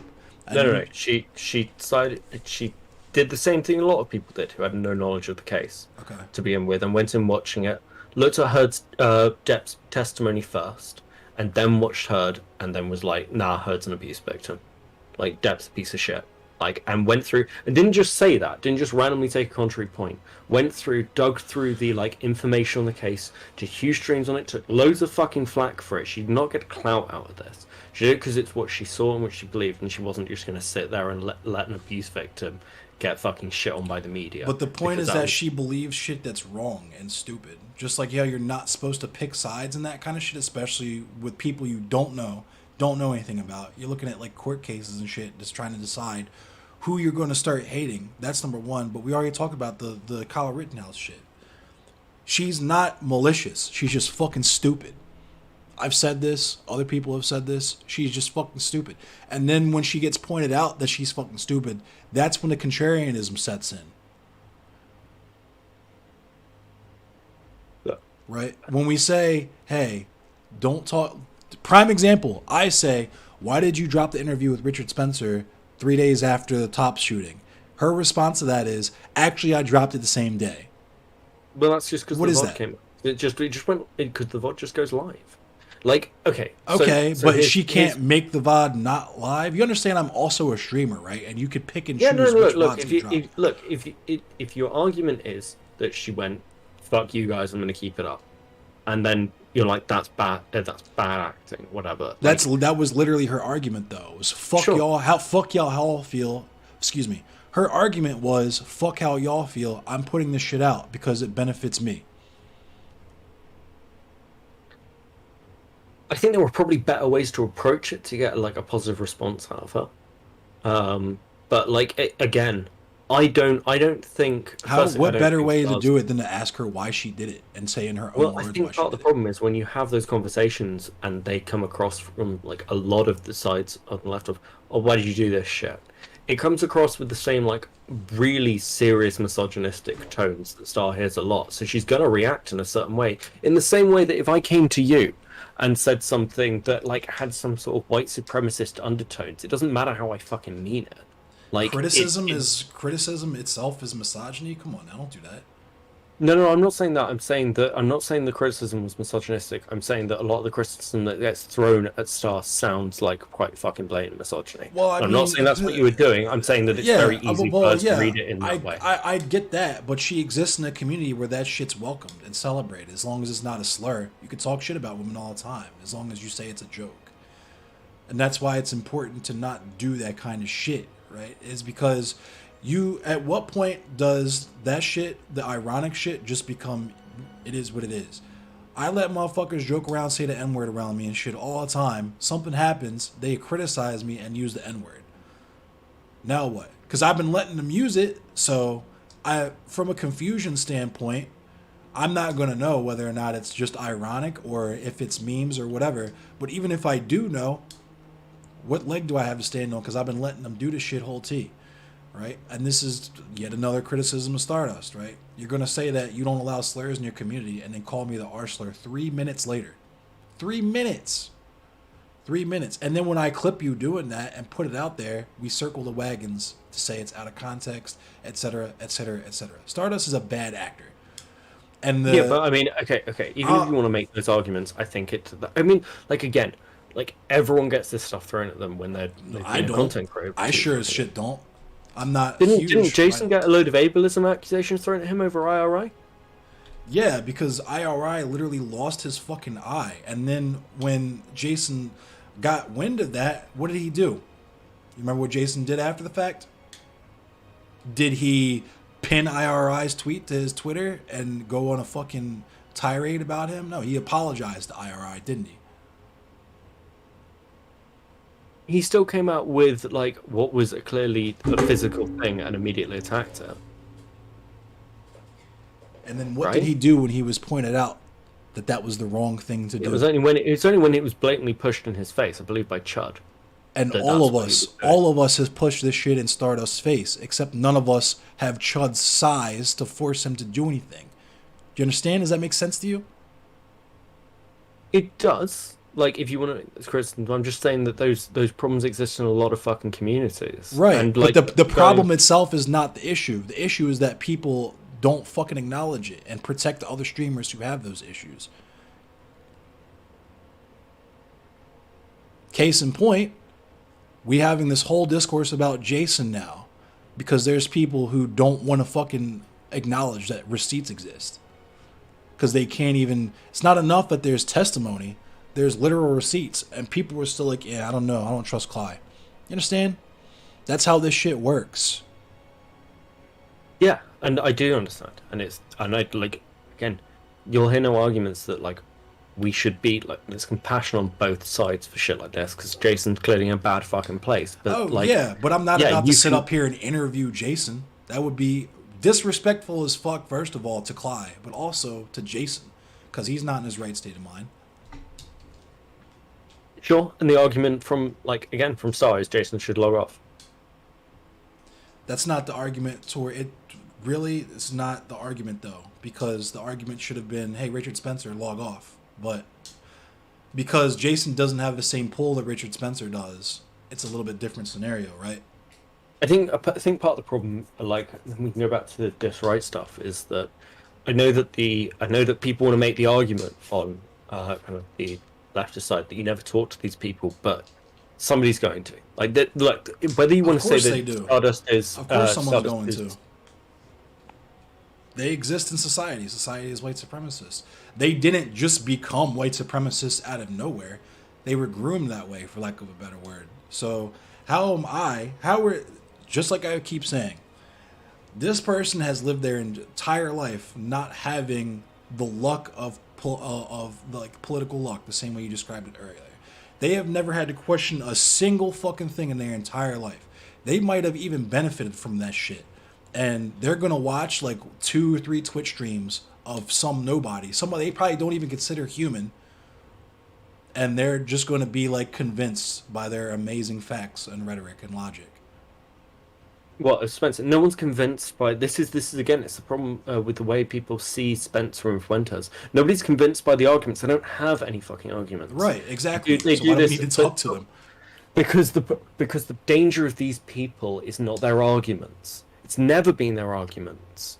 It's the danger of these people is eventually, whether it is Warski Live or they get put on CNN or it's Spence. Even like I remember the discourse when Spence was punched in the face. It wasn't Spencer got punched in the face. He's a fucking loser. So was, before wow, I let you go, before I let you go, because I think you're heading towards that. Eventually, they'll get interviewed by NBC, whatever their talking points will become mainstream, etc., whatever. First of all, no. It's not the talking points that matter. It's the fact that when they do get presented, they get presented in this really fucking in a way that's so sympathetic to them. There's another stream that's really interesting with Spencer from fucking ages ago. It was done by somebody who's got like fucking 3 viewers. Right, yeah, but see, the thing is, came on and the guy just turned to him and was like, "Wow, you've fallen fucking far, haven't you?" Like, it was a convivial conversation, but it was this conversation of, wow, no one fucking pays attention to you. You've gone from being watched by like 1 million people, and this is having another, your own rallies. This is another area. But I was gonna say, this is another area where it's like we don't care about that shit, point blank, because you're saying this. The worst case scenario is people being sympathetic to people like Richard Spencer when people like Richard Spencer hold badges and gavels and write loans every day. And this is why we say, why the fuck do we need to talk to people like Richard Spencer? Richard Spencer it's pure spectacle. Pure spectacle. The only people who give a fuck about Richard Spencer are the drama frogs. Period. Antifa hasn't given a fuck about Richard Spencer in almost a decade at this point. Because why? He got punched in his fucking face. Heather Heyer got clapped. All the news said, oh fuck, we can't touch this guy anymore. And he was irrelevant. But now suddenly, we have all these streamers who want to get their Twitch poll merit badge by arguing with Nazis or getting the exclusive with the most insane people they can fucking find. And because it's a perfect storm of these people being culturally irrelevant now and being willing to talk to absolutely fucking anyone who will listen, you're doing the thing for them. No one ever stops to consider, why do these Nazis want to talk to us so bad? Why do they enjoy participating in this so much, even though we think they look silly? Whoop, whoop, whoop, whoop. It's because you're giving them what they want, a microphone. Because the best way, the most effective way to deal with them is to make them go away. Not that they'll disappear off on a fucking island somewhere and evaporate into thin air. We understand that society is white supremacist. These people have the same ideals as a lot of the people you fucking vote against, right? So, understanding that, why the fuck would you also do this fucking fake neutrality, MSNBC, fucking we have Bernie Sanders versus Donald Trump bullshit that we know is bullshit when people with millions upon millions of fucking dollars do it, but suddenly it becomes not just acceptable but virtuous when people do it out of their fucking parents' basement. It makes no fucking sense to me.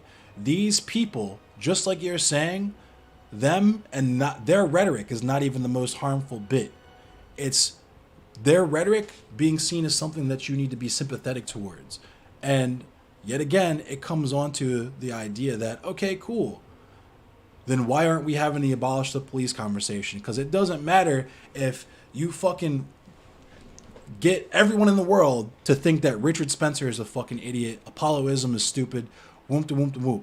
There's going to be a Trayvon Martin tomorrow. There's going to be a George Floyd the day after that. There's going to be a Breonna Taylor the day after that. This is why people like me say it's a waste of time. If it's what you want to do and you find some value in snagging the occasional like gray name or something out of their chats every few weeks or so, that's not nothing. And cool, kudos for that. You get your cookies for that. That does nothing to challenge the power structure. And that was the specific thing that I tried to ask Stardust that she couldn't answer, which is, if you're an entertainer, cool. You're making entertainment for neo-Nazis and shit because none of the people on the left enjoy this shit.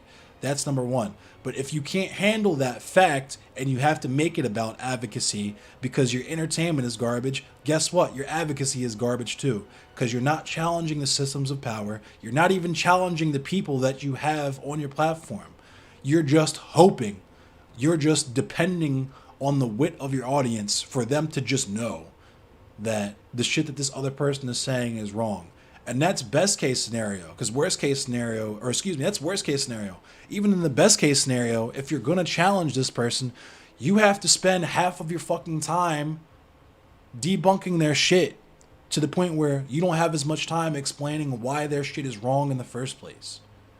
It's just two people arguing.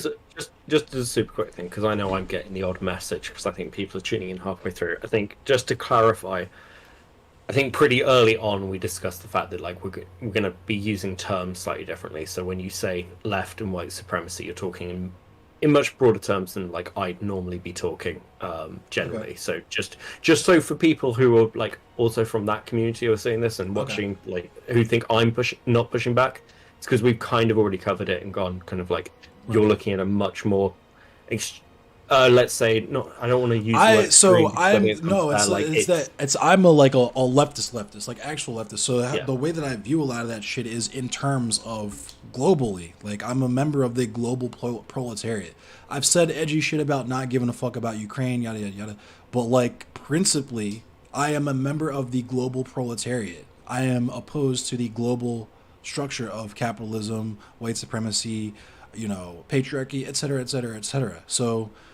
I just wanted to do that for me before I get the same comment from like my community. You weren't pushing back on endless at all. It's like kind of we did this like right at the start, so I just wanted to like highlight that shit. But so we've kind of just agreed to let those conversation points flow. And I have always perfectly understood y'all's position. It's just that when I say what's that do for me, the conversation then becomes why do you matter, and I will end it after that every time because. My advocacy is also for the Nazis at the end of the day. Like, obviously, I'm diametrically opposed to Nazis. We're mortal enemies, but the thing that makes them a Nazi is completely fucking optional. They could just decide to stop being a Nazi day of, and we would be square. But the same is not true of transphobes and et cetera, et cetera. Those people hate us because of our fucking our constituent components. There's nothing we can do about those people except hope that they eventually change. And but I'd argue that at least we're seeing, so, and I've said this before, at least we are seeing some change in that direction. I know that people will say, well, like, don't have the.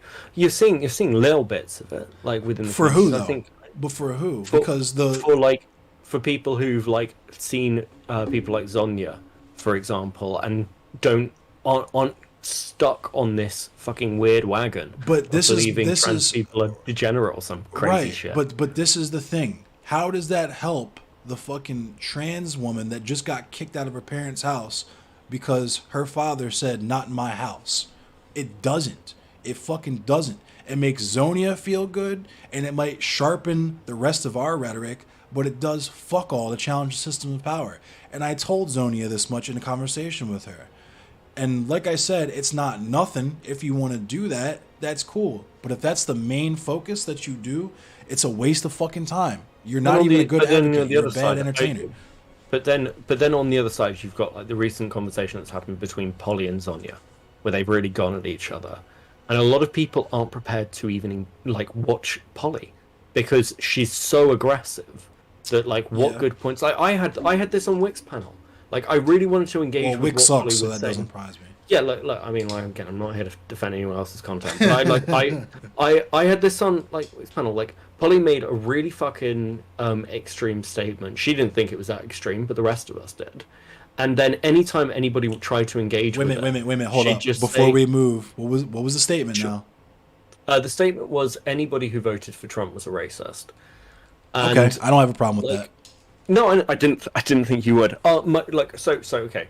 From your perspective of everything is a white supremacist power structure, do you know what? Under that umbrella, sure, fine. My point and a couple of others was, I don't think that a lot of people. I think if you want to make this claim, and this was made about like Brexit when I was in Ireland, because I've been a Eurosceptic for a long time, mostly because of actually leftists like Corbyn. And I'm very pro-immigration, very open borders, but I'm very, very critical of the European Union because I think it fucks over the working class really badly. Okay. In a nutshell. But like when you say that, a lot of people like go, okay, cool. Are all Trump voters racist? Well, actually, a lot of people who voted for Trump didn't give a shit about race. They didn't care. What's the and difference? It's not that they were.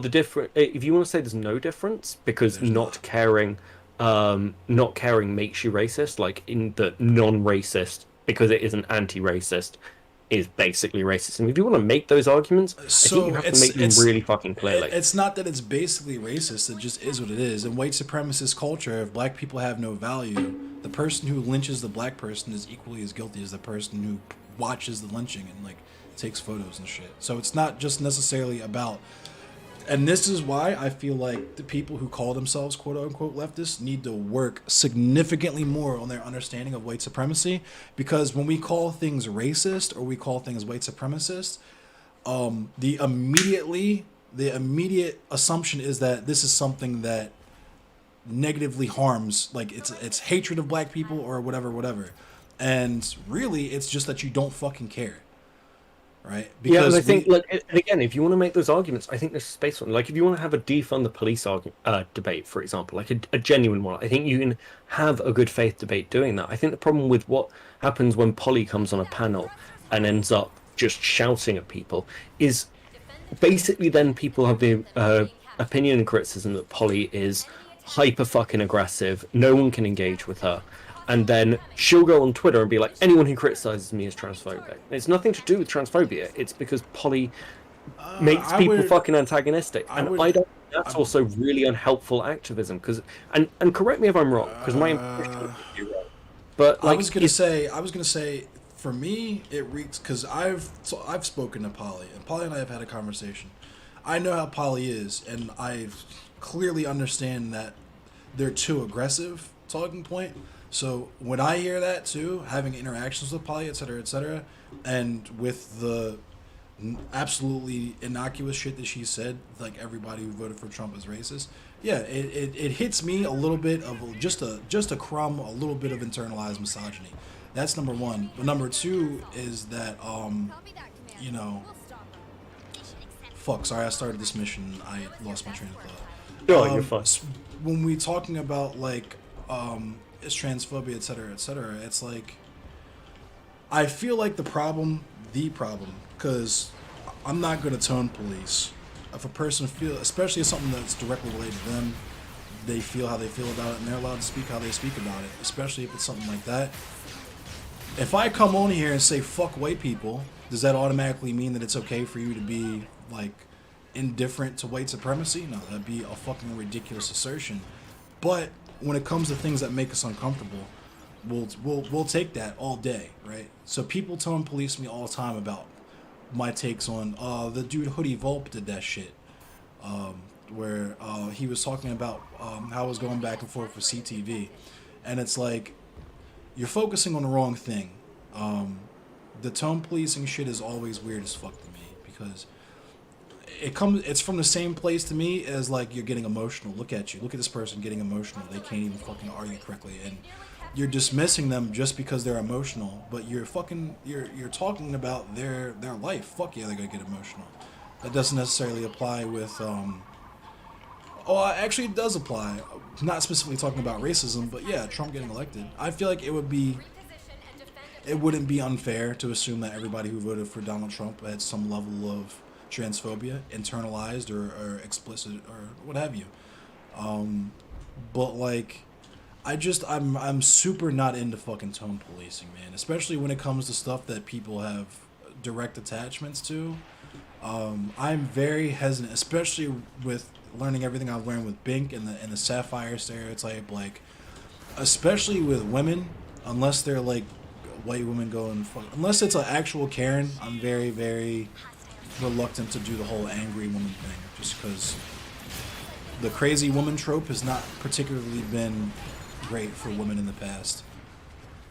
I kind of feel like women got fucking like lobotomized behind that kind of shit, but I don't know. And this is the problem what I have with those types of panels and shit anyway. It's like people like Wick go out of their way to get the goofiest, most confrontational people possible. Not because they're interested in learning about these things, but because, like I said before, they just want to see people fucking argue. They want to see people go crazy, and politics is the easiest thing to get people to do that with, because certain people take it with different levels of seriousness and take it more serious than others. So people Well, it's like Eli tweeted out, like, what was the use of a political shit show panel about BLM suing BLM? And I was like, well, there is a fucking use, because the fact that even came up got me to look more into it and the shit the foundation was doing versus to like the grassroots. And that's almost that's worth highlighting, I think. Right. Like a lot of people don't fucking know about. It's worth highlighting, but like that type of shit doesn't need to be like a fucking discussion panel. Like me right now, 15 minutes from now, I could go Google and come up in the course of like 30 minutes with a long ass like deep like heat. Like I'm gonna be spitting bars. Hour and a half long stream talking specifically about that with not engaging with a single other person. You know what I mean? The only thing I would do for that type of shit would be to do the discussion panel type shit where it's more than one person, not like debating or anything like that, but just kind of talking through each person having their own different field of expertise or finger of knowledge to contribute. But like I was saying before, a lot of shit just doesn't need to be it doesn't need to be debated. And when you are in the market of debate, like, you know what I mean? Sure, like I get this from the perspective of like there are certain things that don't need to be debated. Like I think that's a good ideal. Like I think part of the problem is part of me just agrees with you. Like you said earlier, like it's so nice to have a British person come on who's not just like fucking crazy transphobic. Mm-hmm. But the reason things like are like that in Britain is because there was never a trans debate, yeah. Really, realistically speaking, the way there was about the LGBT, like lesbian, gay, and bisexual stuff, it just got forced through, and it freaked everyone out. Because, and if you want to say that that's a like function of white supremacy or trans, like, there was never a trans. What was it there? I'm sorry. There was never like an open trans debate the way there was over gay and lesbian stuff. So while I wouldn't say that, so the white supremacy in that aspect comes in, and that it intersects, right, to where we have the conversation that we do now, speaking with Twitch specifically. There's Soul Bunny, there's Cat Black, there's a million fucking black trans femme like content creators who say all the same shit that Keffels does, could potentially do all the same shit that Keffels does, but people are most comfortable hearing it from Keffels. Why? We know why. You know what I mean? And when it comes on to the transgender conversation, I would say that shit is purely a product of moral panic.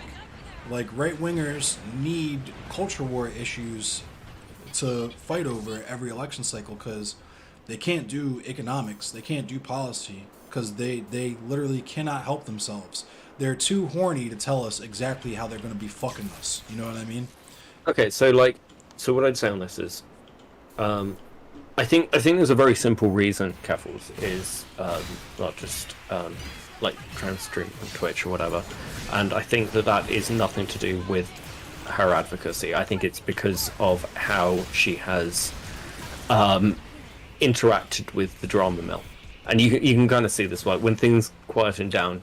I would say it's probably a little column A, a little column B, because sure. I think that there are better trans activists online than Keffels on Twitch. So I don't think it's, and I don't think it's just because of Keffels. I think there's a lot of other shit that goes on around. Oh no, I was just using Keffels as an example, just because it was relevant to the conversation. And I think like when we're talking about like the conversation happening, part of the problem is if you don't have the conversation, like you want to talk a lot about like, and rightly so, you want to talk about the fact that the black experience gets left out of the conversation, and going back to like the price of doing business shit. You want to make that criticism. I think fair enough. Actually, I think there are some genuine criticisms you can have there, and I think it's also telling, because going back to my earlier point, I think there are a lot of content creators who do worse shit than startups. Agreed. And they do not get the shit, and it's very coincidental that Star is, you know, I think the only woman of color on that sort of content space. That's her fault. That is her fault. Okay, like, and if you want to say that's her fault, that's fine. Like again, I disagree with you. Like, I mean, honestly, okay. But so like, here's the thing. So like, if I was the only nigga in the fucking KKK spot, and I got a shitload of criticism, I would kind of think that it wouldn't just be because of you know, it would very obviously be because of racism, but it's like you understand what I'm trying to say. Yeah, no, I get what you're trying to say, but my point is the fact that, like, when we're talking about like the ability to have these conversations from the white experience, one thing you've got to understand is if you just go out to a lot of normies in the political sphere and say, like, you can see this directly happening in Britain. Like, Britain has a problem with, like, even having a conversation about races. So again, one of the reasons I push back on the creed thing, because it's a lot easier to start a conversation up and say Britain has a creed problem than Britain has a race problem, because it doesn't have the same guttural, visceral reaction, and then you can actually fucking talk to people in a political setting. And I know that you want to say, well, these things aren't up for debate. I happen to agree with you. I don't think there's much debate to be had, but when you just go to the point of going, well, we're never going to fucking talk about it, you will hand people over to right-wing politics, and we're seeing that happen. I don't think we're handing them over. I think we're just kind of acknowledging that that's where they came from, and it Do requires... you not... Okay, So- well, even if you want to acknowledge that that's where they came from, like when you're looking at stuff like the growth of libs of TikTok, for example, who's highlighting just TikToks that come out of leftists, or the cringiest shit possible, and getting fucking huge views for it, or like other right-wing, or Shapiro going through cringe shit, is that not like basically handing ammunition to the right? Because nobody on the left can even discuss these ideas. They're they're just off topics that you're not allowed to discuss. Not really, because they're going to exist whether we exist on the platforms or not. They're always going to do that, because they have the culture and the power to do that. That's number one. So it's like, it's acknowledging that people come from that, and it requires work on their part to get out of that. And I said as much to Star, like, I'm not gonna do, if you're not gonna meet me halfway, then I'm not gonna start crossing the bridge. Like, if people, it's not, like, the way that it's presented is that these people are confused, and there's two options that they can take, and if we refuse to engage with them, then they're obviously going to take the other option. When it's not that, they've always only had one option, and we can kind of coax them into not doing that shit anymore, but that should never be on us to do. White supremacy is like white people's issue to deal with. We've known what it is and how it negatively affects us and y'all for generations at this point. It's not a matter of people not knowing or lacking education. It's a matter of those power structures being there. Here, but I don't think that everybody who's of a particular immutable characteristic should have to be an advocate for that characteristic. Right. I think that's a bullshit argument. I think it's unhelpful. However, I would say that there are certain things that, like, I don't like this conversation of, like, white supremacy is just white people's problems. They need to go away and deal with it. Because, firstly, it won't get fucking dealt with. Just on a baseline of how humans work. We talked about this earlier. Like, no one's going to fucking do anything. And I don't think we'd apply that standard to anything else. If we said, oh, well, abortion's a thing that's put on women by men, so men need to go away and sort out abortion and women shouldn't be part of the conversation, people would think you're fucking crazy. Like, obviously, we all have to live together. And we all, like, and look, I'm a big fucking proponent of multiculturalism. Because, like, we talked about Britain earlier. I said this to a British nationalist not 2 weeks ago. Like, people on the right want to be like, yeah, it's ethno-states and staying on your own. The reason Britain is successful as it is because, and the reason it's survived, actually, is because Britain has no fucking core culture. It almost hasn't for 2,000 I'm good. years. I'm waiting for these people brain cells to meme regenerate. on things like tea and, like, fucking, I don't know, the way British people dress or colonialism, but even colonialism is fucking taken from the Roman Empire. Britain has almost no individual identity. And pretending that there's, like, some fucking magic bullet for this shit, where you can go away and be like, oh, everyone just reevaluate themselves, and then you're done, it doesn't work that way. Like, that's not that's not what we really say when we mean that. So the conversation is more about power than anything, and people have to want to relinquish power. And in terms of advocacy, this is why we say this shit, is because we've literally done everything.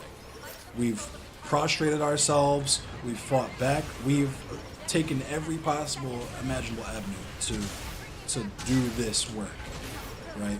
And at every turn, literally every time, it is these people need to decide to give up power. You used an imperfect analogy. You said it would be like saying abortion is a men's issue, and it's not. Saying misogyny is a men's issue is absolutely correct, though, because men are the hegemons in that particular paradigm, right? We set, so in terms of men in patriarchy, misogyny, etc., etc., we set that standard. We made that hierarchy. So what can women effectively do aside from just exist to tear that power structure down? They can't. The same thing with white supremacy. White supremacy is white people's problem because y'all perpetuate that. We've been trying to just do us to the point where even people on the left, or quote unquote left, get mad when we just want to do our own fucking thing and chill out. Vosh goes on tirades about black fucking supremacists and shit all the fucking time, even though there is not a single country on planet Earth where black supremacists, black Israelites, whoever you want to talk about, are in any remote likelihood of obtaining any type of political power. But because we have a fundamental misunderstanding of how these issues operate, we have to pretend like we're being altruistic by telling black people to shut the fuck up whenever they say anything that we can misconstrue as being identical to white supremacy. When I say white supremacy is white people's problem and y'all need to deal with that, it's saying that I don't need to do anything but die and stay black.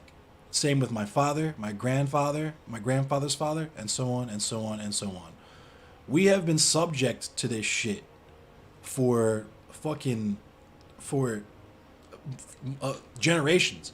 And, you know, it's this sadistic, like borderline sadistic worldview of like this, like, stop hitting yourself worldview, where my generation, especially because we didn't have to experience integration in schools, we get gaslit about our own history and we get sold this post-racial identity in terms of America, to where people like me, I've talked about this on this platform before, where I wished I was white. I thought I was white. I wanted to be white, etc., etc., etc. There's a book I recommend people read called Black Skin, White Masks by Frantz Fanon that talks about the burden that colonized people have living in colonized society. But it's not that, like, we expect y'all to just get better. It's that y'all don't get better even when we try. So, like, until y'all can figure it out, we're going to do us and keep ourselves safe and conserve our energy, because that's the only thing we can do. And y'all fuck it up for us when we even try to do just that. And it was part of the, this conversation propped up as a consequence of a meme that SDL shared and Merrick retweeted, because when we say the term leftist, this is another fundamental disconnect of, like, air quotes, online leftists and people who are leftist online. When I say leftists, I'm talking about the global proletariat. I'm talking about the most vulnerable people imaginable in society. And this is why I think a lot of this shit on here is goofy too, is because even if we do policy conversations on here, what does that mean for people who can't vote? What does that mean for people who live on the street?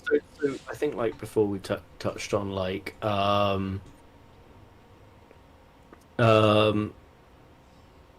so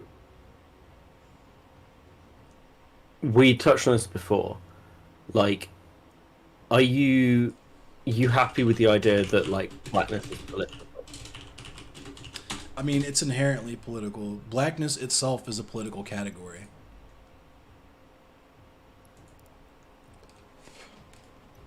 Like, when I say to you, my friend is coming in there black, that could, especially from an American perspective, that could mean literally fucking anything.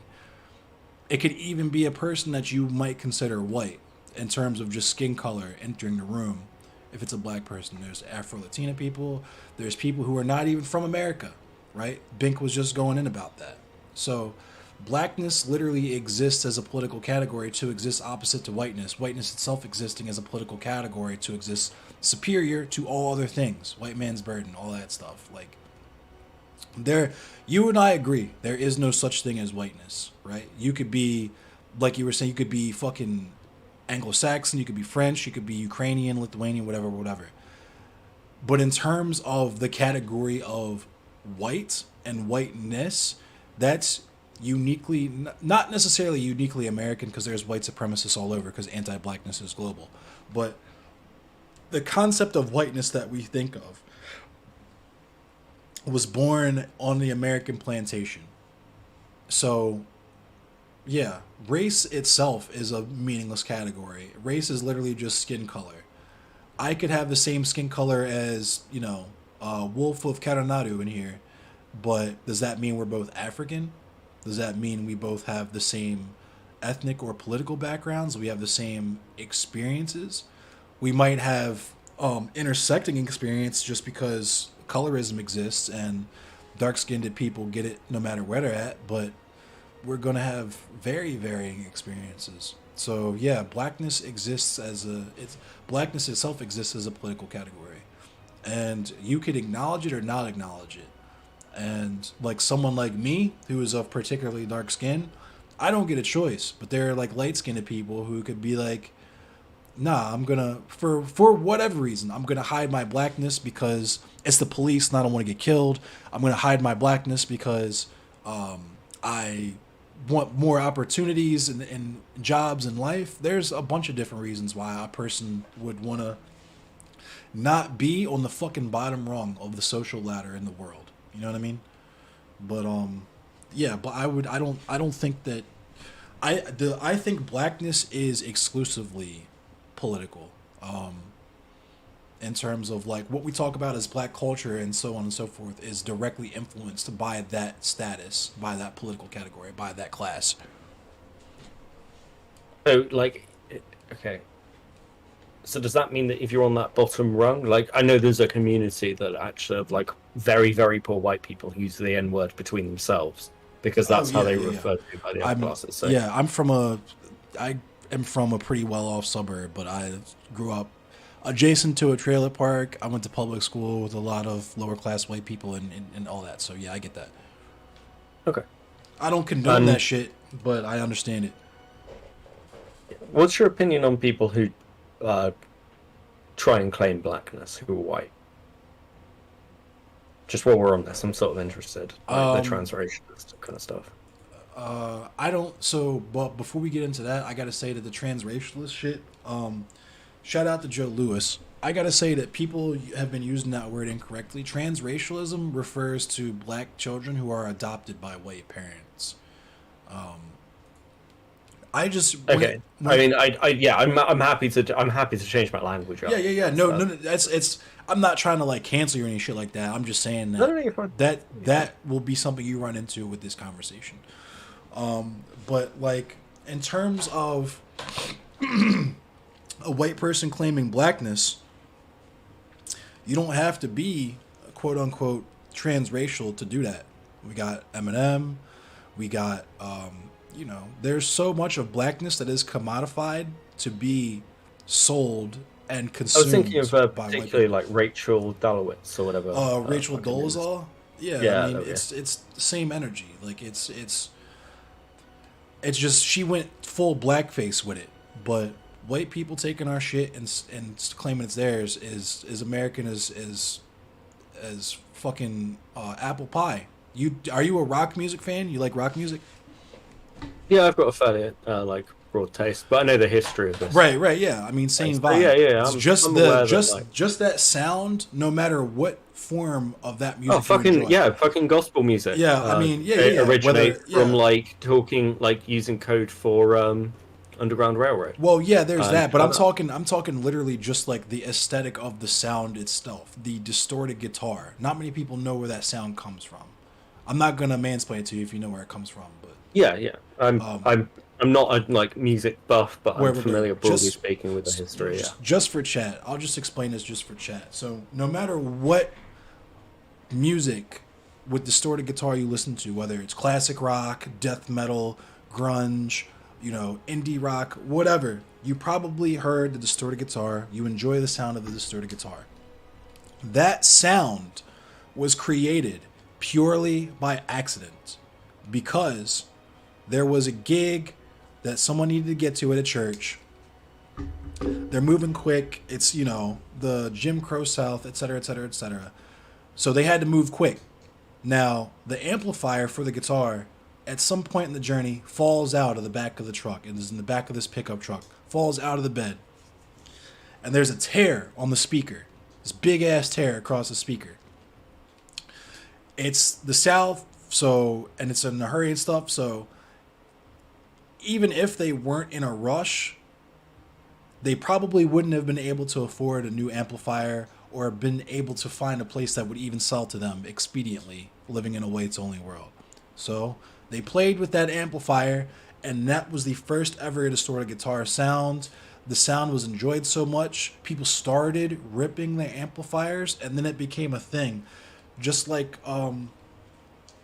there are certain aspects of music now, and this is just pure music nerd shit, but like the MP3. The MP3 is not lossless encoding, so there's going to be artifacts that you hear when you listen to MP3s as opposed to, say, listening to a vinyl record in public, or even if you listen to a CD. The fucking weird thing is that now those are artifacts, even in completely different mediums, now that we've moved to streaming, like artifacts from the CD medium and the tape medium, are now things that are introduced into music. Even though, Jimi Hendrix also popularized intentional distortion, yep. But these are things that were not able to be understood. Distorted guitar, that distorted guitar sound itself is the guitar signal being too loud for it to actually be transmitted by the speaker. Just like the artifacts you hear in CDs and stuff is the music itself having too many frequencies and being too deep to be completely encompassed by the medium. And we have that happening with music on the regular, and it's also kind of a microcosm of not just things like revolutionary things that become toothless over time, but just like the nature of things. And it gets back to our earlier conversation about people not knowing their history, of people just doing shit just to do shit with no context, and that's how things perpetuate themselves.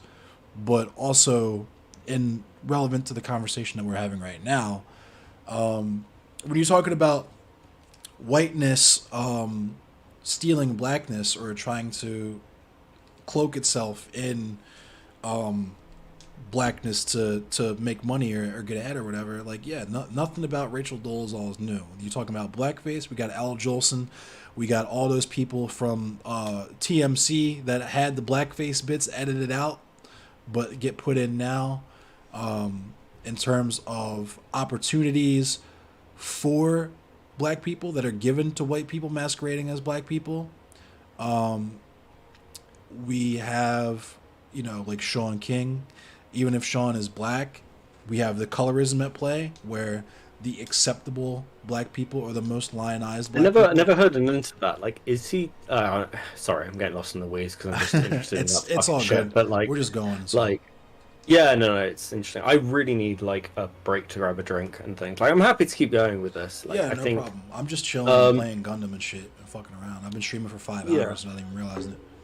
I think from my perspective, like, I mean, we disagree on certain things. I know that, like, there are going to be people on my side of the community who are like, wow, why didn't you just go really fucking hard? I don't think that gets anywhere. Like, if I talked about brands earlier, if I've got a brand, it's very, very good faith. I really do want to meet people. I'm going to be defensive of Star. I know that a lot of people on your side aren't going to like her. I know that you're not going to like her, but I'm at least happy that if you're happy to at least look with the stuff with Cly. And that's not a question. Like, I haven't gone at Star. I haven't gone at Sansol. We literally raided into Zonia last night, and I didn't. I'm very mission. I'm very goal oriented. I'm very focused on the mission when it comes to these sort of things. So.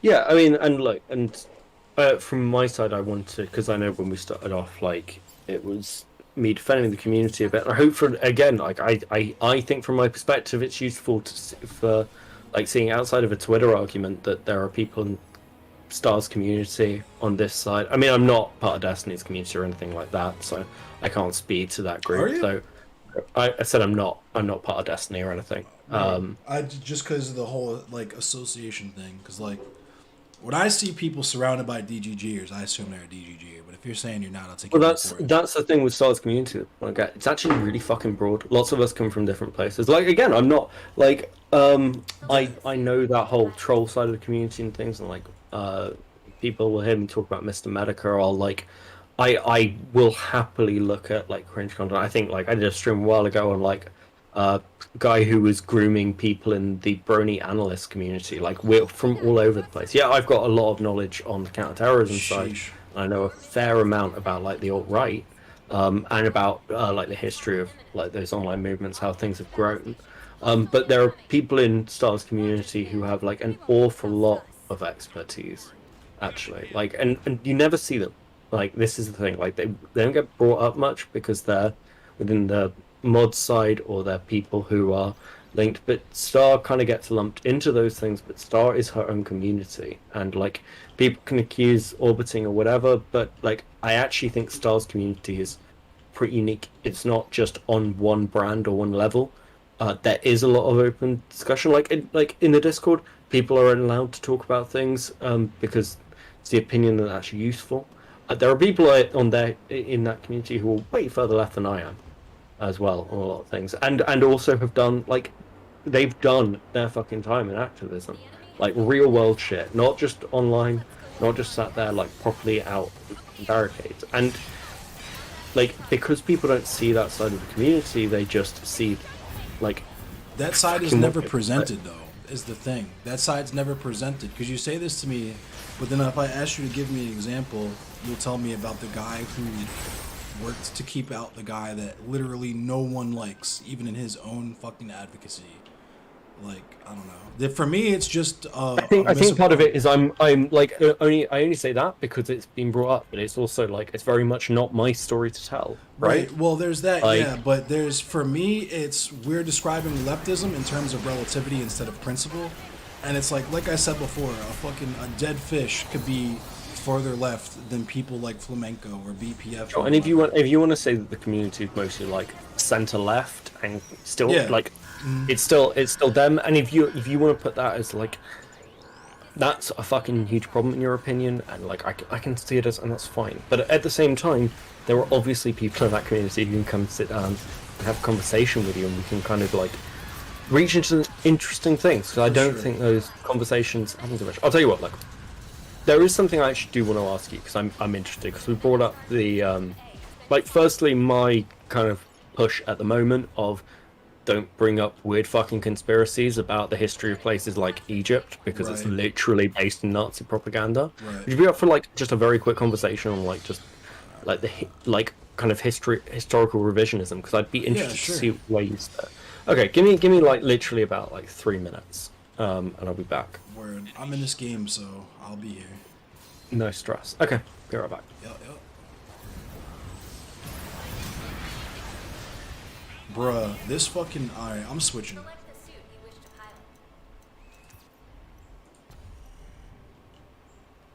Time to go fucking Reinhardt main on these fucking clowns, because that nigga with the Barbatos keeps fucking me up, and I'm tired of it. Enemy area attack! Evade that attack now! The enemy has placed a mega charge. Where the fuck they place that shit at? The enemy has set a mega charge at objective B. Disarm the enemy mega charge. An ally is defusing the mega charge. I got you, bro. Oh my god. Oh my god, dude. See, people in this game are cheeks. He's just gonna stand there and do the same shit and wait to get shot in his fucking brain like everybody else. The mega charge at objective B has been disarmed. Now for the counter. Gundam Reinhardt, yeah, it's Barbatos, just because he has the big ass mace. Captured the waypoint. He doesn't have any guns. Because Iron-Blooded Orphans was, none of those Gundams had guns. Let's go. Take much more. Enemy down. The enemy has captured the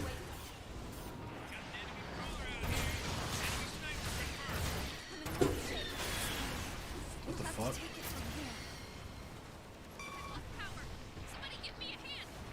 People do play this game really fucking badly. It's kind of like I'm honestly impressed with how bad they're playing this fucking game. This motherfucker's going all back into our spawn and shit. Enemy unit spotted. I'm showing an enemy team maneuver.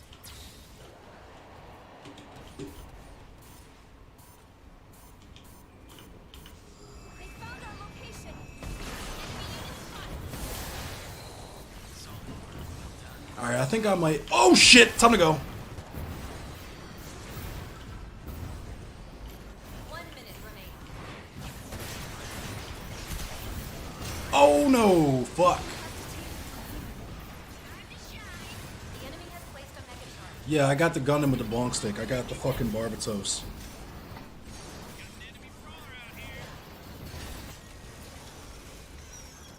Look at that bonk stick. That's a big bonk stick too. I'm ready to build this Gundam. Disarm the enemy mega charge.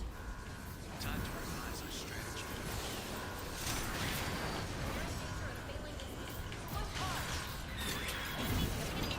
Help me! Oh my god, where is my team? Oh my god, dude.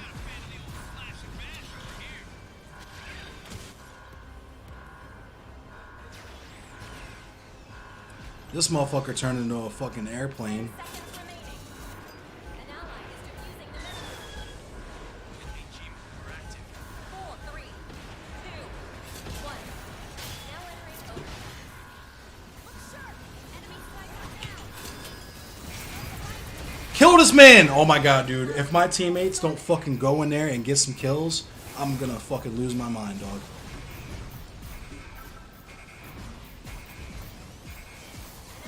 Get some kills, yo. Do something. Objective B has been destroyed. Oh my god, dude. Protect the remaining objective at all costs.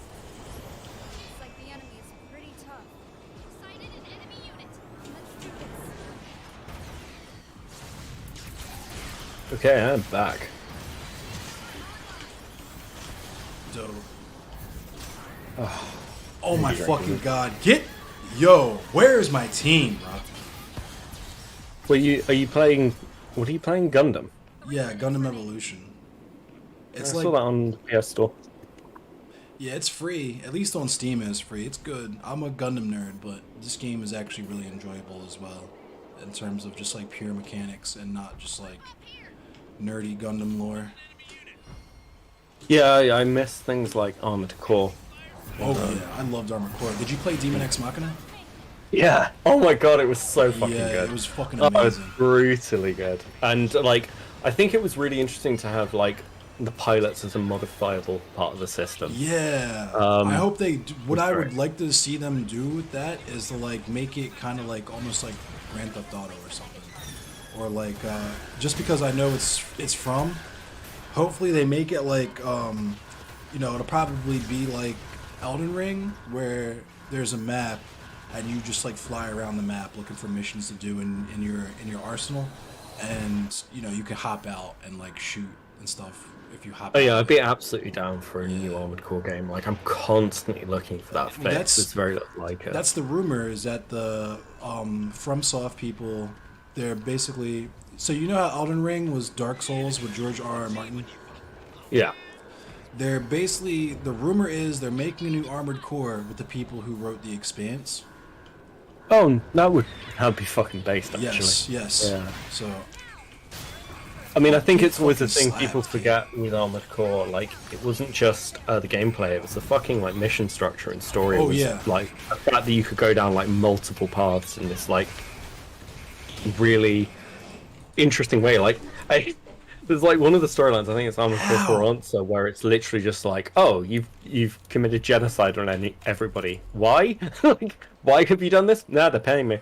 Like it's. I think it was had some really interesting, like, all the other pilots you interact with when you're doing it are just like, why are you doing this? We have to stop you. No, shit like that was really fun. I miss games like that. same.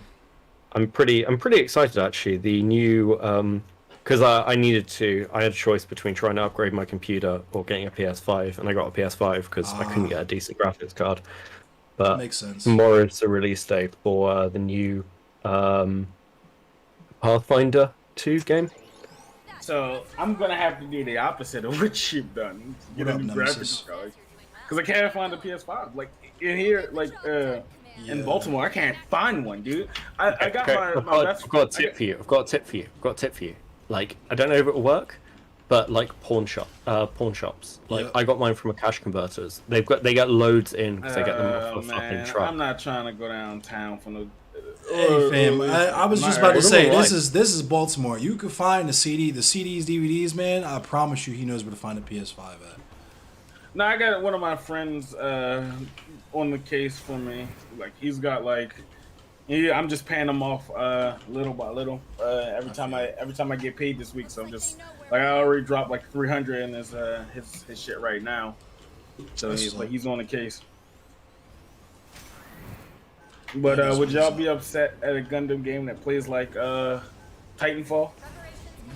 It would depend. I would have to be, and you're gonna understand why I say this when I say this. Only one series, actually maybe two.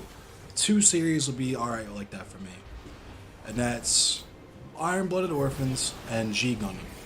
Especially G Gundam because they actually had the martial arts focus with G Gundam, so that makes the most sense to do if you could like hop out and do some like seafood type shit or something. But Yeah, I was thinking about G Gundam when I did that. When I was thinking about that. yeah, there's not a whole lot of, because I can't really think of any. I mean, there's Wing, which was my first and favorite Gundam. You had Hero, who was like nice with the hands, and you had Chang, who was nice with the hands. But like, maybe if like you were just like running around like how Demon X Machina is, where you're not really actually fighting so much as just like occasionally shooting a gun and like dropping mines and shit like that, or like there's specific areas that you can only get into as the pilot. I feel like that would be cool. Did y'all ever play the I know this is different, but like the Transformers like Fall of Cybertron and War for Cybertron game? I didn't, but that game looked fire. The game got a lot of good reviews, and it looked good when I saw it, and I just never. It was on the list, but it was too low on I the was list. so turned off by the Michael Bay movies. I've never touched anything Transformers ever again. Like, I was just like, I'm Understandable. fucking done. That's understandable. That Oh my God. if the Speaking of aesthetic my- had been like the movies, I probably wouldn't have been interested in it at all. But it was very OG, very classic, like '90s Saturday morning cartoons, Transformers vibes. So I was into it. Yeah, I try to forget that the Michael Bay movies even existed. I don't even. Ugh, God. I saw the first one and passed out halfway through, so I didn't even bother with the rest of them. Oh man, don't even watch the second one. Hey yo, Jesus. bruh, how did that not hit him? All right, this shit's great. Like, if you're like me, I wouldn't even give the second one a try. No, fuck that. Select the suit you wish to Sand King's got a movie adaptation. That's wild. I've never heard of. I'm not familiar with any of George R.R. Martin's shit. I should just keep it 1,000 though. I heard of Game of Thrones for the first time in like 2013 because my mans have been reading the books and was excited that there was gonna be a show. Wait a minute, what? Okay, so I found out, cause like 2 years ago I did a entire, like maybe 6 seasons of what the fuck, Game of Thrones. Like I watched the entire 6 seasons, fell in love with the entire show, watched the last season, and just now I hate the show now. Yeah. Once I think a lot again, of people how in the experience fuck that. that shit missed? I don't know how the show missed. That shit was just terrible. I was. Oh no, swinging, I know what you're talking. I'm just fucking. Yeah, with yeah, you. yeah.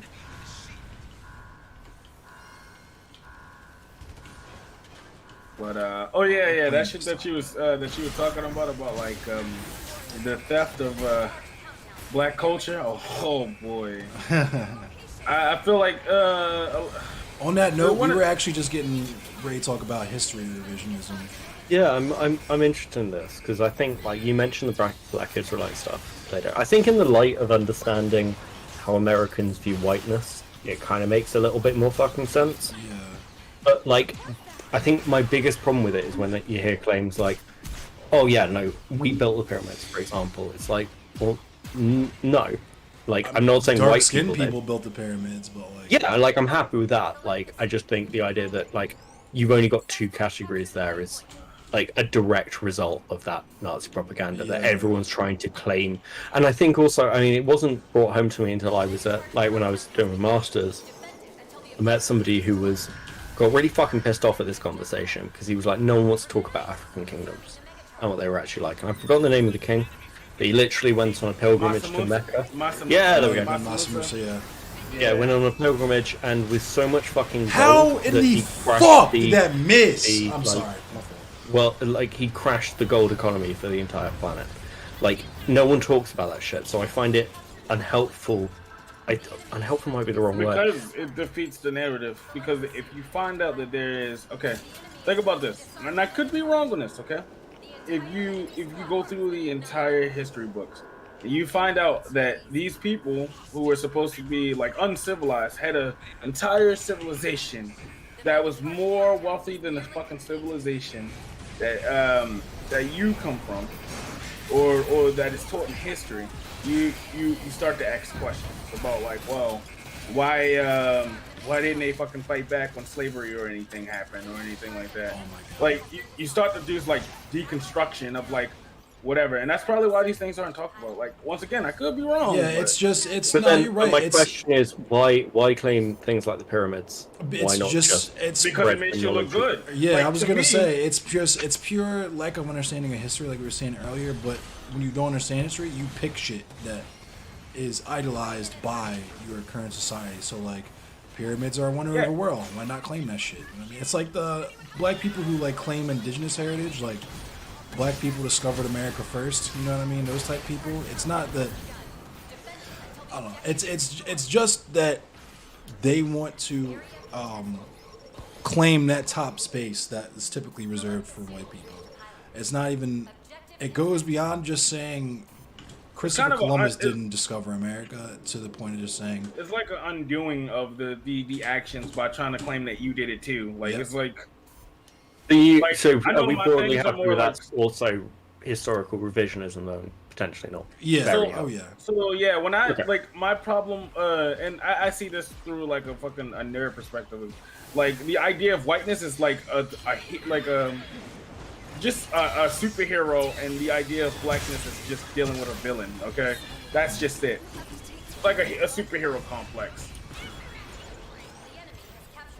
Sure. Okay.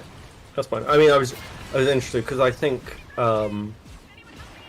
from my perspective, I see a lot of this. It's possibly a problem with sort of the way everything gets Americanized. Yep. Everything gets pushed out because apparently we're the center of everything, even when we're not supposed to be. Like the whole fucking Ukraine shit. Like, let us not forget, we were getting blamed for this shit like for no fucking reason. We weren't even in the beef.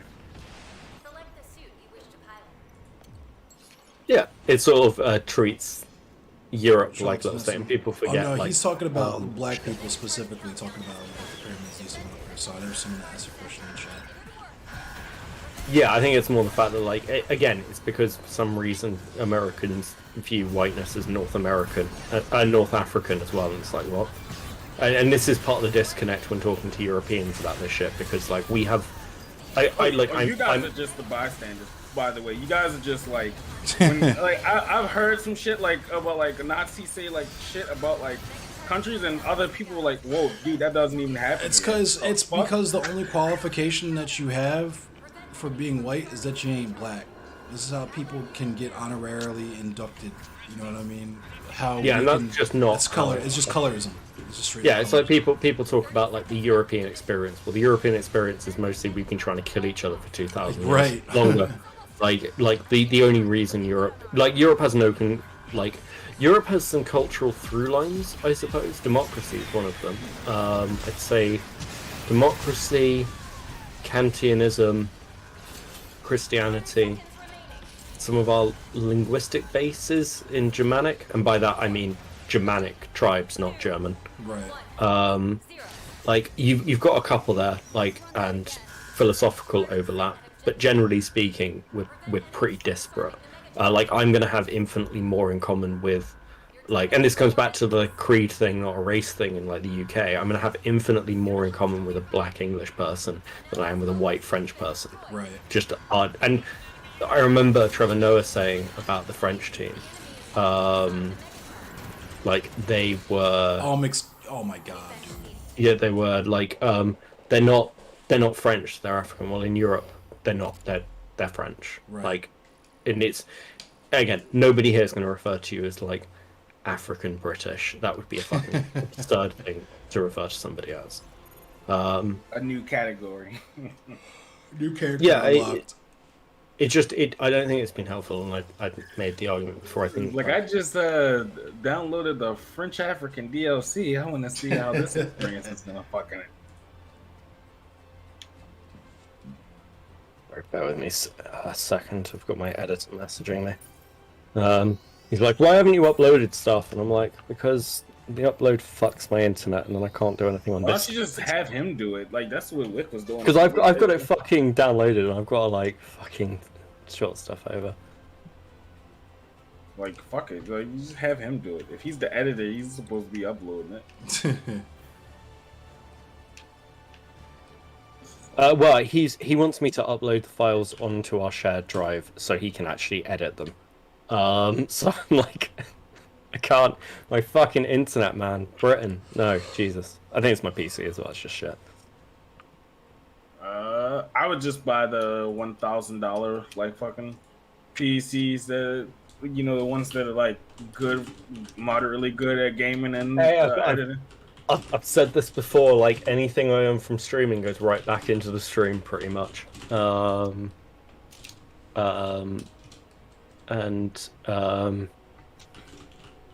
And anyway, it's. I think it's an interesting one with the historical stuff because so much of that now, because of what happened during the Nazi period, gets fucking shoved through this lens of obviously ancient cultures kind of just done incredible things. There must be some secret conspiracy that was covered up, or aliens or some shit. And it's just fucking like it frustrates me knowing where that narrative comes from and seeing it like pushed out so fucking much. But yeah, no, I think it's been good. I just to like pivot slightly. When you say defund the police, I'm taking the impression that like you're not saying it in the way that some anarchists say it to like start a conversation. You're actually talking about full defunding and just removal of the police. I'm actually an abolish the police guy. I personally don't think defund goes far enough. I'm an abolish guy, but yeah. There's actually a secret history. I mean, not told about what the fucking police were like literally meant to do. Oh, They were like literally like fucking like supposed to capture slaves and shit like that. They were literally a group like well that's like a part of it. I was gonna like say that's the one of the main parts of it. That's like what it evolved into in America. But we learned that from the British and how they moved with the Irish when they were colonizing Ireland back in the day. That's where the police really originally come from. I actually have a video that I cannot recommend enough, and not just because I did some voice acting in it. Comrade Frackle, if you guys don't know who Frackle is, he did a video called "We Don't Talk About Police Abolition." I'll drop the link in chat now, but it's by far the most comprehensive video that I've seen anyone make and produce and put out on the topic. And you know, not like I said, I'm not just biased because I voice act in the first like minute and a half of it, but it's actually really fucking good. It's an hour and 40 minutes long, but it's worth it, and I would recommend just like watching it in chunks or something if you can't sit and watch it all at once. I think he made it into, how many parts did he make it into? Let me see. I just dropped the link in chat. He made it into 1, 2, 3, 4. So there's 1, 2, 3 parts that are about like a half hour long each, and then there's an intro. I'm in the intro, and then there's an outro. But yeah, it's the most comprehensive video on the topic I've seen of any of the quote unquote bread tubers or whatever. Crackle's got criminally underrated content. His YouTube channel is going to be an absolute repository for this type of stuff in the future. He's a solid comrade. The man goes and feeds people with his own hands with food, not bombs. He goes out there. He organizes with Aston Mack for the Orlando Freedom Fighters and stuff. Definitely a comrade, good dude, and the content is informative and sourced well, and yeah. But Damn! I just thought about it. They probably couldn't have G Gundam in this fucking game. Yeah, probably not. But yeah, that's my stance is defunding the police is part of it, but I believe that crime is motivated by two things, right? Primarily by poverty, but you do have your psychopaths, sociopaths in society, whatever. I think if we got all the things that we as leftists push for, we got like Medicare for all, which would include mental health and counseling and that sort of stuff. We got housing as a right, food as a right, water as a right. All of these things guaranteed as a right to people. Like, I don't mean rights as in bullshit, like someone decided that we should get this stuff, as in like we as human beings decide that, yeah, if you're going to live on planet Earth, you should probably be able to function and use some of that. Not a right given, but a right fought for. Exactly. So if that shit was taken care of, then we just straight up wouldn't need the police, because a lot of the poverty, obviously the poverty motivated crime would be gone, robberies, fraud, all that type of stuff wouldn't be a thing, because there just would be no avenue to even do it if you wanted to do it. But also, because we would have that community support, that mental health care, all that stuff, you would see the number of psychopaths and sociopaths and so on in your community go down. And that's not saying that there would be a utopian society or anything like that. It's just saying that even in our current state, the function that police have is not totally to keep the peace and maintain society. It's primarily to lock people up. But if we got all the other things that we were pushing for socially, whether we're talking about like Medicare for all and all the social justice shit that we want, then the police just wouldn't have shit to do. Like they wouldn't have anything to do, because everything else would be covered either by... Are you happy there's still like on the spot crimes, like crimes of passion, things like... Yeah, but that's where the community policing comes into play, where you have mediators and people like that who are from the community, care about the community, and want to see the best possible outcome for those types of situations outside of, let's just snitch on this nigga and get him locked the fuck up. Just like how we're seeing with Jason's society now, and it's not as extreme because he didn't like physically harm her or anything like that, but in terms of the way the situation is handled, that would be my ideal situation, where the shit happens, people close to it know about it and take care of it. If necessary, we bring in some outside mediation. But as far as having someone on deck with like handcuffs and a gun to just fucking like threaten to kill someone if they don't go along with getting locked the fuck up, then yeah, I don't necessarily think that model is congruent with modern society or the ideal society that I would like to see. Do you like, are you anti-firearm? Do you think? No, absolutely not. Fuck okay. No. I try not to say too much, but I absolutely believe in an individual's right to self-defense. The Black Panther Party's full name was the Black Panther Party for Self-Defense. I advocate heavily for firearms training for both safety and efficiency, and just being comfortable around firearms. I go to the range. I own an AR-15. I that's stuff that I recommend. I'm not like a gun nut. I'm not like horny about that type of shit like a lot of people are. In a perfect world, I would be anti-gun. You know what I mean? I would, if that wasn't already an issue. Like, if, say for example, like if I lived in like the UK or like Canada or something, where those sorts of things are already handled. Yeah, my public stance would probably not be as pro-gun as it is. Yeah, I mean, I'd make similar arguments for the US that exist in the UK. There's this weird impression that no one in the UK has guns, but actually, I was gonna say I'm a fan of the drill scene out there. I know y'all got guns. I know y'all got the Russes. Yeah, like out there.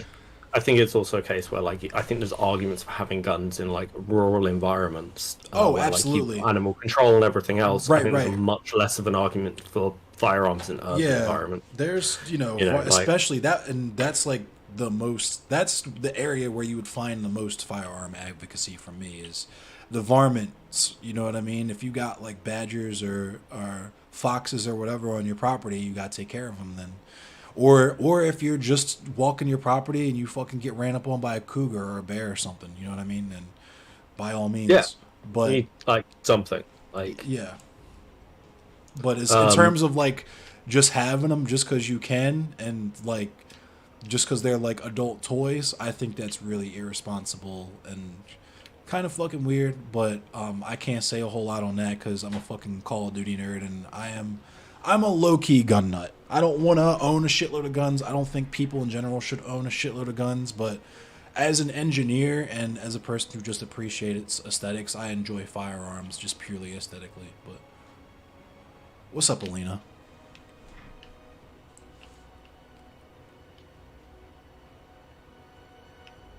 Yeah, Nemesis. I'm the same way. I love going over the designs and shit. Just like the FAMAS is like my favorite rifle, but I really fucked with the XM8 when they were working on that.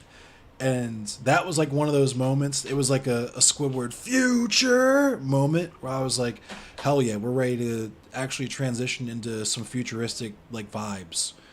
Was when I thought the army was gonna adopt the XM8 and the OICW, but they didn't. We were getting ready to adopt a different bullpup rifle, but I don't think we're gonna adopt that now. I think we're using the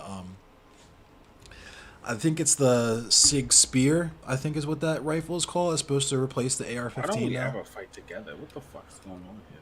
That's how people do in this game. It's frustrating. That's why I'm about to take a break. I'm actually about to raid out and go grab a bite to eat. Yeah, well, this has been I don't know. This has been It's been fairly chill. yeah, like, and I hope the takeaway is that not everyone in that side of the community is saying like we've all got different takes and everything else. Sure. But like, yeah, like we can sit down and have like the odd constructive conversation. Like hopefully, like as I say, the stuff with Cly will kind of like bridge some gaps, and we can all sort of get on with our lives a little bit. And I think there are like interesting conversations we can have. I'd actually really like to talk to you about the BLM stuff.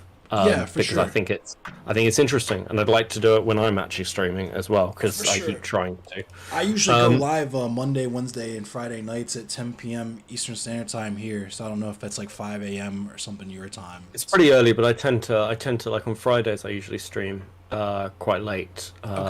So we can do some stuff like that. Like Yeah, if I'll we'll be grab some other people, like Eli would be good for that. For sure. I stream like I'm trying to do more daytime streams, so I'll probably be live around the same time, like 11 a.m. my time on Friday too. So Okay, cool. I mean, I'm usually 11 a.m. is not too bad. And see how work goes and things for me, because I'm usually a bit like all over the place. It depends how busy shit is, because my job is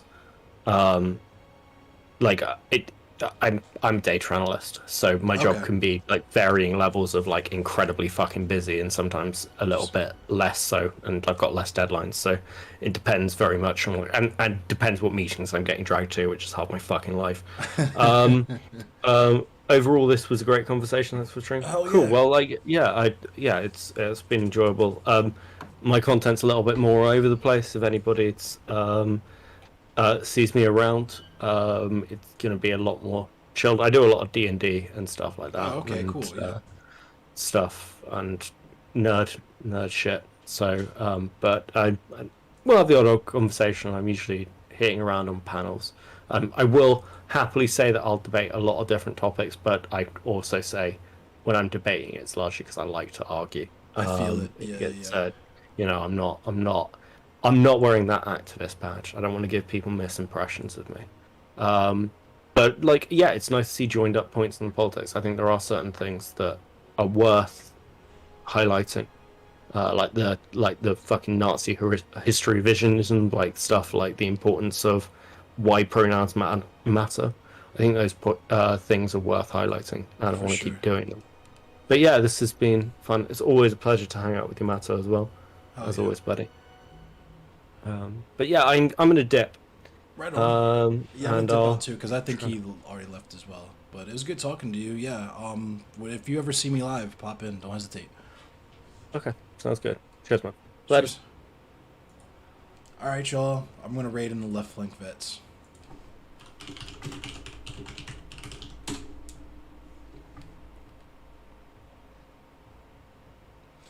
Thanks for watching again, everyone. I'll see y'all Friday if I don't see y'all later tonight.